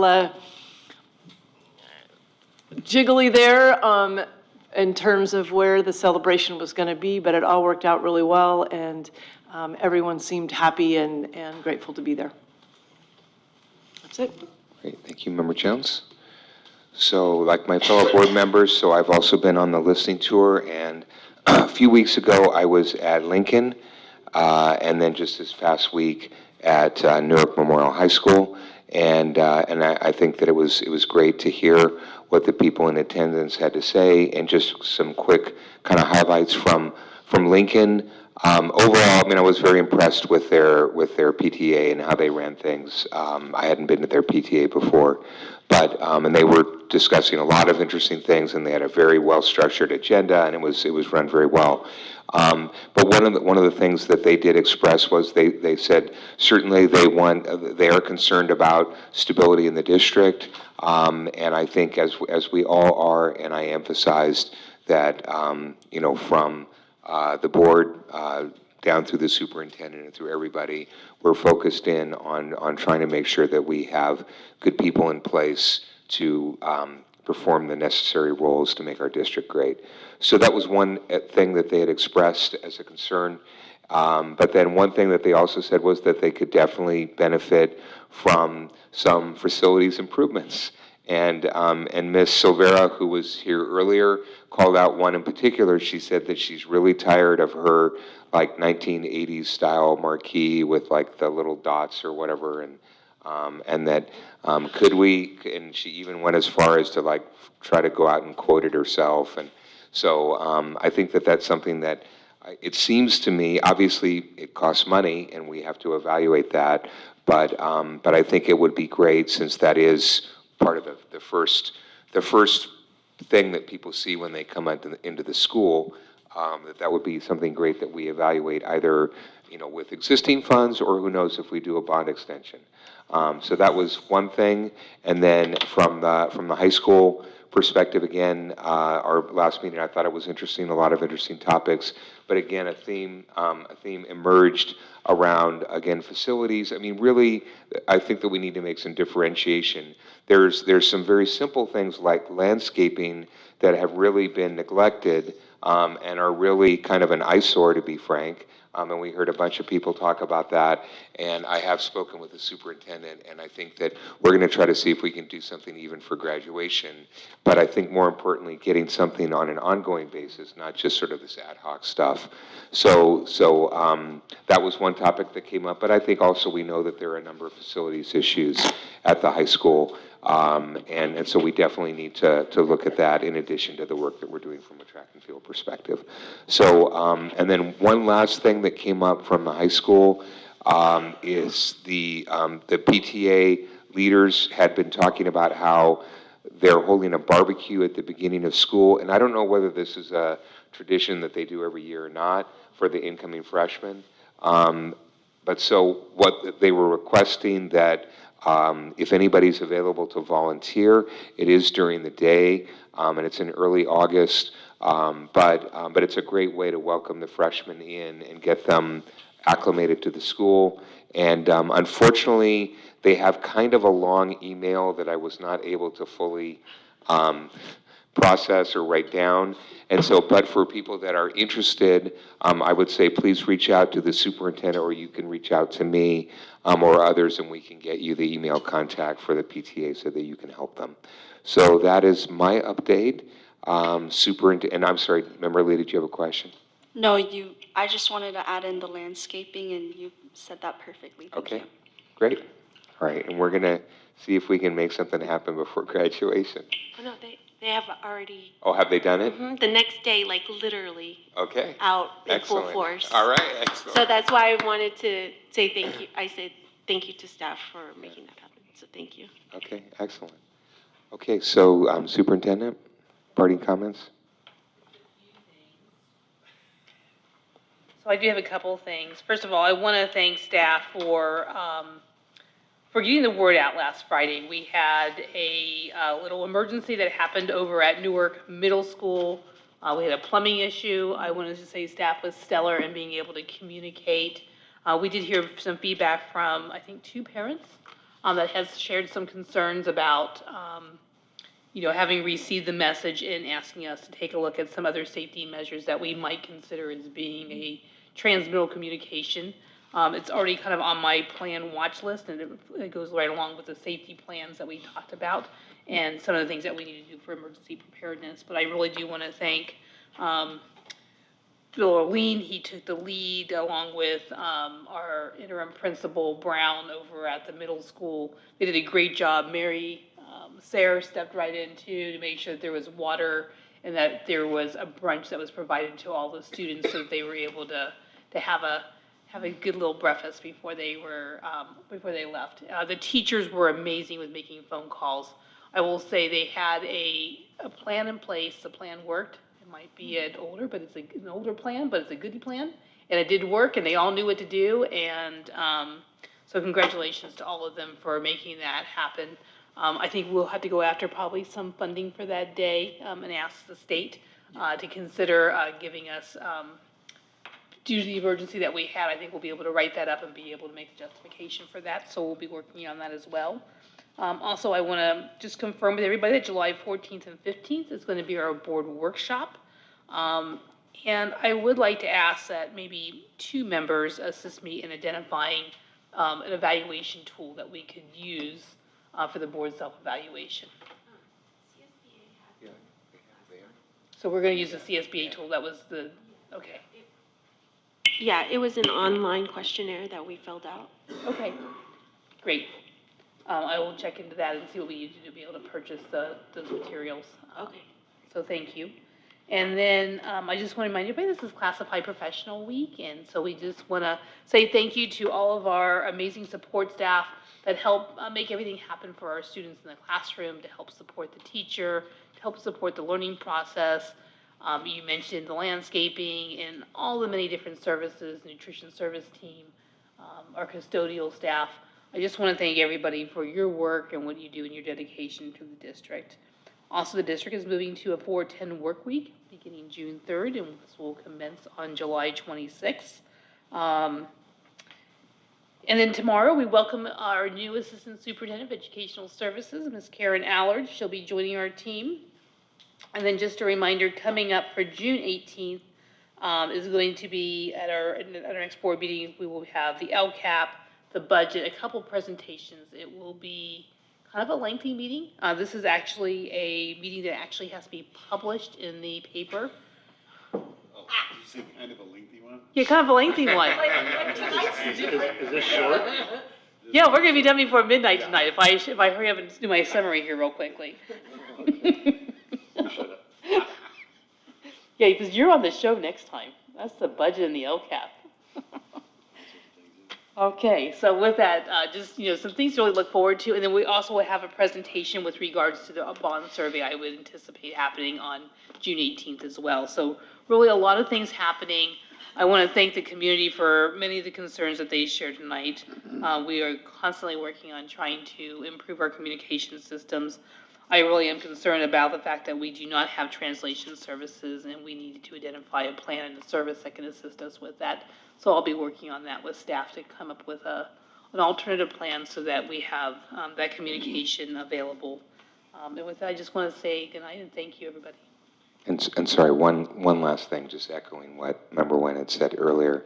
I think that we all just should be celebrating the fact that there's graduations happening across all of our schools. And so, again, thank you to all the students and the parents and the teachers and everyone for a job well done. And we're looking forward to celebrating with some of you. So. Yeah. And that the graduations are happening at our high school on our own grass. There you go. Yeah. Well, can't say grass next year. Nope, it'll be turf next year. Be careful, Joy. It may not happen for you guys if the track is delayed. It's not going to be delayed, Joy. Joy, we're going to make it happen. I'm just I'll teasing. get you a hard hat out there, Joy. To graduate. But I do have one quick question. Go ahead. You mentioned that there was a start of a 4-10 work week. Is that only through summer, or is this moving forward? No, it's just for summer. Okay. It's just a summer, so it has a time certain from June 3rd through July 26th. Okay, thank you. Okay. It's just never brought up. So with that, can I get a motion to adjourn? I'll motion to adjourn. I'll second. All right. And so let's just do a roll call vote. Yay! Student Joy, yes. Member Thomas? Yes. Member Nguyen? Yes. Member Jones? President Hill? Yes. Okay. Thank you, everybody.